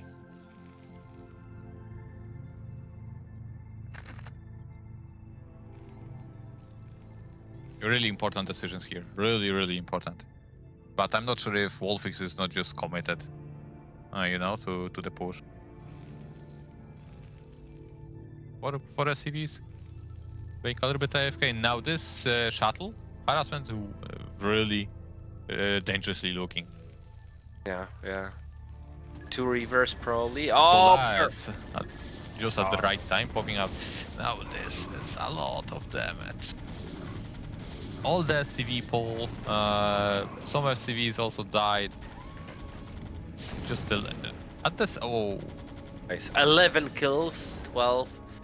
Yeah, I at the think same one. time, he killed a shuttle with a river, so there is an opportunity for like, what's the gateway count? Yeah, exactly. That's not really a high gateway count. Lancer is over expanding and overtaking, so he's trying to do too many things at once, and he could be punished for that. I think potentially, like WolFix army is really strong right now. Now there is a river, but there are also two Goliaths, and the river goes down immediately. Now and the mines. When did they get here? And, oh my god, this is getting out of hand here. I don't know. If Lancer can buy enough time, he's gonna win. But this is a big turn arc here. And the Zealots don't have yet speed. Even though there are like a group of Zealots, there are still no speed. So those are not the best option to counter this kind of Terran army. Interesting. And now the spider mines are gonna be there. There is a DT at the Comsat. There's a lot of Comsat stations. I mean, there are 2 Comsat stations and a lot of energy on them. But look at them already finding the value, a lot of value. Comsat's probably like not hotkeyed or something. Now turrets being positioned, so DTs are no longer an option here. Seems like these were really like kind of like panic DTs. But now the question is, what's the timing on the speed zealots? I had the Lex. Speed zealots are here, alright? And this is a lot of zealots and not that many. A lot. It could be if he fails at the zealot attack. I don't know. Like zealots are good, but if there is a big enough of a wall here and enough mines, like there is like not a single gun to protect. Finally, River comes to protect his lives. I don't know what, how a Lancer wants to react to this.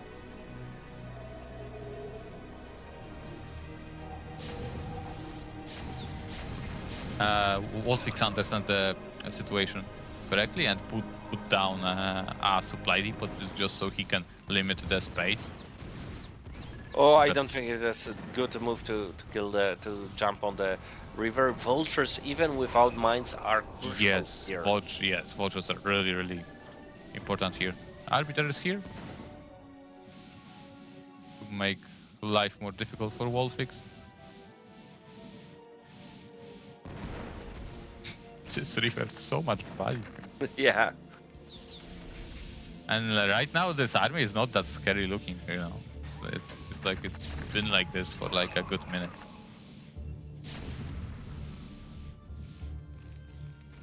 What's in the shuttle? Just annoying zealots, I think. Oh, here we go, big zealot engagement.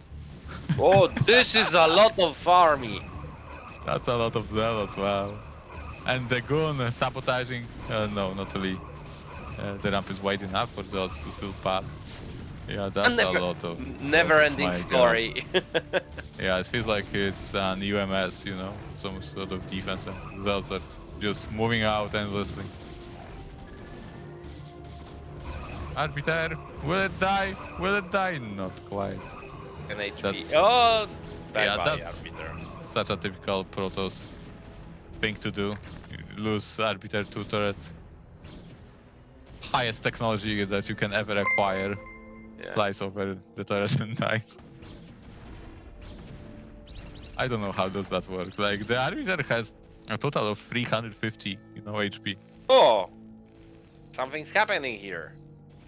I don't know. Those there was that 1-2 zealots, yeah. Okay, I thought that after the zealots something came in, but okay. Okay, so first CC got up, but I don't think that CV count is double starport. Oh. Double starport? I think he just forgot that. I don't know. I won't believe. Probably he just forgot that he built a starport or something. I don't believe in 2 starports on purpose. 2 dropships, so... Yeah, he just made 2 dropships to make it look like he made it on purpose. It really looks really good for Lancer. He's doubling the psi limit of Vulfix. Yeah.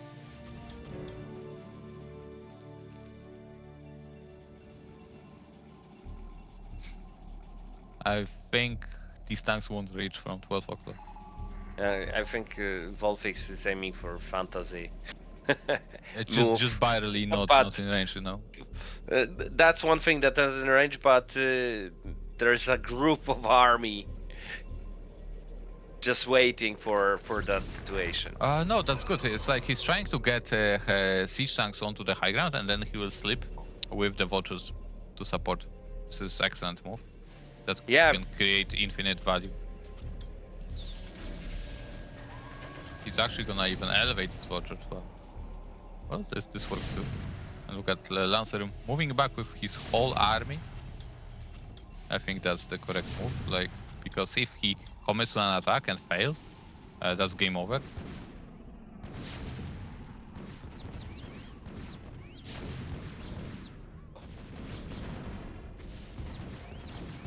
Yes, there is a river, but it's really red HP one.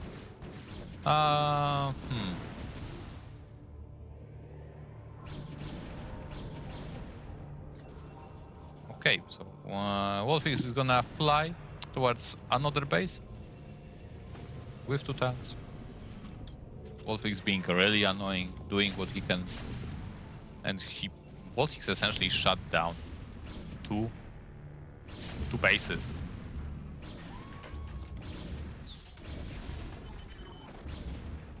Great comeback mechanism. Unfortunately for him, well, Lancer still has natural and mineral only. Oh my god. Oh my god. Oh, the river is live!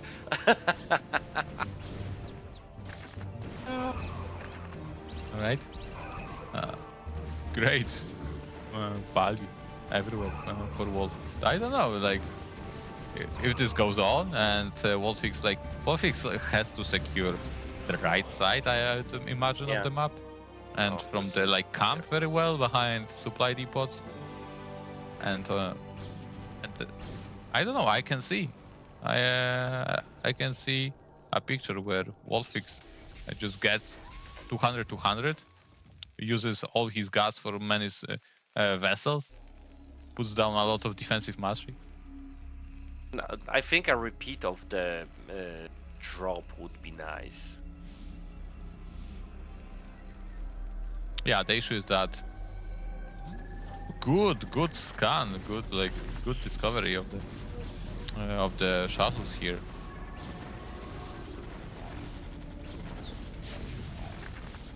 Give this river a medal.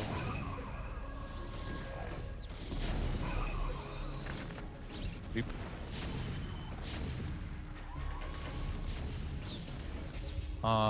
Good denial from Lancer.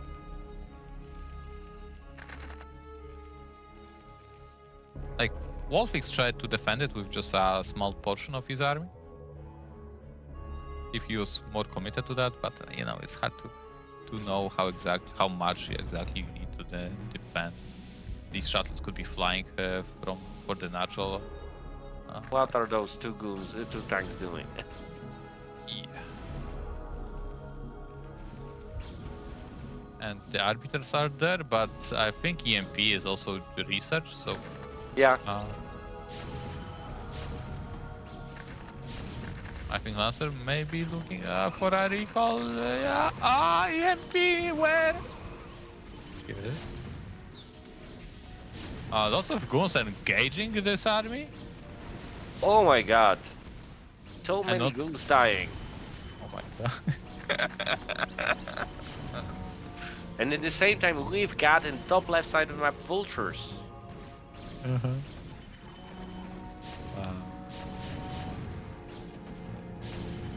So, imagine Vulfix can take. Imagine being WolFix right now. You see all this, but you still lose this, to this guy.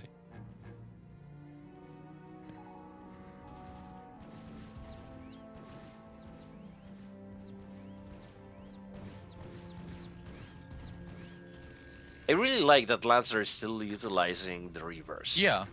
Throughout the whole game number 2 and 3, he's been doing that a lot.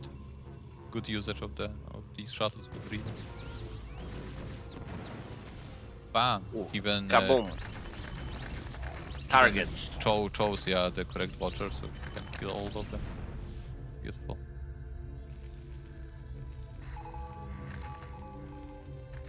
Okay. Terran's main and natural is depleted.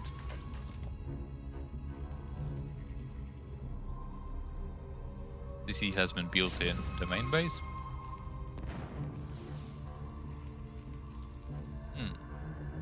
What do you want to do as Protoss player here? I think you just want to recall the right side over and over if possible.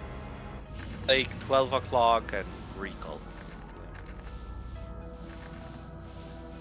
Like, taking 12 o'clock is not even a must at this point. Not yet anyway.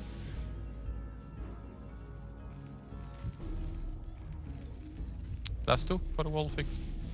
He's just on 1 armory because he cannot afford anything more. Lancer is 2-2. Yeah, Lancer is reach.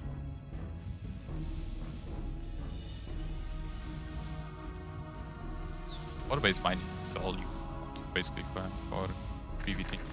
Here we go, weak engagement with 2 arbiters. Battle's not quite in the right place. That being said, the stasis is not. The first one wasn't too big. Second one was a little bit better.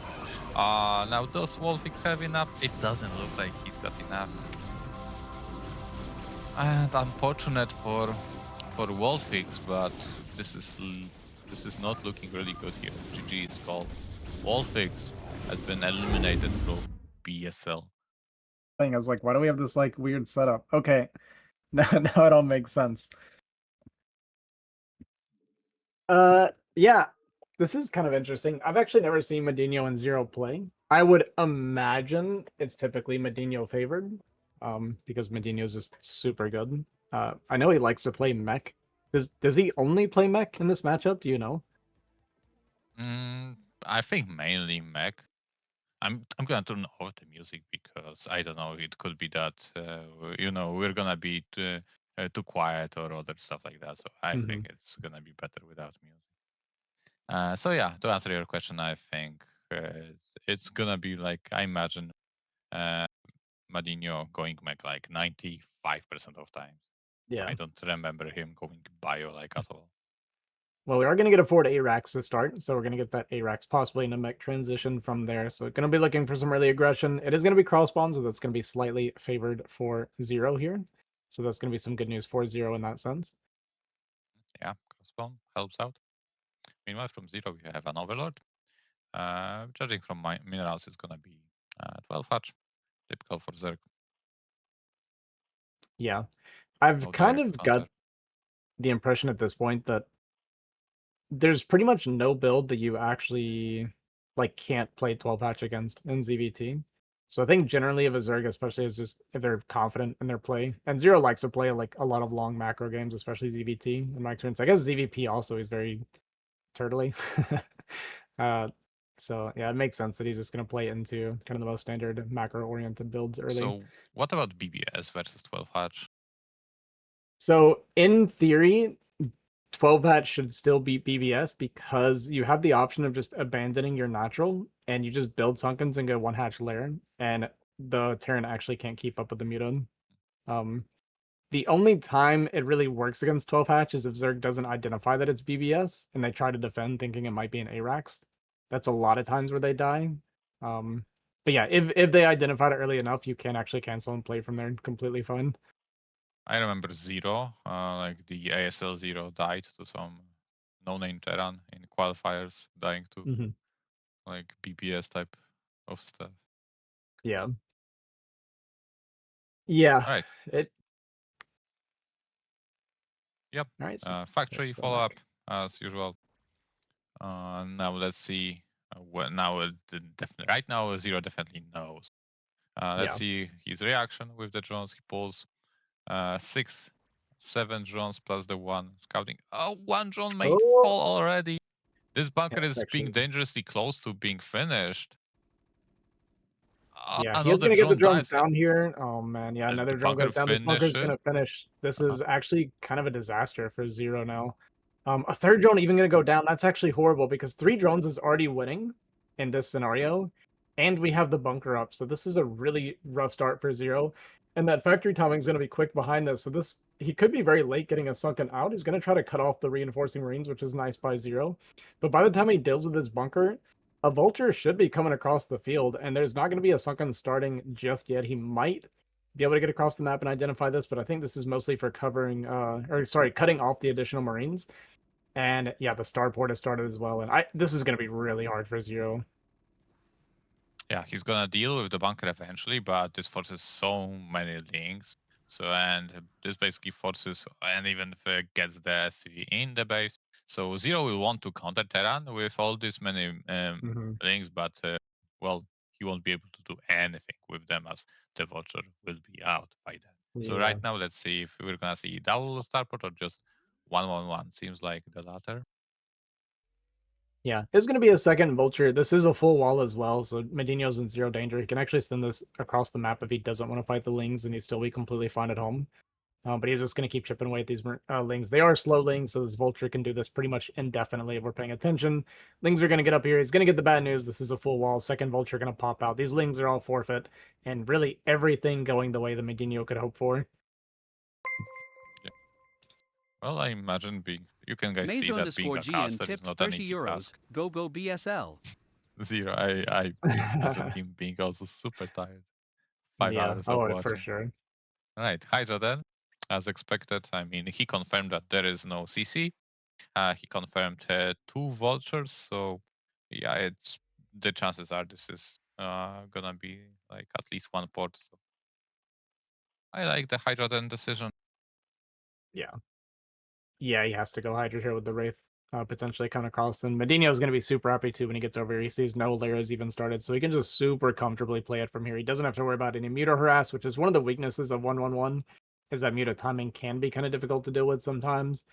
Partially because you don't know if they keep making mutas, if they're going into a Hydra transition, but he's going to get full information here with his Wraith, potentially, if he wants to go into the main. But when you see Hydras this early, after making all those lings, you see the drone count. You can probably surmise that there's no layer. Yeah, MadiNho's like super comfortable now. Yeah, I like that choice.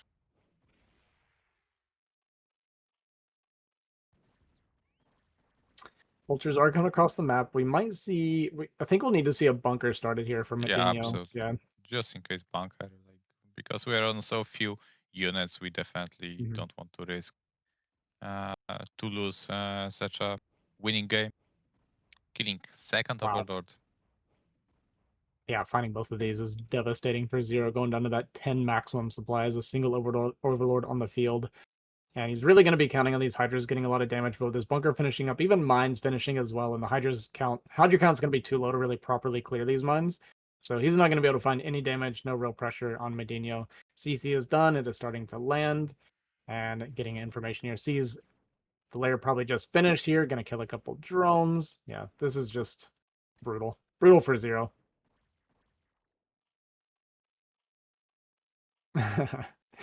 Wants to finish it, but it's not worth it.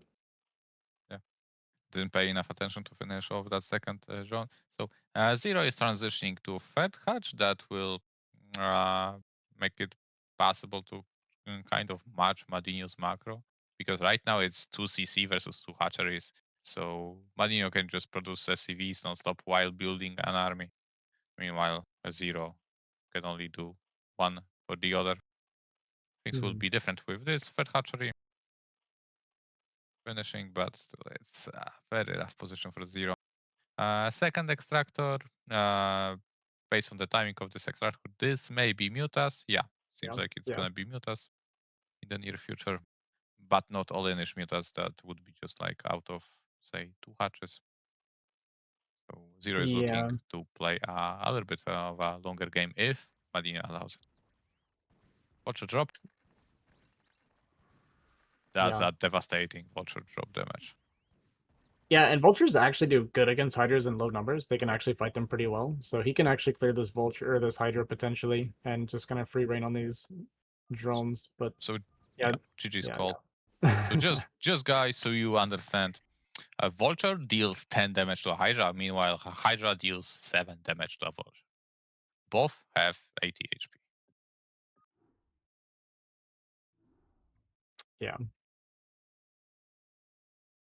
Yeah, it's not often the Vultures are really good against range units, but that is one of the few that they do actually beat one-on-one pretty decently. Not like beat them one-on-one, I guess, but because the Hydras have the additional attack speed. But in like larger numbers, the Hydra start to outscale Vultures, right? But in small numbers, Vultures actually do really, really well against the Hydra. Yeah, very often you also go for speed Hydras, meanwhile you don't really or even no upgrades whatsoever.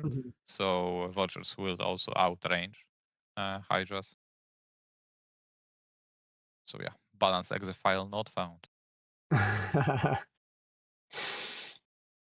Yeah, well, you know, I mean, he had to spend 200 minerals and gas on his Vulture upgrades. You know, the Hydra upgrades, sure, they're more expensive. Hydras cost gas and the same amount of minerals.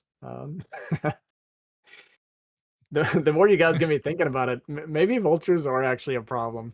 Maybe my race is OP. No way, no way. You know, all these years without balanced patches, it has to be a perfectly balanced game.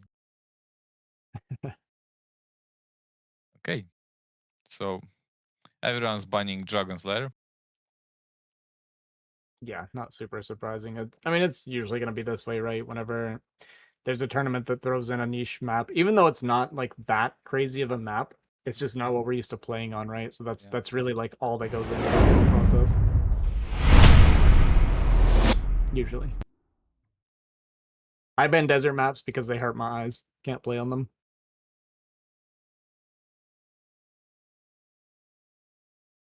Aren't you like playing in the near future in BSL? Isn't it like tomorrow? Yeah, I play tomorrow. And you just revealed critical information. But here's the part where I don't ban it and I pick it instead. Wow, the true mastermind. I mean, I have played it on it a few times. I had to play it for maybe it was NSL. I don't know what I played it for, but I played several games on it for something at some point. That's probably that many games more than your opponent. Exactly. All right, here we go. A potential final game of the series. Loser of this game gets eliminated from BSL. So high stakes here. I think Zero would like to show himself. So let us present the player as always. As the tradition says and dictates, we have MadiNho spawning as Orange Terran in the top right corner. Yeah, and his opponent here in the bottom left corner is going to be our white Zerg player, Zero. So cross spawns again. I feel like if you're MadiNho in this case, I almost feel like he might just do the same thing because it just went so smoothly and it was cross spawn. So it's like, why not? You know, why not just try it again? Yeah, especially on this map. Sorry, go ahead. It feels like MadiNho may be the player with better mechanics, so why not go more often for these highly mechanical dependent? Oh, I don't think you can full wall this map anyway. So can't you? It seems like a tight wall here. I don't think you can. I'm almost certain that you can't because I've seen Sterling.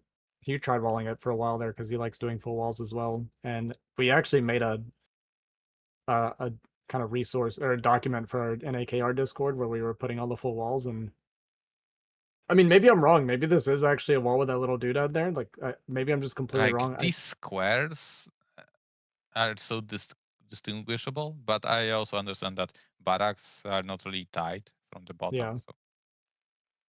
I think it's I mean, I guess we'll see. Maybe we'll get to see here. I mean, it's possible I'm wrong. I thought you couldn't wall, but yeah, maybe we'll get to find out here.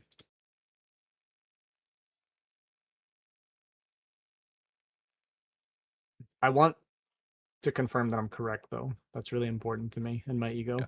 The question is whether we're gonna see a link coming here, checking that out for us or not. Yeah, I may just load up a custom while we're doing this cast to double check. And if I'm wrong, just not say anything. So it is at least going to be drone tight, but that doesn't necessarily mean that it's not ling tight, or that it is ling tight, I mean. But it looks like it is, honestly, like with that little square that you're pointing out there over and over again, I think it is actually. Why would you leave? Like Marine is close enough to a link to check for that, even though it's bigger, but not by a lot. Yeah, it's like the smallest amount bigger from unit to unit that you can get. Like the smallest is Zero Link, then it is Marine, and then Zeld. Like one is bigger than another. I think is a Ghost the actual smallest unit? Yes. There are these maps with two neutral geysers that only Ghosts can go between. Okay.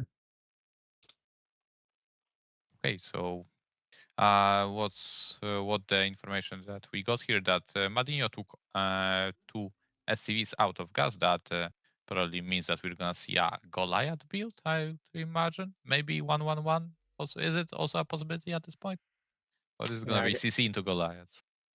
Yeah, this is just straight up a fact expand, like out of the other two matchups. Which does indicate that this, I'd imagine this is going to be a Goliath build. You can do starport builds off of this, depending on what your opponent's doing. But it's super risky because your Wraith don't really get across, so you could do like a Valkyrie opening or something if you wanted to do it that way. But I think he'll just play Goliath from here. Maybe Vulture into Goliath, get some mines out, something like that. I'm not super savvy on mech builds, honestly. I don't ever play them myself. They're really good. I need to start playing them. But I feel like I just learned bio. Like I just feel like I was getting the hang of it, and then everybody's like, "All right, we're doing mech." There is a catch. You never actually fully learn anything in StarCraft. Yeah. Endless layers to that knowledge. Yeah. But yeah, understanding and doing more than one build actually makes you a better full, like a more of a full player versus your potential opponents. They will just not assume what you're gonna do, and that alone is enough, like important. Yeah. So yeah, I do recommend, because it's not really even hard. You just need to, from my perspective, just make the right units. Yeah, I mean, it does seem a lot easier to play, for sure. Yeah, and actually, mutas fly away from you rather than engaging you. I think that alone must be a huge win.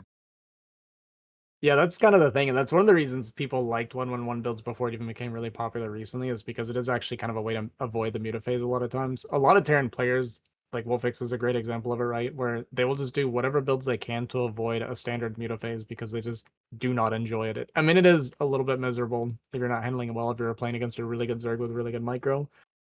So yeah, like these Goliath builds or like Wraith builds or Valkyrie builds are really good at kind of avoiding those game states completely. So, interesting thing about Zero, for drones at that gas requires plus minus, I don't know, 3.3 maybe drones to mine it fully, maybe even 3.2, but still decides to put 4 on. Okay, let's see. 5 muta harassment.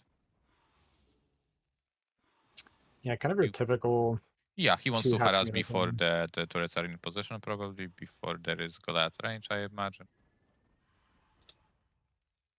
So this one muta is in the process, but I think it's okay. Against mech and Goliath build, I think you kind of want to kill as many as possible SCVs early, because later on it will be harder.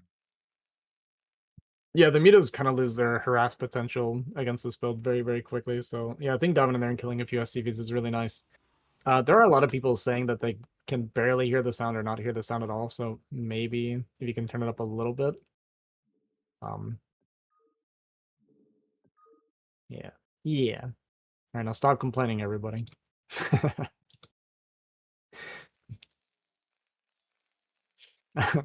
But yeah, sorry. With the Goliath range going to be finishing up, our Goliath count getting up. We're even getting this kind of an interesting pocket turret. I've never seen it quite go down there, but I guess really here with the Goliath, it kind of makes sense. I like the one hidden under the eBay as well. I've never seen a turret such like this one. Yeah. It is only 6 meters as well, which is not enough to even one shot. There was a drone. Oh, I actually viewed a hatchery over here. Okay, never mind. Goliath moving out thanks to this mine spotting the hatchery location. But I don't think that's done on purpose, you know.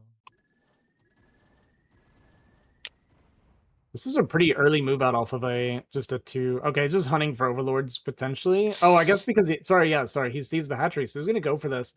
A little bit risky to move out this early with only a 2-fact Goliath push, but I think it's gonna catch Zero completely off guard here. Yeah, gonna get the cancel mutas on the other side of the map. Okay, so now right now this is critical 7M mutas even more, so SCVs will fall on one shot. Zero understands that the Goliaths are on the other side of the map, so he can harass more freely. Still doesn't want to commit too much.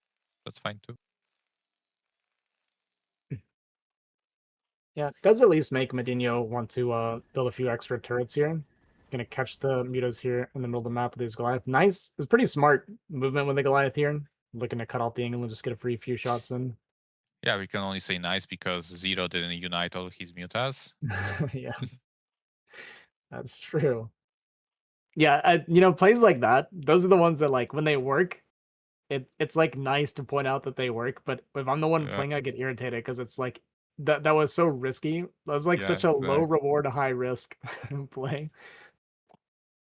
Everything is StarCraft because StarCraft is so like kind of like sometimes it's not easy to grasp StarCraft objectively. Like it looks nice and it works, but didn't really have to play out this way.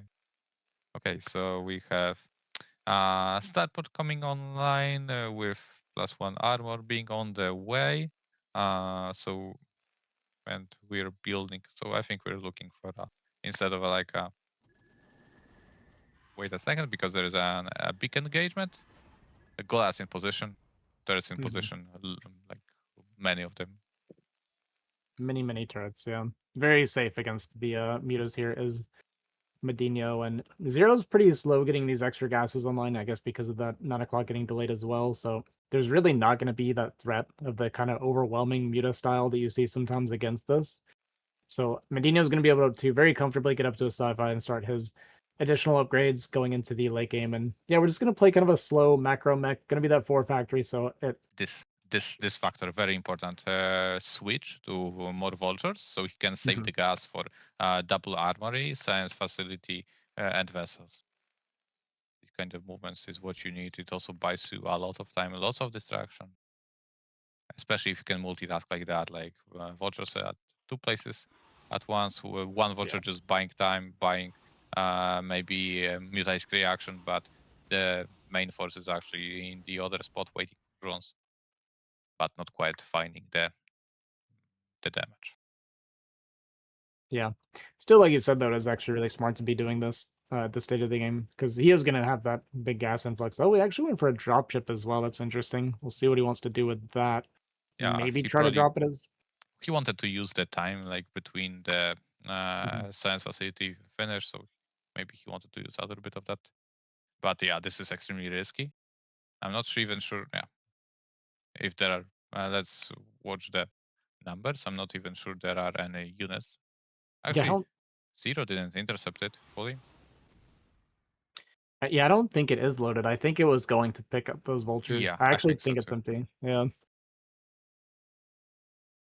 Zero. Yep. is gonna find in the corner. So nice pick there for Zero. Yeah, empty. More vultures trying to find damage. Good defense from Zero so far. Yeah, very good. This Yeah, is the vultures. most vulnerable base here, and this is second most vulnerable. But Muta's in position to intercept any vultures. 1-1 finished, 2 armors finished as well, so yeah. MadiNho not really hurrying with his third CC. Probably the Yeah, right call. this is where it starts getting to the stage where it gets a little bit more scary for Zerg. Is very heavy on the Mutas so far. I think we should be about ready for a Hadra transition. If we keep going in Muta, it starts getting scary because the additional upgrades are going to be done, and we now have that splash that's going to be ready for the Mutas, and this is where it starts to swing pretty heavily in Terran's favor, potentially. Got a huge finished. Muta bomb. Yeah, this is like 3 packs of Mutas, so... and let's see how good the Irradiate is. Lots of Mutas in one place, Wow. and this deals so much damage. Yeah, that's a hard irradiate to clear, and so many of these Mutas get eaten up here. He's going to manage to fly away with about maybe 2 groups left over, is what it looks like. Yeah, it's not like the Irradiate did a lot of damage, but because of that Irradiate, all the other Mutas were like out of control. So they received much more damage than probably Zero would want. And another engagement from Zero, all these Mutas are kind of bruised, and guards are still in position. So let's see the follow-up from Zero. Now it's going to be Muta. Lots of gas mining, not much of mineral mining. And no sign of evolution chamber. So I think this is just going to be full Muta. You guys might hate me for this reference, but I can't help it. It's on my mind right now. So Zero did the classic, like, look like you're going to retreat, but then hit the same spot. But he did it too quickly for MadiNho to even leave. This reminds me of when I would play League of Legends, and it's like you gank someone and you try to walk away and they come back before you can leave. And it's like, I'm not camping you, you just didn't let me leave yet. What? League of Legends? What is I know, that? I'm sorry. Forgive me, everybody. I haven't played in years, okay? Don't judge me. We're StarCraft elitists here. There is one true game.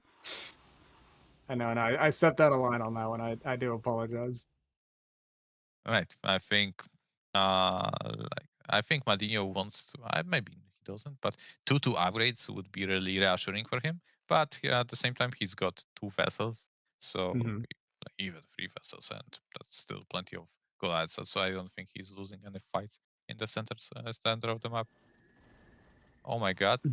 And finding Irradiates before the whole army is united. Oh my god! This is brutal. This is a disaster. Yeah. A complete disaster for Zero. Just so many Mutas going down before the fight even starts. Yeah.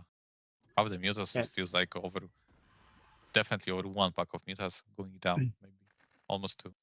Yeah.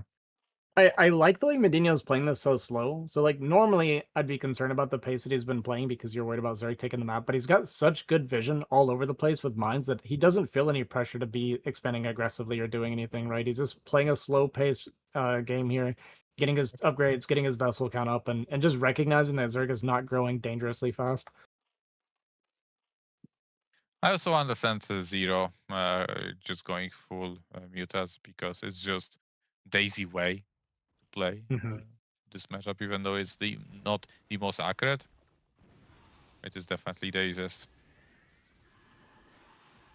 Yeah, unfortunately for Zero, he's just kind of bleeding off a ton of his Mutas, and while Goliath are very bad against Sunkens, when you have this many this many Goliath and you got these good of upgrades, it's really not that bad anymore. Yeah, these Mutas deal 6 damage to a Goliath, and with a bounce they deal half a damage. Yeah. That's not a lot of damage. Does clear the vessels, does kind of hold this base at least, but loses all of his Mutas, and we're still only on that 4 base count, while MadiNho did finish up his 3rd here. And yeah, I think it just keeps getting worse for Zero at this point.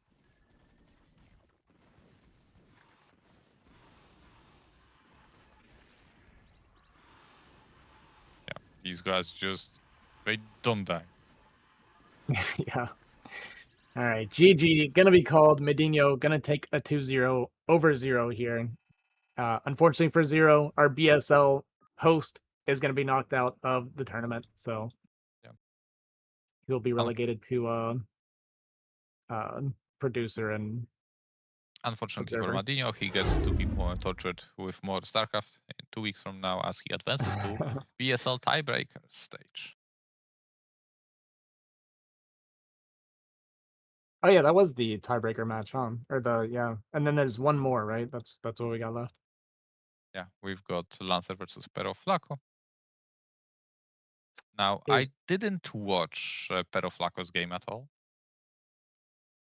Did you? No, I wasn't home. I did see they played each other. I watched their game in the qualifiers, actually, for them to qualify for this group in the first place. Where PerroFlaco won, but it was very close series. It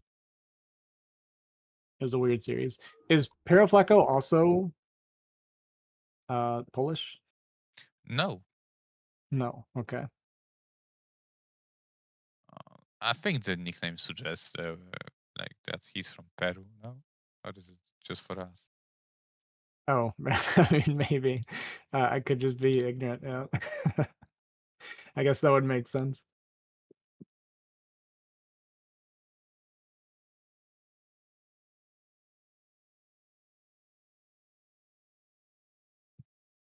Okay, yeah, he is Peruvian. Guess that checks out.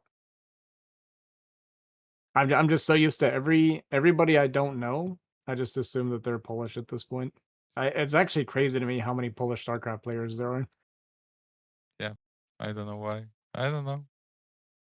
There are some like theories that like the game, like Poland wasn't developed enough, so StarCraft came to our region at the time where we could play basically StarCraft and Let's any see. more advanced games. But I don't know. It's just a theory. Who knows?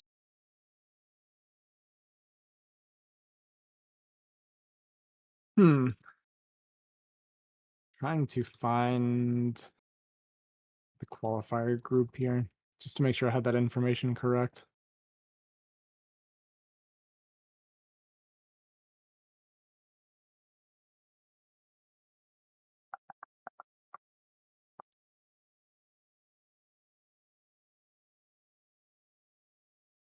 Okay, yeah. Okay, I was right. Peraflaco beat Lancer 2-1. Oh, so they played.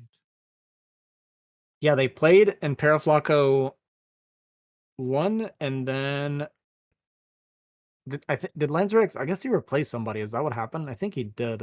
Somebody dropped down. He replaced them. Yeah, I think so. So yeah, they're gonna get the rematch for. And it's interesting. They played each other for the last slot in the qualifiers, and they're playing each other again for the last slot and going into the tiebreaker round here. The true rivalry between continents.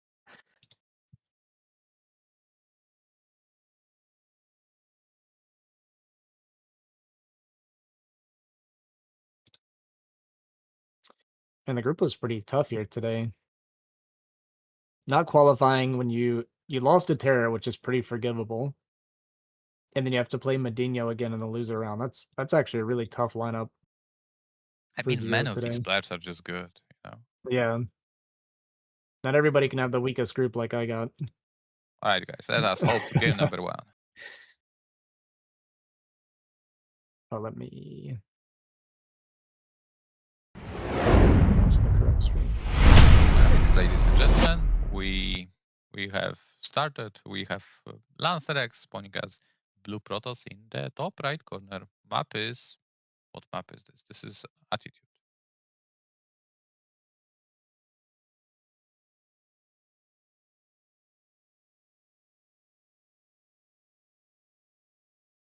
Sorry. Okay, and here in the bottom right corner we have. Did we introduce? Sorry, I was trying to get my stuff set up here. In the bottom right here we have our Red Terran Peraflaco. Yep, that's him. All right. My bad. I'm paying attention now. I was still waiting for the stream. I realized I had to bring Zero's thing back up. I'm a pro, I swear. I swear.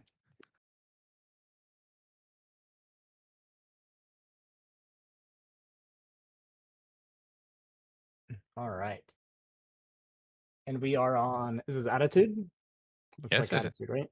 Yeah. Okay, that's interesting. I think their last game was also on Attitude in the qualifiers, and it was like a pretty crazy and close game where I had a hard time picking who was going to win. So it's nice that we're going to pick back up there again.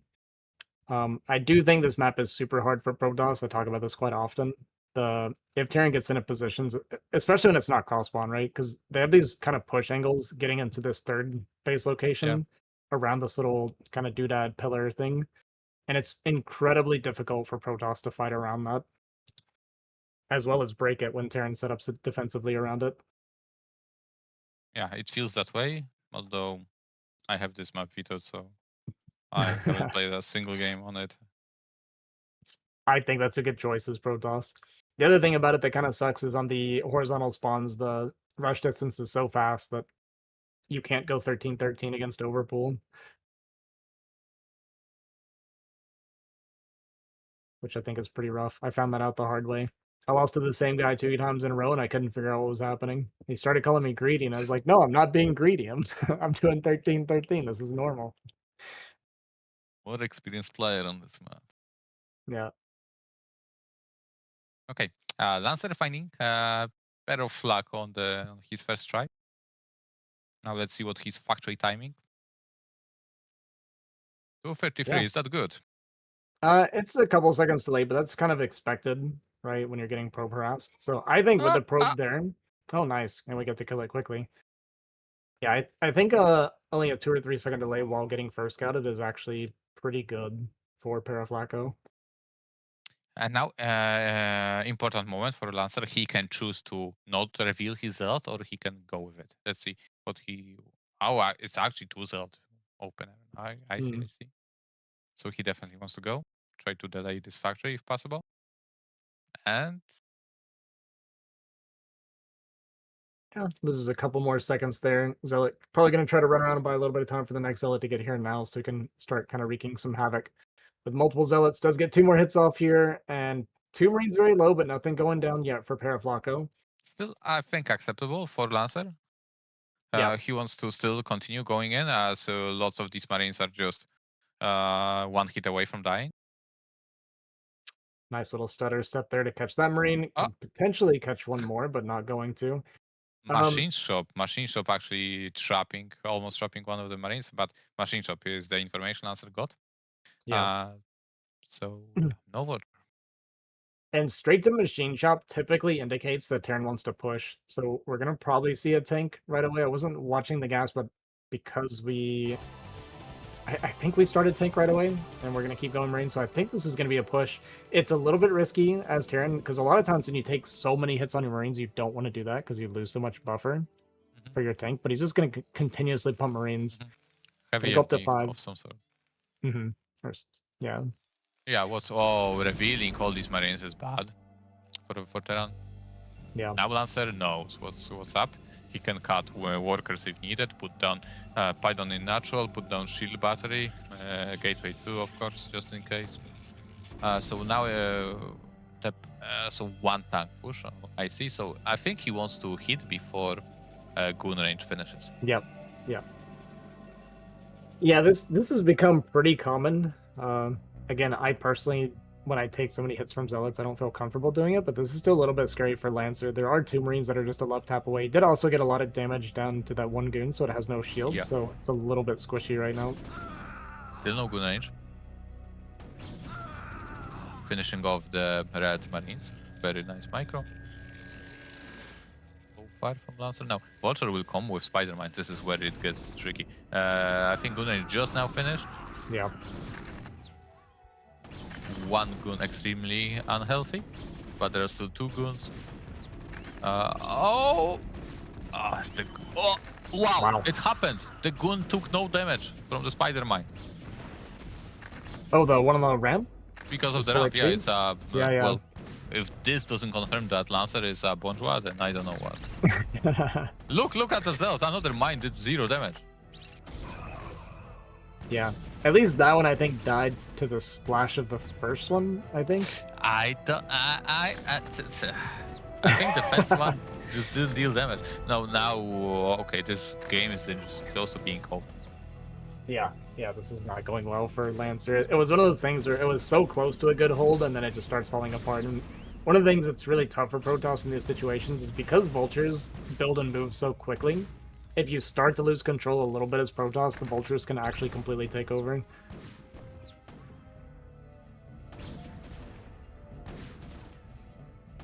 So yeah, the thing is that Lancer's natural is not building probes. Yep. That's the hidden damage. Even though Yeah, he will hold, he lost a lot of in that aspect, that hidden damage. Yeah, this tank might get chased down, which is actually a pretty big loss. Otherwise, I'd say it's been great for Peraflaco, but losing this tank, if it does go down, is a pretty big hit to his army. Now we got 2 more tanks here. What Lancer is doing here is extremely dangerous. Like, there could be just mines. Yeah. The Observer is not as fast as Gun, so Gun could have just simply died. Yeah, but they didn't, so it was the correct play, right, Bonyth? Right. Exactly. I trust my eyes, it worked, so it had to be the right call. Yeah, I call these false positives, and I think Protoss players suffer from that more than any other race. We go, another attack now. That's a lot of Vultures. Wow. We skipped eBay, right? So, beautiful play. I mean, it was all because Vultures scouted Protoss base. Man, but how much scarier would this be with that 1 extra tank, right? It makes such a big difference. Yeah. Oh, the siege from over here. Can it range the Nexus? Just about.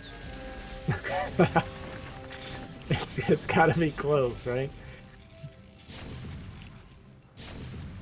It does at least deny that gas, if nothing else. I know Protoss typically doesn't take it like super fast anyway, but... Yeah. Okay, so we're waiting for what? Definitely for 2 Zealots. Not sure if River will be up in time. Okay, yeah, I'm a little worried about this mine placement by this tank. It's gonna be pulling mines into it and pop pretty quickly. 1 tank gonna be left. Reaver does get out. It's gonna get a 1-shot off on this tank before it goes down, so it's a little bit squishy. Additional tank showing up though. Mine goes off, kills a couple goons, big splash hit, and we're gonna dive on top of this tank and not get it. And Lancer just died. Yep. That's crazy. Yeah. Definitely too greedy with that shuttle and the River. Too greedy, but I needed to be more patient. Micro between tank shots, if possible. Yeah. Yeah, I like using the Reaver kind of fighting backwards. It's only 1 tank that was left, right? Like, I love the initial bomb to kill the tank on the front side, and then you got 1 tank. So just like you said, go between the tank shots, pick off a bunch of Vultures, get some splash damage, you know, siege the tank if you can with the Reaver, and yeah, just be patient with it. But very aggressive from Peraflaco. Definitely got Lancer off of his game from the very beginning. I don't know, good mechanics from this turn player. I have to say. Yeah.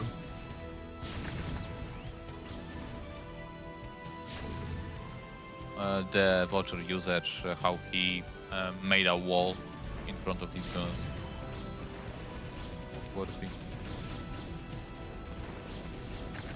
Lancer, on the other hand, he's got pretty good macro, and he can get the phase where he can use that. It's definitely dangerous. But he struggles in the early game a little bit. Relatable. Very relatable. The unfortunate thing is that no matter what happens in every game of StarCraft, you have to play the early game. Yeah. You don't always get to play your late game, but you always have to play the early game. That's deep. Alright, GG gonna be called. Peraflaco gonna take this game 1. But you know what?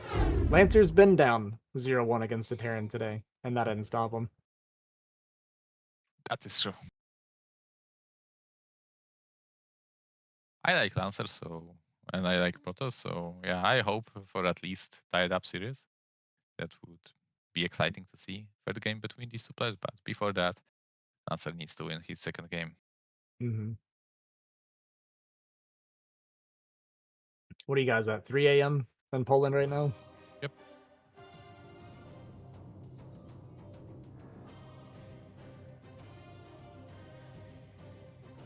And the worst part is that tomorrow could easily be a longer group because we have a lot of Terrans.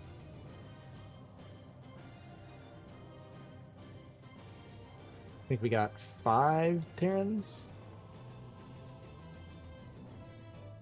I don't think we ever had a BSL season with that many Terrans in it. Yeah. Like, the most the out maps. of every other race. Usually it was all, either Zerg or Protoss. Yeah. Maps are changing. Maps are changing. Yeah, it's pretty bad this season. There's no Terran that can deny that this is the most like handcrafted map pool for Terrans that you could ever ask for. I don't know. Maybe you could find some. Yeah, maybe.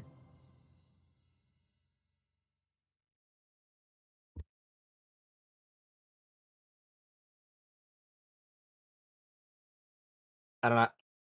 I feel like I kind of got robbed. I was originally a Protoss player, and when I was playing Protoss, one of the things I kept hearing people complain about was that, oh, everybody plays Protoss, right? And then I swapped to Terran, and I swear, as soon as I swapped to Terran, there's like a million Terran players running around. Like, we have like no Protoss practice partners now.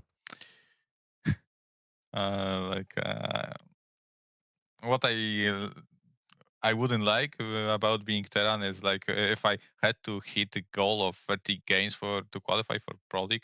If I play it with Terran, I need to spend like twice as much time as with Protoss. Yeah. Well, that was the thing. Is, I did that 100 Protoss game challenge or whatever, and I feel like I knocked it out pretty quick. But then I compare it to like I did a ladder session 2 or 3 days ago to practice for BSL, and I did a 4-hour ladder session and I played 6 games. And I was like, this was like this is awful. All right, guys, we're ready to start the second game, so let's hop into it. All right. Spawning here in the bottom left corner, we have our Terran player currently up 1-0, looking to qualify for the tiebreaker round. We have PerroFlaco. And in the top left corner, hoping to tie up the series, it is Russian Protoss LancerX.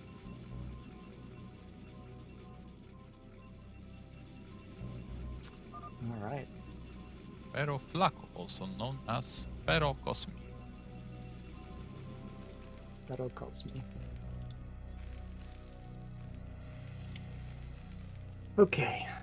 Well, I'm curious if we keep getting more aggression. Although I do think his entire push was in reaction to getting Zealot pressured in the first place.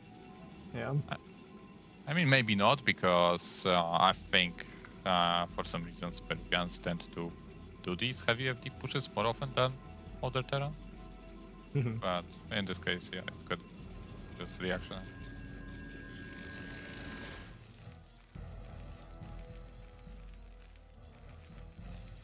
So I hope we get to see a more standard game from Lancer. Yeah. And Yeah, if it he would be goes nice for a to see him. Zeld, but is that gonna just that one Zeld into gun? That's, I think, in the end safe. Yeah, especially if you're doing in-base gateway, right? Like, I don't necessarily mind multiple Zealot pressure, but I typically when I'm seeing that, I see it with the forward gateway a little bit more, just kind of shave off those extra like several seconds on that travel time, which can make a pretty big difference. I think in that last game it didn't really matter too much, but it's also kind of nice to have that forward gate because you do have the option of shield battery much easier if you do get pushed. Obviously you have that little bit of SimCity which can bottleneck you some, but yeah, it has its pros and cons, I guess. Also, LancerX last game went for 2 Zeld into gun. That means his second Zeld wasn't actually as fast as it could have been. Yeah.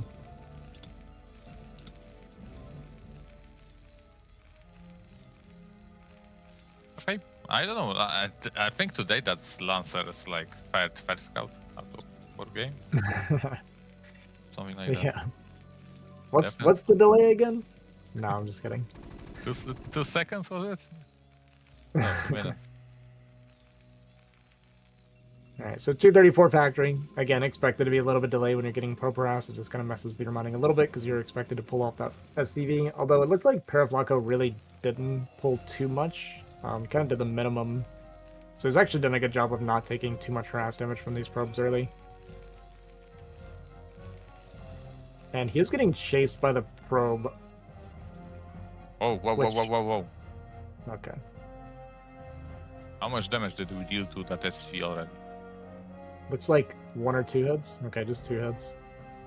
10 HP. How this SCV will go down in just 5 gun hits? Exactly, makes a big difference, man.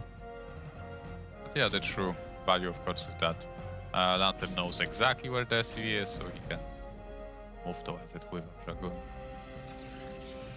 And Yeah, that's get at that 21. next.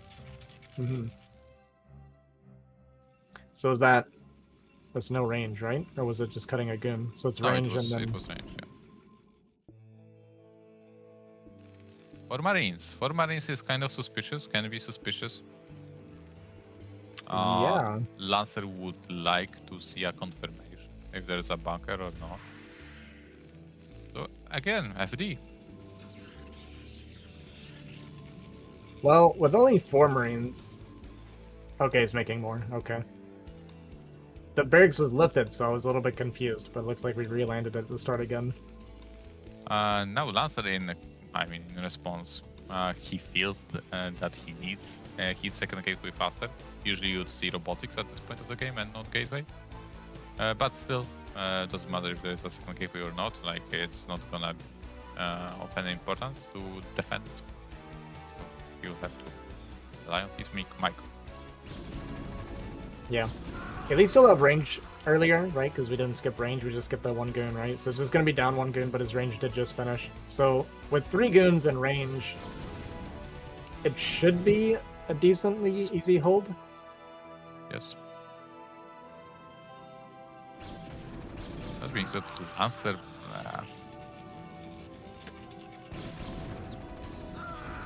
You're going to lose this 1 goon Yeah. pretty easily.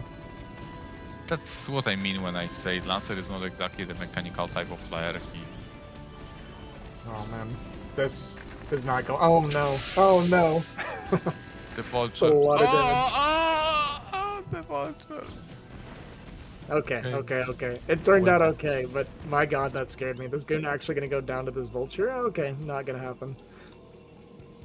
Man, that made me nervous. It felt like this should have been so easy, but it got scary. Oh man. Yeah, I didn't really like him making this wall and going back. I feel like with 3 goons against just the 3 Marines and it's like his third gun that popped. He never actually joined the army, so he was microing non-stop with 2 goons, and even that micro wasn't too inspiring, to say the least. But he survives without taking a bunch of damage, so there is a much greater chance that we get into the game state that Lancer is much more comfortable in. Exactly. Lancer pretty diligent about his worker production.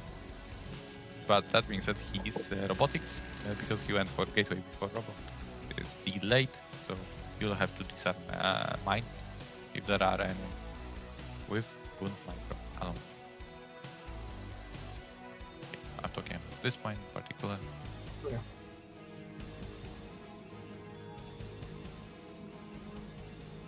Alright, looks like we're just gonna chill out for a little bit. Are we going... He doesn't do 3-gate often, right? I see him playing a lot of Reavers when I'm watching him play.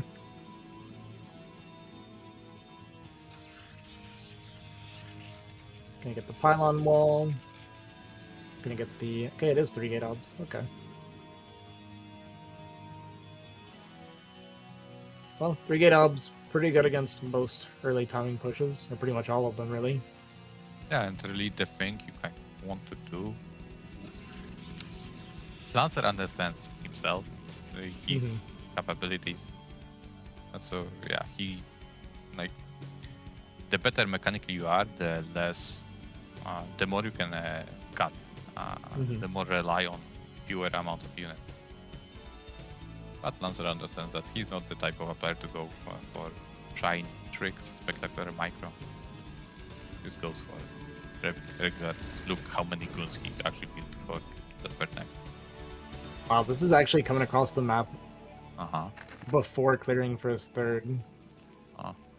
Change his mic. Okay, so it's gonna go up there and clear that. That's Careful not to lose your probe. dangerous. Okay. He's that good. He knew. He knew it was the perfect amount of distance. I'm gonna walk into this mine, but that's okay. Well, Peraflaco got the information that his third timing was around 8 minutes at the earliest, because he doesn't even know for sure that this got taken, but he knows the mine got cleared around 8 minutes. So you actually feel... What I know as Terran, you feel both comfortable and comfortable because it's... Or sorry, uncomfortable and comfortable because it's like, okay, your third is really late, but what are you doing? Yeah, you know what he's I mean? hiding something. Yeah, it's one of these. Well, he's a better Protoss because he's B rank and I cannot tell what he's doing. Yeah. It's hard, man. I have plenty of losses where I'll scan and be like, "Oh, your gateway count's really low. I guess you're just bad." But actually, it's because they were going... engagement. Wait a second. I think that was a huge. I'm not sure if that mine went off or not. All right, so it felt like these 3 tanks were too disjoint from the other 3, but that was actually not the case. So good fight here for Terra.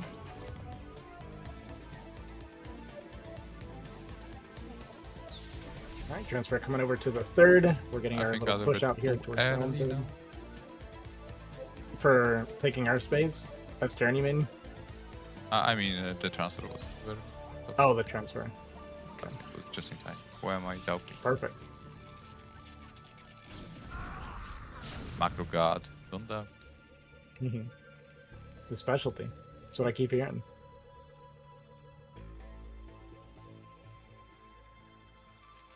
Alright, so Peraflaco pushed out a little bit here. He's going to take this space. This is, with the turret pushing, kind of indicating that it's going to be just taking a third eventually. I think we're on just 5 factory. We're kind of past the timing of pushing with a 5 fact.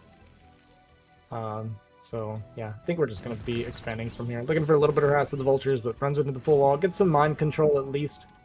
Good for vision, good for tracking the army. I always build that for pylon, because I think if you like spam right click, you can run past the pylon. Yeah, you can squeeze through there.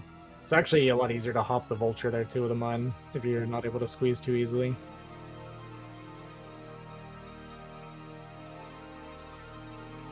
So it's gonna be a push, all things considered. Shows what I know. So I think one river so far in this shuttle, so not that much, and not being focus fired. Zell do a good job of hugging the tanks, but at the same time, the Terran doing a good job of focus firing the guns. So this trade, well, Protoss did reduce the tank count, but I think the situation favors Terran more right now.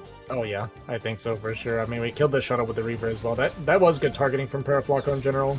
Another little engagement here on this ridge, going to pick off a few vultures, get out of tank range, so that was pretty good from Lancer. But a little bit worried still for him. This is a pure goon army at this point. And we don't have the shuttle currently for these zealots either. Supply looking a little bit scary for Protoss, because anytime it's close like this when Terrans are across the map, it does get a little bit rough for Protoss. Dangerously looking. Lancer is waiting for another wave of units, maybe for a shot before he engages. Yeah, these mines are well spammed. Yeah. I was going to say, this is both a good and bad minefield. This is a great defensive position, but it's also very hard to push through this minefield. We're going to have to clear it on the left side if we want to push forward comfortably. Lots of vulture reinforcements. And taking the third behind us, I like that. Adding our extra factories. He doesn't have to continue pushing if he doesn't want to, but he's in such a good position, he might as well just keep going and Yeah, this is starting to get pretty scary for Lancer. Like, the supply is getting a little bit further ahead for Lancer, but this is still not comfortable at all for taking this fight into this kind of entrenched position here. Wow, where do the vultures go actually? Yeah, even there is crazy. He's worried about counterattack. Oh, okay, that makes sense. Yeah, okay, that makes a lot of sense. Yeah, because he wasn't tracking this army super well. But here we go, big fight coming in. The Shuttle gonna drop these zealots on top of these tanks on the front side, and a lot of goons left over. Not really many zealots, but the tank count also very low. Gonna get a mind drag on these tanks as well. Very well done. Lancer's gonna push. Yeah. Nice fight. Very nice fight. Oh. Ooh. Terrible fight. Terrible fight for Lancer. Okay, so yeah, Protoss holds, but he didn't start his fork, so yeah. I think Terran is still the winner of the whole thing. Yeah, that is kind of the power of this pressure that Peraflaco has been put on, because, yeah, like you're pointing out, we didn't take our fourth, we don't have any tech, right? We're just now kind of finishing up our archives, but our third base for Peraflaco has been completed now. He's got a nice minefield along the center of the map as well to keep him pretty comfortable, spotting the army coming across, so yeah, this has been great for Peraflaco so far. Yeah, and I noticed that about Lancer, but usually he doesn't have a lot of information on the map, you know, that many observers seeing things. Yeah, he's very blind. He relies more about, like, he just builds his own bases, you know. And when he pushes, he pushes. Kind of style. Yeah. Yeah, it's actually crazy how blind he is on the map. We do have speed shuttle done, so we're going to be able to fly through the shuttle, drop off a couple zealots to clear that up, get this Reaver near. See how many SCVs we get. That was 4 or 5 there to start, so not a bad initial shot. Yeah, it was going to be 4. A couple more, actually. Managed to get 2 with that one. The tank actually going to go down. All right. Yeah, because the scrap died, so the tank actually stopped at some point, and it received full hit instead of a half. Okay, not bad value overall. I mean, it stopped mining for a long time, killed 6 SCVs, killed a tank, killed a vulture, killed a Goliath, so yeah. Turrets, time, yeah. And you kind of see it too in the supply, right? Just even though this drop, it was such a small kind of like monetary commitment from Lancer, it actually got a lot of value. The disruption as well is a really big part of it, right? Yeah, and you can look in the supply, like you can see how diligent Lancer is about just making workers, even though both Terran and Process were mining from 3 bases. Like Lancer production just kicked in. Yeah. Yeah, this is pretty much, oh my god, Lancer, please. Yeah. And also that other aspect we are talking about, lack of observers. Yeah. But yeah, it is actually crazy, like, now that I'm looking at this. Like, the early game, like, that push and everything, I feel like went great for Peraflaco, but yeah, you can see that this is Lancer's comfort zone. He's on that 4 base, and his supply just completely shot up while going for this shuttle drop at the same time. So yeah, definitely macro seeming to be his really strong point here. We got our Arbiter tech is done, although we haven't started an Arbiter yet. But we're getting close to max here, whereas Peraflaco around 130 supply, looking to start a 4th base potentially here on the right side. Yeah, good potential. So Lancer, I think, understands that there is a base on 6 o'clock, given that he flew by that third on the left side and will see a base. So I think he will want to engage over there. And that's a lot of progress. As long as he doesn't lose his whole army to spider mines, it's looking promising. Although I would like to see a shuttle, if not 2, with that attack. Yeah, for sure. Maybe with that 1 shot. I mean, we're attacking with a very small force. I guess it's more of like a mine clearing force, with the army kind of sitting behind it. Okay, we're going. Ring is moving. Yeah, looks like but there's going to be a big fight here. Prepared, although there is not that many spider mines in front of this tank. Yeah, there's basically none in front of these tanks. So actually going to be able to get on these tanks pretty quickly with the Zealots and clear a lot of these up. And there's really not a lot of tanks here to begin with either. So when these go down, the Goons are going to have kind of free reign over the Vultures and Mines here, opening up a pathway to 6 o'clock while this fighting is happening. Some Zealots getting in there. Some Goons going to get up on the high ground as well. Going to be very annoying for Peraflaco to deal with. And I kind of like lifting the CC here to avoid bleeding off too many SCVs while this is happening. We do see that transfer coming off, but yeah, this becomes a nuisance now for Peraflaco to clear. So he's not going to be mining this while he fights uphill into this. Even going to lose the command center most likely, which is a really big pick off for Lancer. And you know what? Because Terran was so focused on 2-base push for quite a while, his minerals right now in both main and natural are low. Close to being like what, 500 and empty already in the main base. So this is one base Terran right now. So if so Terran is wants to just push, create pressure, so he can transfer SCVs to that kind of hidden base on the right side. Yeah, Peraflaco is going to need to get something done here because Lancer also finishes 5th behind that, but the Arbiter's out now as well, which is going to make this kind of just a little bit extra difficult for Peraflaco to clear. No energy for a stasis just yet. Really goon heavy, so Lancer doesn't want to fight it with this quite yet, but once he gets a round or two of Zealots is kind of when you want to pull the trigger. Or maybe we just go now. I guess the extra Zealots are coming now, so... Yeah. The extra wave of Zealots. Plus Arbiter. That being said, high ground really works to Terran's advantage now.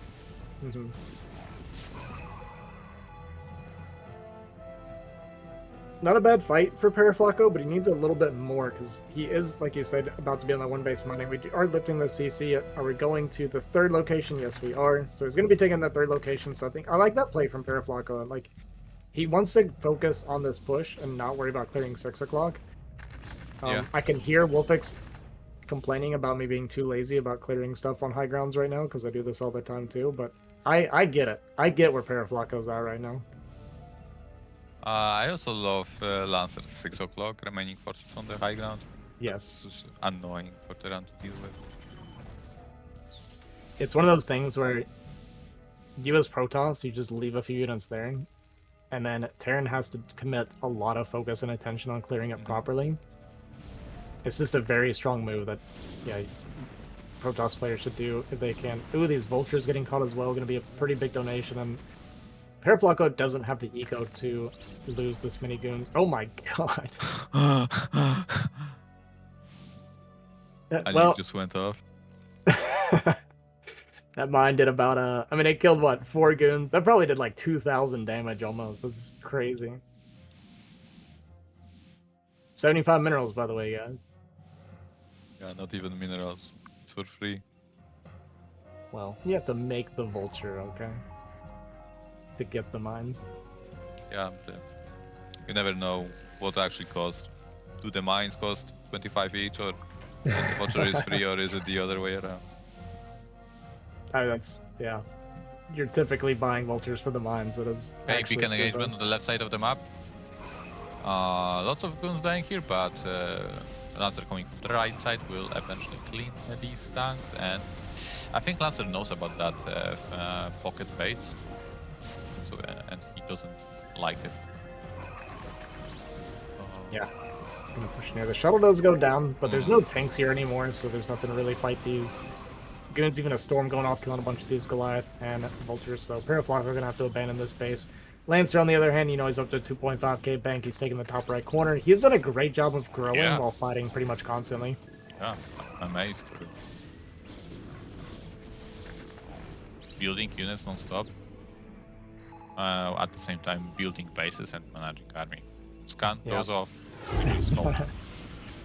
Yeah, that's a pretty reasonable GG timing from Peraflaco. I think that makes a lot of sense. Very well played by Lancer. So yeah, that game for sure, we got to see what his strengths are. We got to see his weakness before that, right? And we get to see his strength in this game here. He looked very, very strong going into the mid and late game.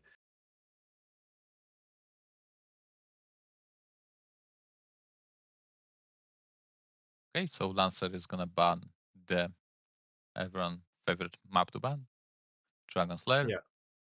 And we're waiting for PerroFlaco to choose his map. Well, I'm sure he has plenty of maps to pick from. And any of them will do, except maybe Jane Doe. Yeah. Yeah, picking a Jane Doe would be Terran suicide, so Match point. hopefully. Okay, interesting. This is one of those maps where I feel like there's a lot of maps like this in my brain, okay?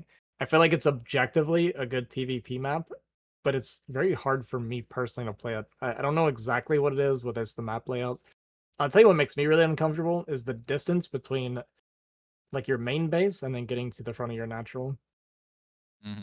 Yeah, it has some unique features. All right, we're ready to hop into game number 3, deciding game and the last game.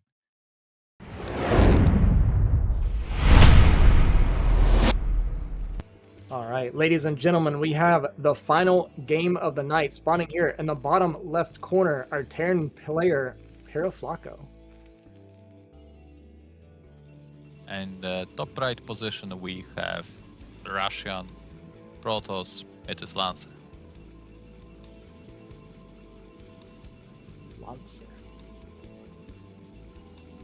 LancerX.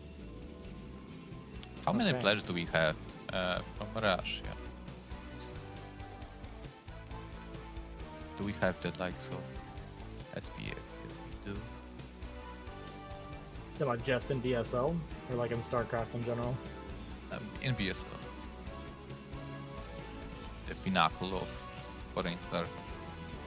Yeah. It is. Every time people ask me what BSL is, I tell them it's the premier foreign StarCraft tournament.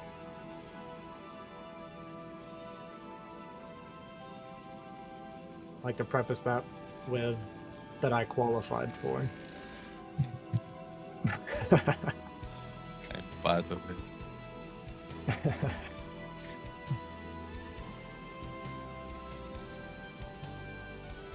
So yeah, it's just Lancer, SPX, and of course the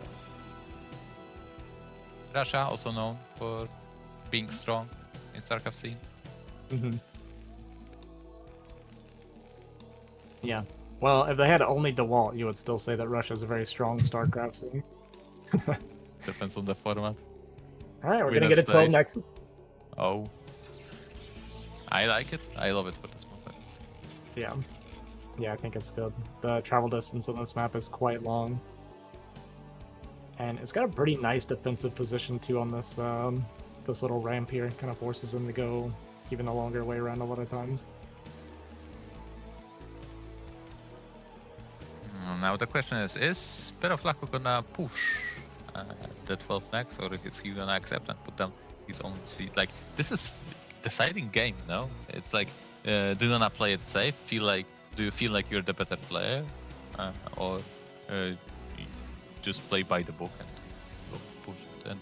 But you just that if you miss micro a little bit, it's over.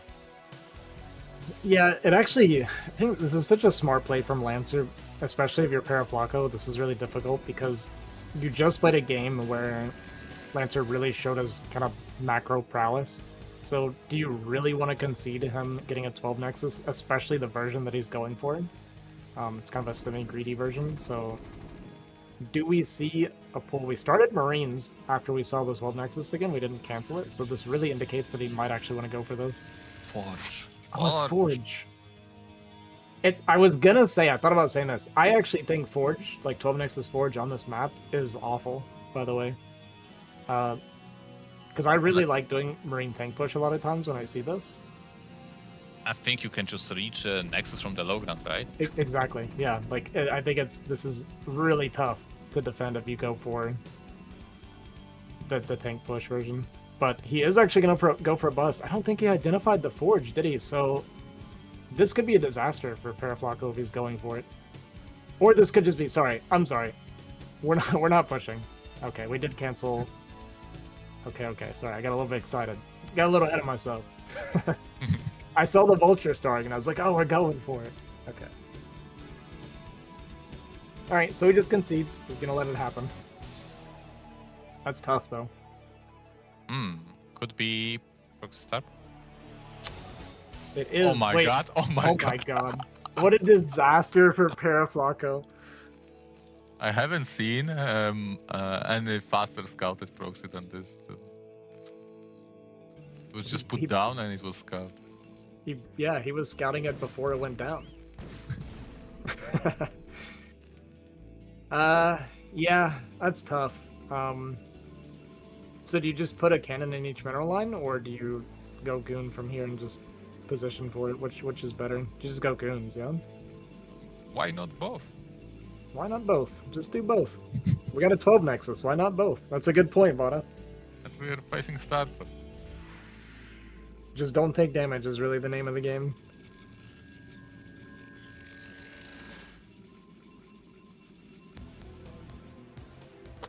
Yeah, we still have some time before control tower builds, before dropship builds.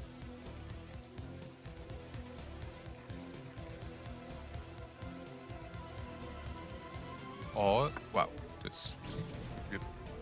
Okay, We could also this is an just option. yeah, we could just also even push the Terran, you know, because he's building a Vulture, so maybe. Well, I don't know what we're going for the control tower for. That doesn't make a difference anymore. Yeah, we're probably not killing StarCraft anyway.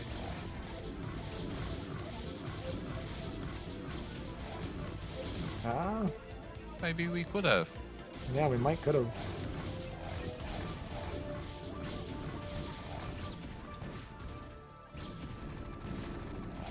Alright, well, dropship's gonna get out. There's gonna be a strange skirmish happening here with 2 zealots and a goon fighting here with a drop. This is a box art fight if I've ever seen one, by the way. Units died. It just happened to them. Alright, well, the dropships gets loaded up, but we do have 6 goons out still. These vultures are a little bit softened up as well. There's a tank in there, but Lancer should be able to deflect this without taking any real damage. PerroFlaco sees those, he's going to back off. Why a tank though, I wonder? I don't expect it to have siege. There is no way it has siege. I wouldn't hate if he did have siege, just sieging the natural here a couple times and then running, you know? Seems like it could be very strong. We might actually get something like that. It's going to try to drop back here, but there's a lot of goons in position. This vulture going to drop out and go down. And yeah, not finding any damage. Well, that's kind of as preparing, expected. Yeah, secures after already, as there were no mines in position. Mm-hmm. Meanwhile, Terran is like on what, 1 factory.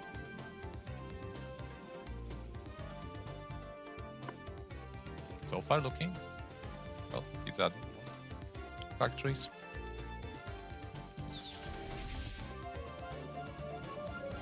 Yeah, this game not going the way of PerroFlaco so far, at least.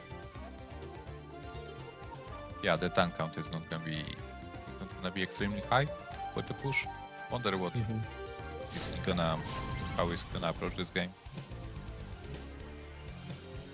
Is he gonna go for CC? Like, he's got a starport, so upgrades would make sense too, but does he even have armory? Yes, he does. Yeah, I guess you could do an upgrade style at this point. I don't really know what else I would even try to do as PerroFlaco from here. When you go for an opening like this and you played against a greedy opener, pushing just it's just not an option.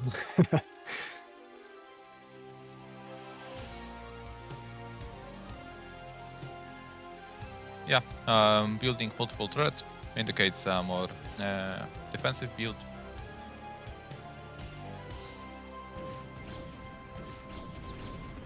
How often does Lancer play carrier? He can play them, but you know, it's like strategical carriers. Yeah. So it's best if he doesn't use them. Okay. Got it. Understood. Well, third base coming up at a pretty decent timing for Lancer here. After opening with this 12 Nexus Forge, so his eco is feeling great. Our 5 factory for PerroFlaco just now coming up online. We see that sci-fi coming down, so we are going to be playing that slow upgrade style, like you pointed out, because we have that missile turret kind of semicircle there. And yeah, we're just going to be playing a nice slow game as PerroFlaco, as you have to sometimes when you're playing Terran. Games aren't going well. We do see that Stargate, Templar Archives coming down, so Lancer going into his comfortable Arbiters. I'm proud of Lancer. Yeah.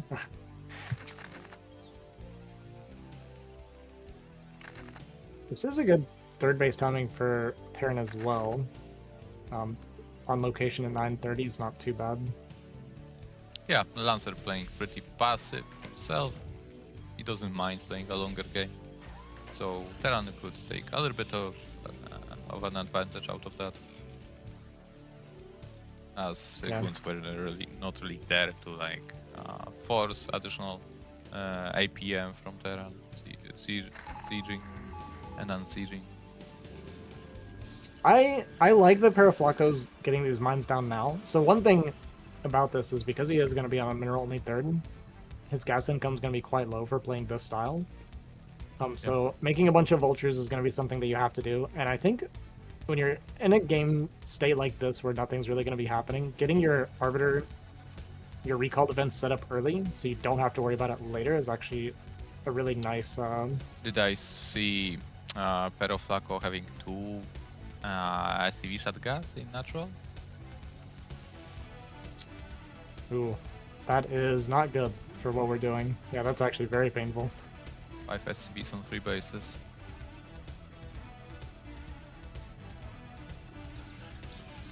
So, very vulture heavy. Yeah, extra vulture heavy. Scan goes down, we do see that 4th base timing for Lancer. I mean, supply's not, like, bad for Terran. At least.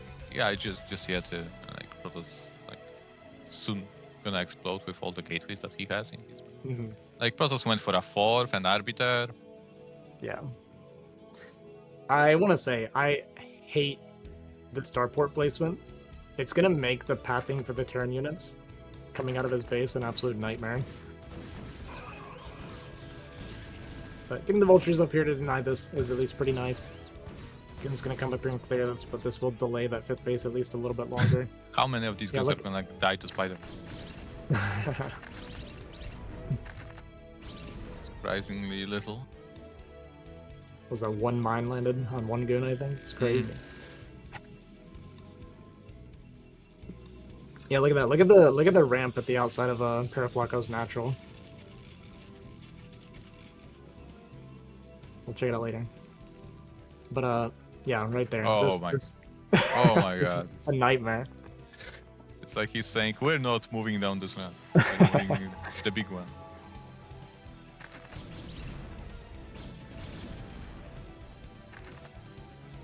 Yeah, this is really more of a carrier map though. Yeah. Yeah, my losses on this map every time has been to carrier. I just have a very hard time against it. Everything else, I feel like is very hard for Protoss to play on here.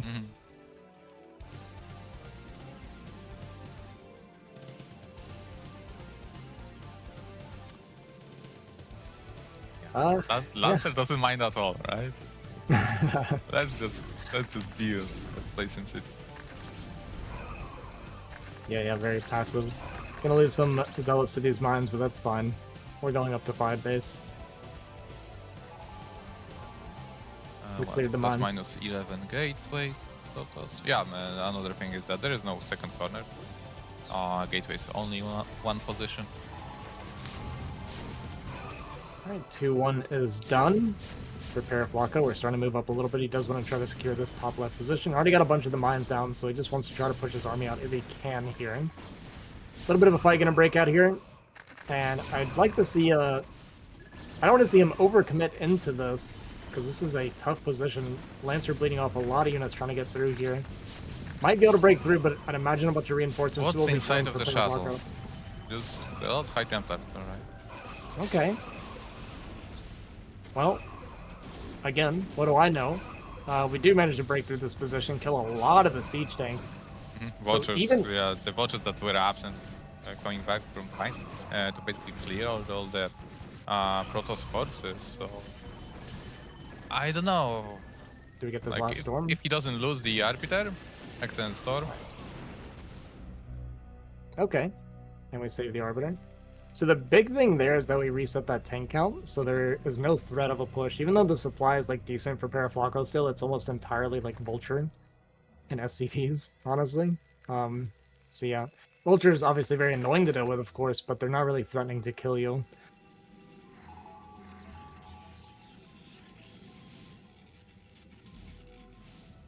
Yeah, and that arbiter didn't use any energy, Mhm. so potential 2 stasis in the next battle. Well, maybe yet, but soon.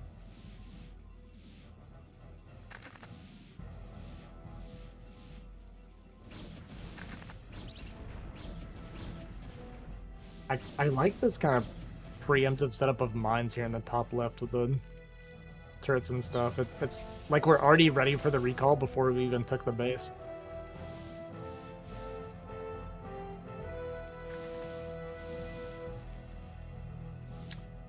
Looks like we are going to try to force our way up this ramp. There's not really tanks in range of it, so we might not get punished too bad. But yeah, we got to be careful not to lose our arbiter to the turrets there. It gets very, very low. Like, personally, I would like it more if, like, Protoss... Yeah, Oh my, yeah. micro is not our strength here. So I Those would like turrets- it more if Protoss went for that big high ground and from there either decided to go towards mineral only or that top left. Mhm. Make more sense after killing all these tanks. Vultures getting stuck on each other, but still managed to sneak out, get a couple zealot kills, kind of slowing down the reinforcements quite a bit while we get some more tanks and vultures up here. So the base is looking pretty safe. I know there's not a ton of units there, but it's also a pretty hard position for Protoss to attack into. There are 3 tanks, 4 maybe. But yeah, He's got him way back. Yeah, the question is how many Zeals are gonna die to all these Spider-Man. It's like all of them. Well, the tanks aren't in range to protect the command center. Yeah, that's grotesque. So we're gonna have to lift and retreat to our siege tanks. Arbiter takes a lot of damage from another turret, but yeah, there's a lot of tanks showing up here. These goons just gonna keep going though. Lancer does not care. We're gonna get that stasis off and keep going. I mean, is he breaking? He's got a bunch more zealots coming in. Yeah, but there is also there is not enough zealot. I mean, vulture support coming from the bottom. Yeah. So these zealots will just massacre. Look at the supply, just going higher and higher for Lancer despite losing units. He actually gained supply on this push, I'm pretty sure. Yeah. with every unit he kills, it's added to supply. Yeah, Lancer's is a Zerg player wearing a Protoss skin. The more you kill, the more units that show up. He's gonna end up breaking that position, keep pushing through into the mineral only here, and he wasn't breaking top left, he was just killing Peraflaco. You baited him into killing himself. Oh no, the arbiter. Micro is not our strength. But at least we've made a lot of units. But another head grows. Alright, well with that base going down, I mean it's tough.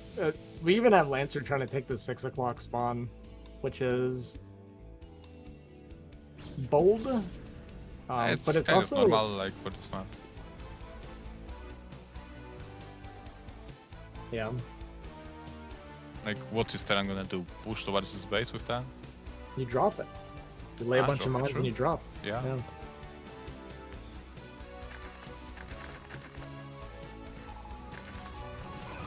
But this was just a bite for Terran. Yeah. Yeah, so the Lancer can get up here and clear these units that he stasis earlier.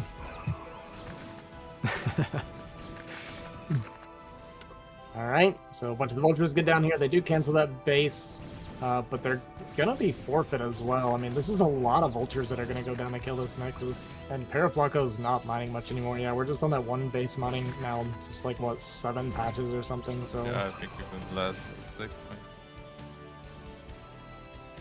maybe. Yeah, nice start. Yeah. As advertised.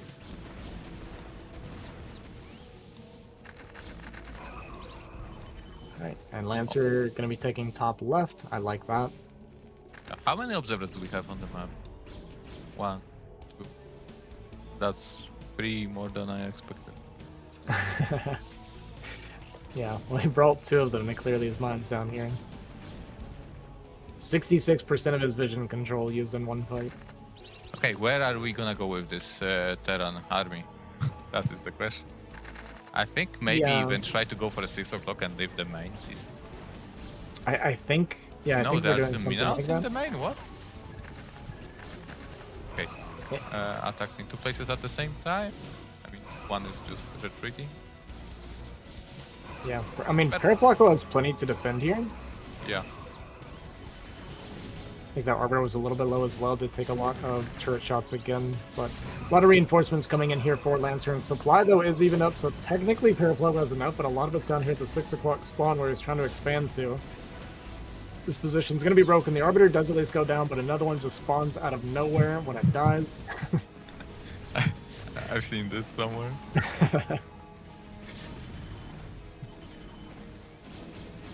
And Peraflaco's basically not mining. We have these patches left over in our main somehow, but that is literally all the mining we have. The CC floating down towards the bottom side here. But really nowhere to go for Peraflaco. It's... Yeah, this is tough. CC gonna get focused down. And I guess we're pushing 12, is what it looks like. Lancer is not building for like a minute, right? Yeah. Yeah, his bank's not been going down. His supplies been staying the same.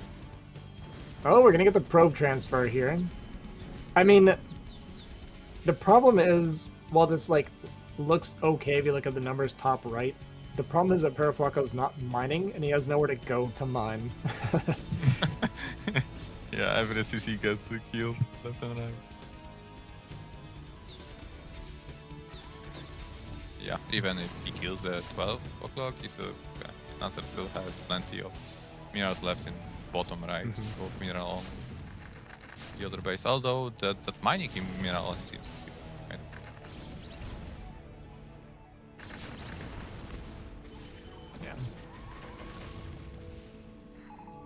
Yeah, I mean, we're gonna deny this base. Lancer's bank has been cut in half. We're gonna be floating our natural over to our mineral only, so at least have some sort of mining going on. But do we have any comsats? I guess we got our main, and that's it. Yeah. So that command center wasn't lifted. You know, we lifted our starport because our units were getting stuck, so we're not making vessels right now.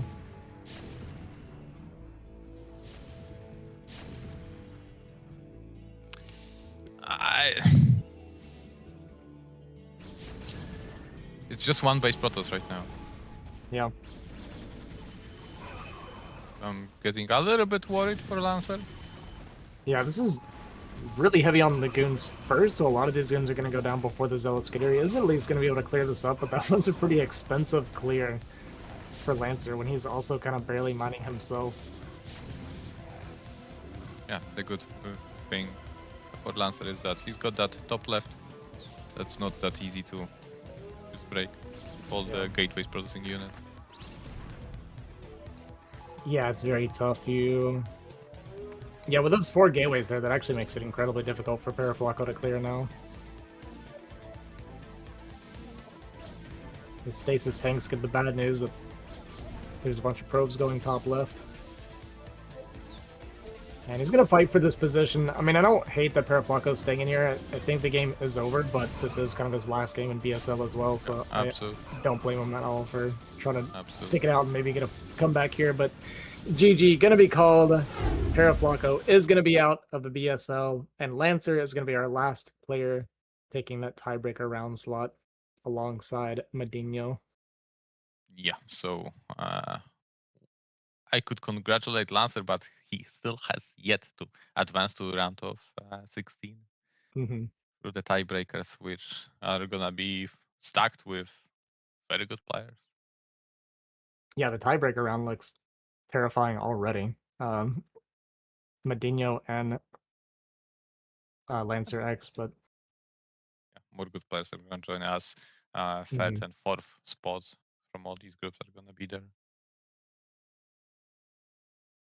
Yeah, I'm a little bit worried for myself of the quality of players. I mean, that's just the nature of BSL, right? It is, like we said, kind of the premier foreign tournament. So there's no such thing really as any easy games or easy groups. So yeah, it very quickly, the talent starts stacking up more and more as you go along, so that even the tiebreaker round is going to be pretty terrifying, much less getting into the actual round of 16 itself.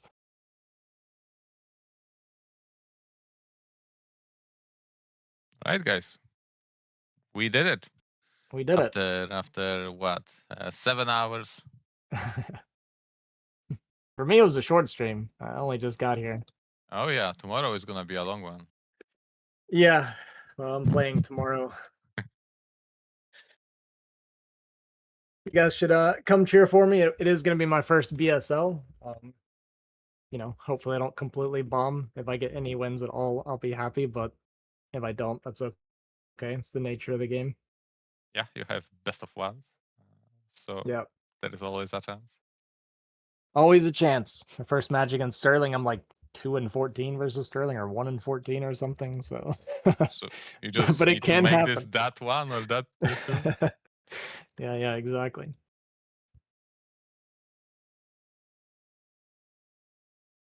All right, Ozzy, I'm gonna leave you to that. All that. Yeah, I can cover the outro. I know you're exhausted. It's what, coming up on 4 a.m. for you guys. So it's not like I'm exhausted. I mean, Saturday was just like I look at the hour and it's 4 a.m. Yeah. All right. Okay, guys. All right. Have a good night. Appreciate you. Yeah. See you guys. All right, guys. I will real quick go over some of our donators. Thanks to you guys. This is part of why we can do BSL in the first place. So thank you so much for donating. We got CRVT here for 2,000. JZ, we're gonna call him JZ for 1,500. LML for 269. Tangard $200. MadiNho 200, or I guess euros, huh? Flizzardo 130. Satoichu 118. Chaosu with 109. Dex 100. VG Ghost 92. And I guess these are the ones that are highlighted. We had our BSL Patreons as well. The Wolf of Wall Street for $200 a month. We got Andrew. For General at $100. We got My Fleeting Dream. At Colonel for $50 a month. We have Striker. Here at Major, we have Chaosu, Jiang Yu, Streaming Channel, LML, MadiNho, Nicholas Schuler, Scheming Gypsy, Stephen Robertson, Tom, and Torso Driver. Thank you so much, guys, for supporting BSL here. And to all of you, right? There's a lot of you guys here that are just these little donations, you know, might not seem like a lot, especially some of these smaller ones, the $2, $5, $10, but all of this really adds up, and this allows us to keep bringing you guys BSL, which has been honestly pretty amazing for me. I just recently got into it, right? Talked about this last season a good bit, but now I even get to play some myself. You can see my, I sent my passport picture in. I look like I'm lining up for prison or something, but you know, it is what it is. But yeah, really happy that I get to play in this as well as cast it. My group is going to be tomorrow. This is going to be the group here. It's going to be me, Sterling, Napoleon. We got Mazur, Nesh, Strudel, SPX, and Jimin. Was Jimin shy? I guess we're getting half of his face here on camera, but yeah, should be a pretty good group. My big picks for that one's probably going to be Sterling, SPX, and Jimin. I think are kind of shoe-ins. Those to me are the really scary ones for tomorrow. Really hoping that I can take that last slot, but if not, it is what it is. But yeah, I hope you guys enjoyed the cast. I only got to catch here the last few games, but this was a long day. Hopefully tomorrow's not much worse. We do have 5 Terrans tomorrow, so we could be in for the long haul. But you know, maybe not. Maybe we'll get some quick games, knock it out a little bit quicker. But yeah, thank you, Zero, for putting this on for everybody. Really appreciate all you guys supporting BSL. Come and catch the games tomorrow. Going to be starting at, I think, 9 p.m. European time, or 10. Sorry, 100% on that. I think it's 9, actually. But yeah, thanks for watching, guys. Hope you guys enjoyed the stream. Hope you enjoyed the cast. And we'll catch you guys tomorrow. Have a good night.